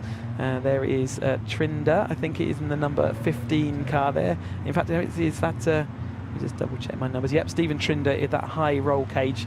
Great starting position for him in the 16th. His best finishing position so far this year has been 16th, so if he can finish there, that will be equal his best as they head on down the hill and into the bus stop to form up. You can see they're all just checking their brakes and making sure they're all warmed up. Roger Patke would take us onto the pole position line then with Ravi Patel. So it's Patke in the pink car, Ravi Patel is in the white car, and you can see here is the pole position car coming up in the Williams Caterham sort of festooned livery, but there's a nice shot of the cars as they all line up as the rear of the field just coming through then, and we are going to get ready to start the final Caterham action of this Anglesey race weekend. And And as we get this race going then, number 31, that's Andrew Bailey, just lining up onto the final part. We are going to get that green flag is shown. They will get shown the 5-second board. The procedure will continue and we will get to see the lights. The lights come on. Here we go then for Caterham Academy action for the green group this time out. 20-minute races. Harvey Lawrence gets that wheel spin just the same as Tom McEwing did earlier as they all flow around turn 1 and head across into the banking for the first time of asking. The mid-pack there all bunched up, and out front we have got the front two as they were on the grid. Harvey Lawrence a little bit wide out there looking to see whether he can make some more positions back. He's moved in the wrong direction so far as his championship goes, but as they head on round Church, you'll see how they cope with going up into the Rocket corner. Hibbert and Emson, one of the two, I think it's Hibbert that was out wide there, and that's Hope in front of him, isn't it? Daniel Hope, and it's the 83 of Hibbert. It was out there a wide on the grass, but he's going to make a light dive back up there, so Hope a little bit cautious on the brakes that first time through. Hibbert hanging the rear of that car out, just about getting it back under control. That's caused a bit of confusion, a bit of a ripple effect there. Butler just slotting in front of Harvey Lawrence as they go up and around Peel for the first time. But it's Roger Patke where we've seen him quite regularly leading this pack as they head on through and now down into Siemens for the first time. Ravi Patel though leads this championship, and he's had a couple of he's had a win and second place to his name so far. Harvey Lawrence dispatches with Butler as they went round Siemens that time, and you can see in front of him the drivers all trying to get up into the action. That was the number 70 of Sabin, looking down the inside but couldn't make it stick that time through. A little bit of a last minute dive, wasn't it? But didn't quite make it happen that time. Front three are spreading away a little bit from Hibbert, who we saw having that tail out moment. That would have cost him a little bit of time. So we'll call them out as they come across the line the first time. For the first lap is in the books then, and it's Patke leads Patel, leads Emson, then Hibbert in the 4th place. Then we've got Hope and Ballard, Sabin, Lawrence, Butler, Boyle, Gregor, Warnock, Denny, and then comes Trinder. He's moved up a couple of places into that 4th. So Jarvis was the biggest mover of that. In fact, no, Jarvis was the biggest mover of that with 3 places up. There's Harvey Lawrence looking up the inside of Church. Not going to make that happen through this time though. Patke already going to see whether he can shake some of that toe from Patel, who follows him, and he's got the attentions of Emson right on his tail, and Emson's not got Hibbert that far behind as they are tied or going head to head in that sort of mid-pack battle. And every position will count in this stage of the season. Oh, got a lot of contact up into Rocket that time, so didn't see what happened, but Harvey Lawrence has caught up with that, and as was one of the other cars. So Butler around the outside, so it just looks like someone's managed to outbrake themselves slightly, and the cars, there's a Hope having to pull off the inside, so he's got damage. Whether he's, in fact, he's going to rejoin, is he? He's not sure whether to rejoin or not at the moment, but he can definitely see some damage. Replay here. So we got a lost rear end of the number 70, and that caused all sorts of mayhem at the front of the grid. So that was Sabin losing the rear of his car, and everyone else sent scattering around to try and avoid him. We've seen that a couple of times, where if you brake too hard in this Academy car, it's the rear of the car that locks up quite readily, and you will then see the rear step out and without coming out of the brake again. It's one of the difficult things as a racing driver. The solution in that point would have been to come off the brakes slightly, but that's easier said than done when you're going 100 odd miles an hour up into Rocket. Butler though is pulling ahead of that car as they come down then into the bus stop, all making it line astern. So Roger Patke has got a nice little gap, hasn't he, over Patel, who has still got the attentions of Emson right on his tail in the number 20 car, and then Hibbert is closed in that gap again after gathering all his car together after a bit of an exciting move back into that 4th place. But Roger Patke has definitely got something about that car. It's just fast, and certainly the signs are good for him in the championship right now, as Ravi Patel, who was rapid earlier in the season, started to have a few off results, 4th and 6th the last time out. So if he can protect his 2nd place, he'll certainly want to do that, and that'll do his championship season the biggest tonic that he can give it at the moment. But it is that Emson and Hibbert cars sort of lining astern, and whilst they got that same kind of colour scheme, haven't they? The blues and yellows. That's why I've tripped over them a couple of times, and they've also run sort of nose to tail quite regularly. And their fastest lap of the race also to Patke at this point with a 47.0. So good to see them also putting in fast times in this later evening sunshine we've got going on. Still plenty of warm air coming through my commentary box from the air, but we have got a bit of a breeze, so that does also affect the Caterham cars. So they're getting with a little bit of a mistake there from Emson that time through. Is that going to give Hibbert the chance to go through? Certainly going to pull alongside. So outbraking manoeuvre on himself, really. Didn't have a chance to get past Patel on that lap through. So outbrake himself, but he's managed to recover it back in front as they head into bus stop this time through. This is a completion of their third lap. But now it gives Patel a little bit of a comfort and breathing zone now without the attentions of Emson right on his tail, and see whether he can do anything about Roger Patke out in front of this field. Still plenty of time left in this race. And he had just over 5 minutes of this race in the books so far. All the dust being thrown up on the exit of turn 1, pretty standard. That was Butler just tripping over onto the grass. As we disappear off, and you can see that faded Snowdonia National Park in the background and the RSC in between. It's a beautiful place to come motor racing. I've been here since 2016, so it's great to be back here, and the Academy cars all getting to experience the Anglesey Circuit. Hibbert locking up the front of his tyres, so managed to get everything under control, but does make that pleasant stick. And so Emson will now sit in his wheel tracks for a short while, and they will see whether Emson can bring back that gap back to Patel just in front of them.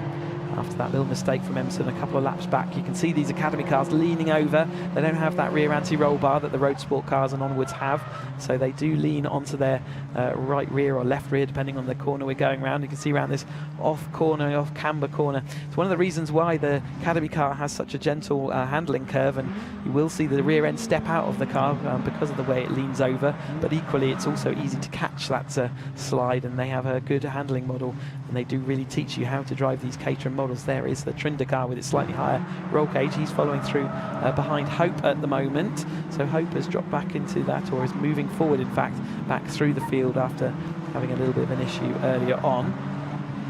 And there's the number 24 car of Wakeman, who does currently lead that. But we've just seen Roger Patke go across the line again, and not improving the lap time at that time through. And there is the second place Ravi Patel, and then followed by the Hibbert and Emson battle. Again, they are going nose to tail on track.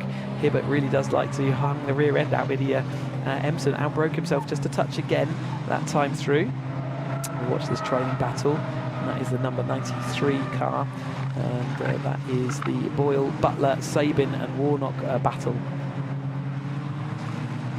as they head one through Church and out up into Rocket once more. Good to see Ballard up there. So Boyle and Butler. Ballard, Boyle and Butler, all the Bs in a row. As Simon Sabin, though, is the first up of the non-Bs, and he's going to overtake Butler into Rocket this time through. A nice, well-judged manoeuvre. Just a bit of a clonk over that inside curb as they head over there, but he's got that nicely under control. They head into the second part of Rocket, and then off and into around Peel at the top of the circuit. In fact, Butler gets back through at that point. He's drifted very wide, though. It gets dusty out there, so Simon Sabin will be able to overtake that position once more. So he is again ahead of Butler as they head down into Siemens that time in that yellow car, number 70, ahead of the 68 of Butler. Approaching that halfway distance mark then, it's a 20-minute race for the Academy cars. As we were mentioning earlier, 2 full grids of Academies. This is the second one we're seeing this weekend. They alternate who goes first and second. There is no hierarchy to these grids at all. They are completely independent, completely separate championships, and they will be awarded their own trophies. And if you're sitting at home wanting to try and get involved in this action, then why not come and see us at the British Motor Show starting this Thursday, 18th to 21st of August. Butler having a little bit of a mistake out of the bus stop that time. Saw him gesticulating with his hands. Not sure whether that was out of remonstration for himself or someone else's actions. But nevertheless, if you're involved and want to get involved in the Academy, then speak to Caterham, and the British Motor Show is a great opportunity to go and do that. And if not, their website has all the information you need, and it gives you a full package package of not only buying, they've got a battle for the leads developed so quite suddenly. So I don't know if there's a mistake there from Roger Patke. The difference across the line last time through was only 0.2 of a second, so it looks like Ravi Patel has shown a clean pair of heels as he's shaken the attentions of Hibbert. So rather than having to look in his mirrors, he's making great strides forward, and on this Academy tyre, he's obviously managing the tyres very well as he heads up and round. And maybe Patke is suddenly starting to suffer a little bit from the heat because Patke is currently looking like he is the one on the move, a little bit wide around Siemens that time, but we are through the halfway distance now. As Roger Patke, a little bit of a jink there, just to not let him know, sort of make him unsettled, and so suggest that he might throw one up the inside. He didn't that time through. He decided he would go around the outside and try and get the run out. A little bit of a four-wheel drift as he exited. A replay here of number 55, that's Crossman and Trinder, just coming together and knocking both the wings off of them. A bit of a frightening manoeuvre, that one. A little bit of a kind of, as you're going around that right-hander, it really is quite tight. It's quite easy to underestimate it, especially if you're going 100 miles an hour as you go round it. So those wings coming off at quite some pace.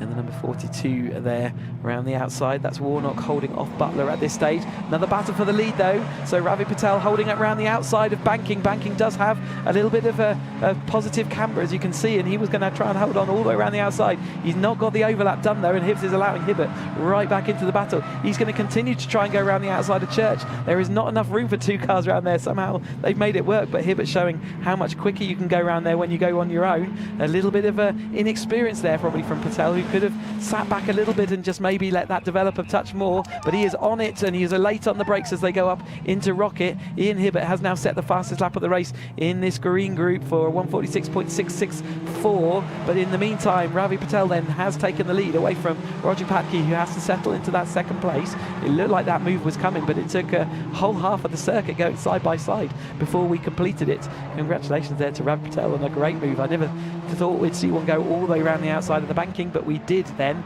And now Roger Patke seeing whether he can recover that situation. He's doing the Caterham job of trying to bite straight back so that you try not to lose momentum and impetus, but at the moment Patke has lost that lead, and Patel came across quite a significant gap to do that. So if he can now settle in and not drive to his mirrors, he may be able to pull away into a little bit of a gap now, as he's clearly got pace in his white Caterham Academy car.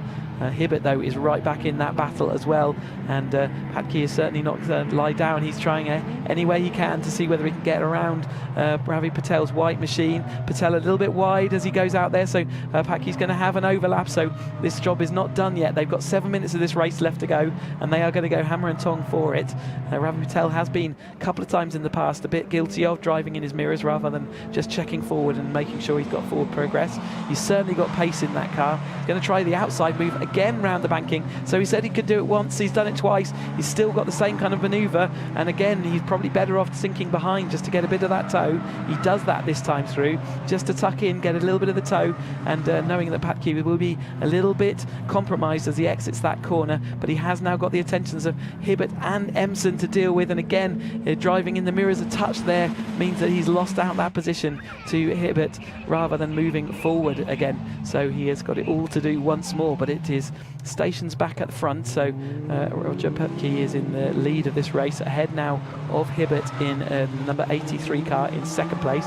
Then got Ravi Patel dropped from the lead back down to third that time through, and then we've got Emson doing that watching brief. We've seen him lose the rear of that car a couple of times, so see whether he's getting that under control as the racing has developed through the rest of the evening. Hear the tyres squealing from my commentary box as they head on around all this top end of the circuit and heading back out now up to the hairpin. Hibbert looking like now the person who wants to make that move, and Patel having to defend quite heavily behind from Emson just to make sure he didn't have anywhere to go and use that speed. But Patel doing, needs to get back on that horse and see whether he can get back to the lead of this race. He's done so well to come across that gap and do that, so clearly got that pace, ready to try and use it again. But the academy racing is all about learning your trade and learning skills, and skills that become natural as you move up through the ladder, because you've just seen more situations and you understand how things work more. You have to kind of, every time you get out in an academy car, you're learning what all those situations are. You can see confirmation of the result as they came across that time. So Pat Key is now back in the lead. Hibbert in second, Patel third, Emson fourth. Then we've got Ballard and Sabin continuing their battle in that fifth and sixth. So Sabin actually making it in front of Boyle that lap through. Rest of the field all there as well. Now we have got Patel right on the tail of Hibbert as they come out here onto the back straight, just tucking in to see whether they can get a bit of a tow. He's kind of trying to defend from Emson as well, and Emson got a head of speed on him as they come up into Rocket, but this time they will choose to just knock the speed off in a line and just follow each other one by one. They head on and around and back out then into the top of the circuit, the hottest part of the circuit, where the sun sort of beams down and really cooks the tarmac all day. They are there now, so they can all managing the rear of their car very nicely, as we see Emson just working a little bit at the steering wheel just to keep that car tucked in and making sure he's hitting all the apexes he needs. Ravi Patel there again, just nicely carrying some speed out there, all four of them. Much of a muchness in this sequence of corners. So we've got 4 minutes of the race left to go. Maybe 2 or 3 laps rest of the Hibbert, losing a little bit of the rear of the car there and having to come out the throttle. And that's going to allow Ravi Patel to get back up underneath, and he is going to retake that second place. I think with the tow coming down the hill, he should take that second place, and indeed Hibbert does have to slot back into that third place. So that one little mistake where the rear of the car stepped out on him was enough to cost him that position that time through. That puts the tasty prospect of Ravi Patel back in that second place. See whether he can do it all again as they head out now onto their 10th lap of this race.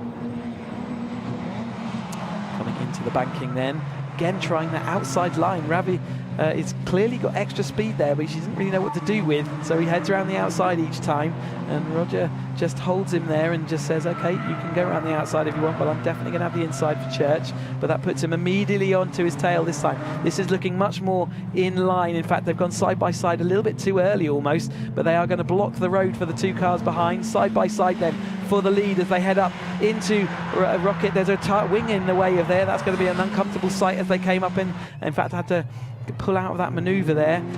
The contact as they went up round through Rocket that time as well, so a little bit of a wheel-to-wheel contact, just rode up slightly over one of the wheels.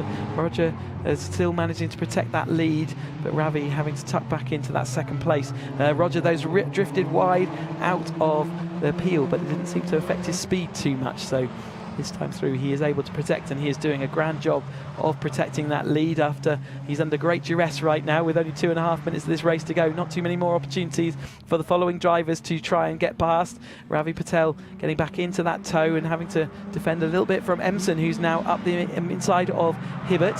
So Hibbert dropping back down to that 4th place right now. One of these drivers is not going to get a pot to take home with them to their families, and who is that going to be? Ravi Patel having a look, see whether he can get alongside them into the bus stop. That's not going to work, so he's going to recover his position. He's compromised his line just a touch, but he's going to carry that speed out on then. With 2 minutes to go, we're going to be starting our penultimate lap of this race.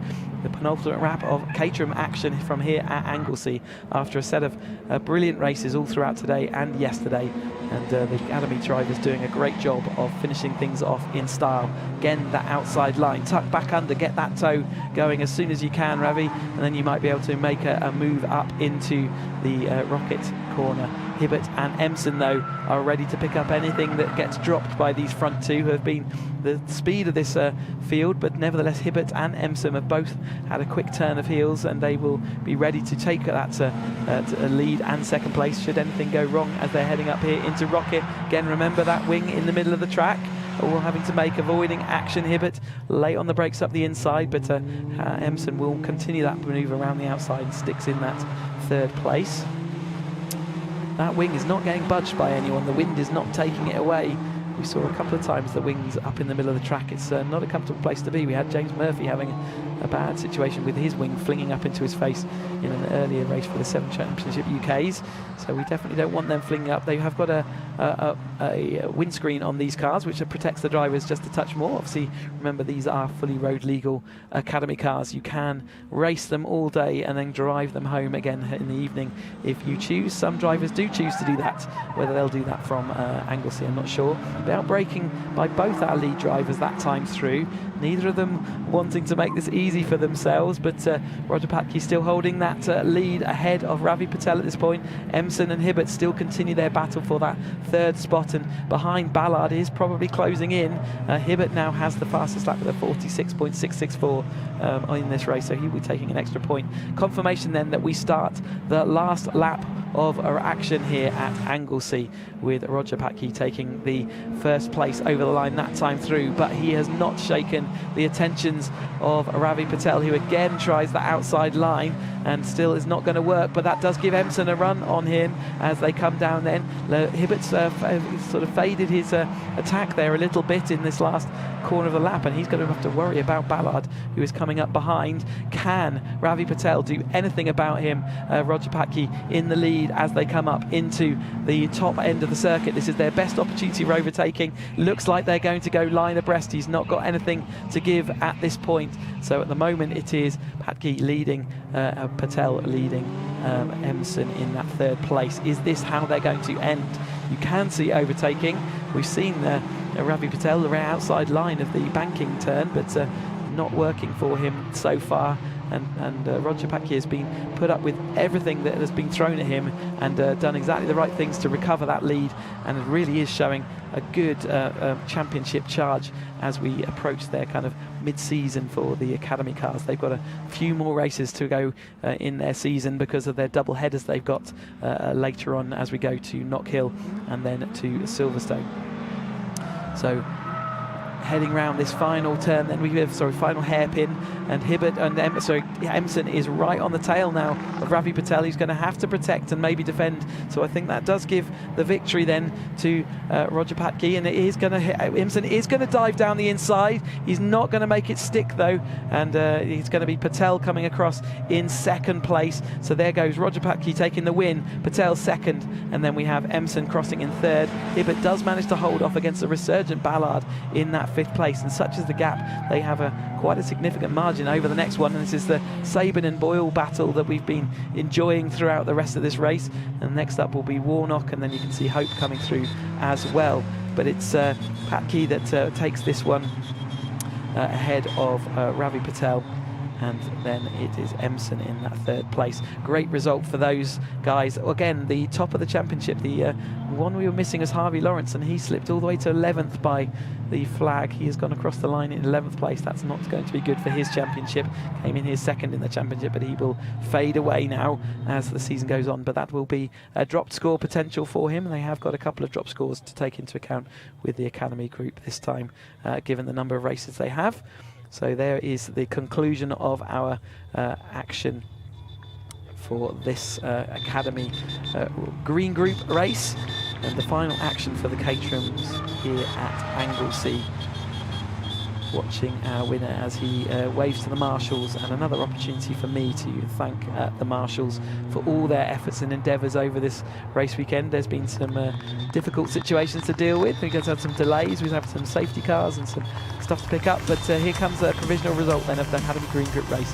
Roger Patke in the lead of that race and won against Ravi Patel in 2nd and James Emson in 3rd. Hibbert came home 4th, Ballard close to him in 5th, and then we had Sabin and Boyle, Warnock, Hope and Gregor rounding out the top 10. Harvey Lawrence comes home 11th, Darren Butler 12th, Crossman, Waitman, Trinder, Denny, Soden, Jarvis, Cross and Brijesh Patel come home in around that top 20, and then in 21st position was Andrew Bailey. Great stuff there from both our academy groups. We had to wait for their action. They had to wait for their action, but Hibbert got that fastest lap in that race for an extra point, and we've had to have a wait for them to be out there, but it was worth the wait, wasn't it? Great action put on by both groups there, but we're just waiting for the cars to arrive into assembly area, where they will then get their podium trophies and whatnot supplied. But there is Roger in his pink machine, coming down to that number 1 slot, and Patel in his white machine taking that 2nd place, and then Emson taking that 3rd place ahead of Hibbert, who you can just see there. First of the drivers not to get a pot, and is always a shame, but he'll be back and ready to take a podium position later in the season, as well as we're waiting for our drivers to extract themselves from their cars and see whether they can then have a word with Sam. I can see Sam's waiting for them, so once they do extract themselves, you can see they're all had to work hard in that 20-minute race, but smiling faces, I'm sure. Well done to Wojciech Patki for his action. A nice spin of the bottle there as well. So Sam is down there. Let's hear from Roger and see how he found that race. Congratulations on the race win. How was the race from your point of view? That was a tough race. I mean, Ravi and I think it was James, they were really close behind. Yeah, that was, and they're actually, Ravi's actually quicker than me. He has been all weekend. So, I managed to just piece it together.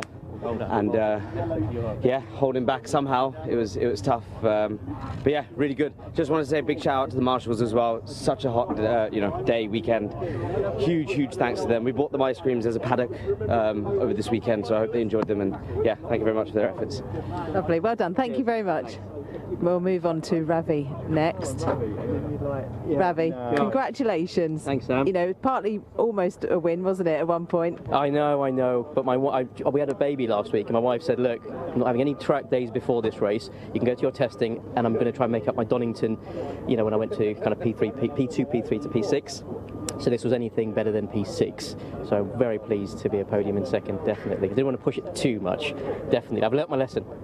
Definitely, after Donington, yes. Exactly, I didn't push it too much. I learnt I'd rather finish than keep trying and mess it up, basically. Exactly, helps with the championship, doesn't it? Definitely, exactly, that's what I was thinking, the long game, yeah. Well, congratulations on the new baby and on the P2. Thank you very much, and thank you to my wife to let me come here. Thank you. I'll move on to James next. Where's James? Oh, there he is, behind me. Congratulations, James. Thank you. Also got fastest lap. Brilliant. Excellent. Didn't realise that. No, How was the race from your point of view? Very close, very good, very clean. Ian made a fantastic move to get into third, and then I managed to get it back just. And then the two in front, it was phenomenal. And then I thought, do I try and take Ravi? And then I thought, no, because if I do, it's going to end up both of us with problems. But no, really good. Excellent. They didn't make it easy for you, did they, the guys at the front? Not at all. It was a very tough race, and they're absolutely brilliant. Excellent. Congratulations. Moving on to the podium for you next. Cheers, thank you.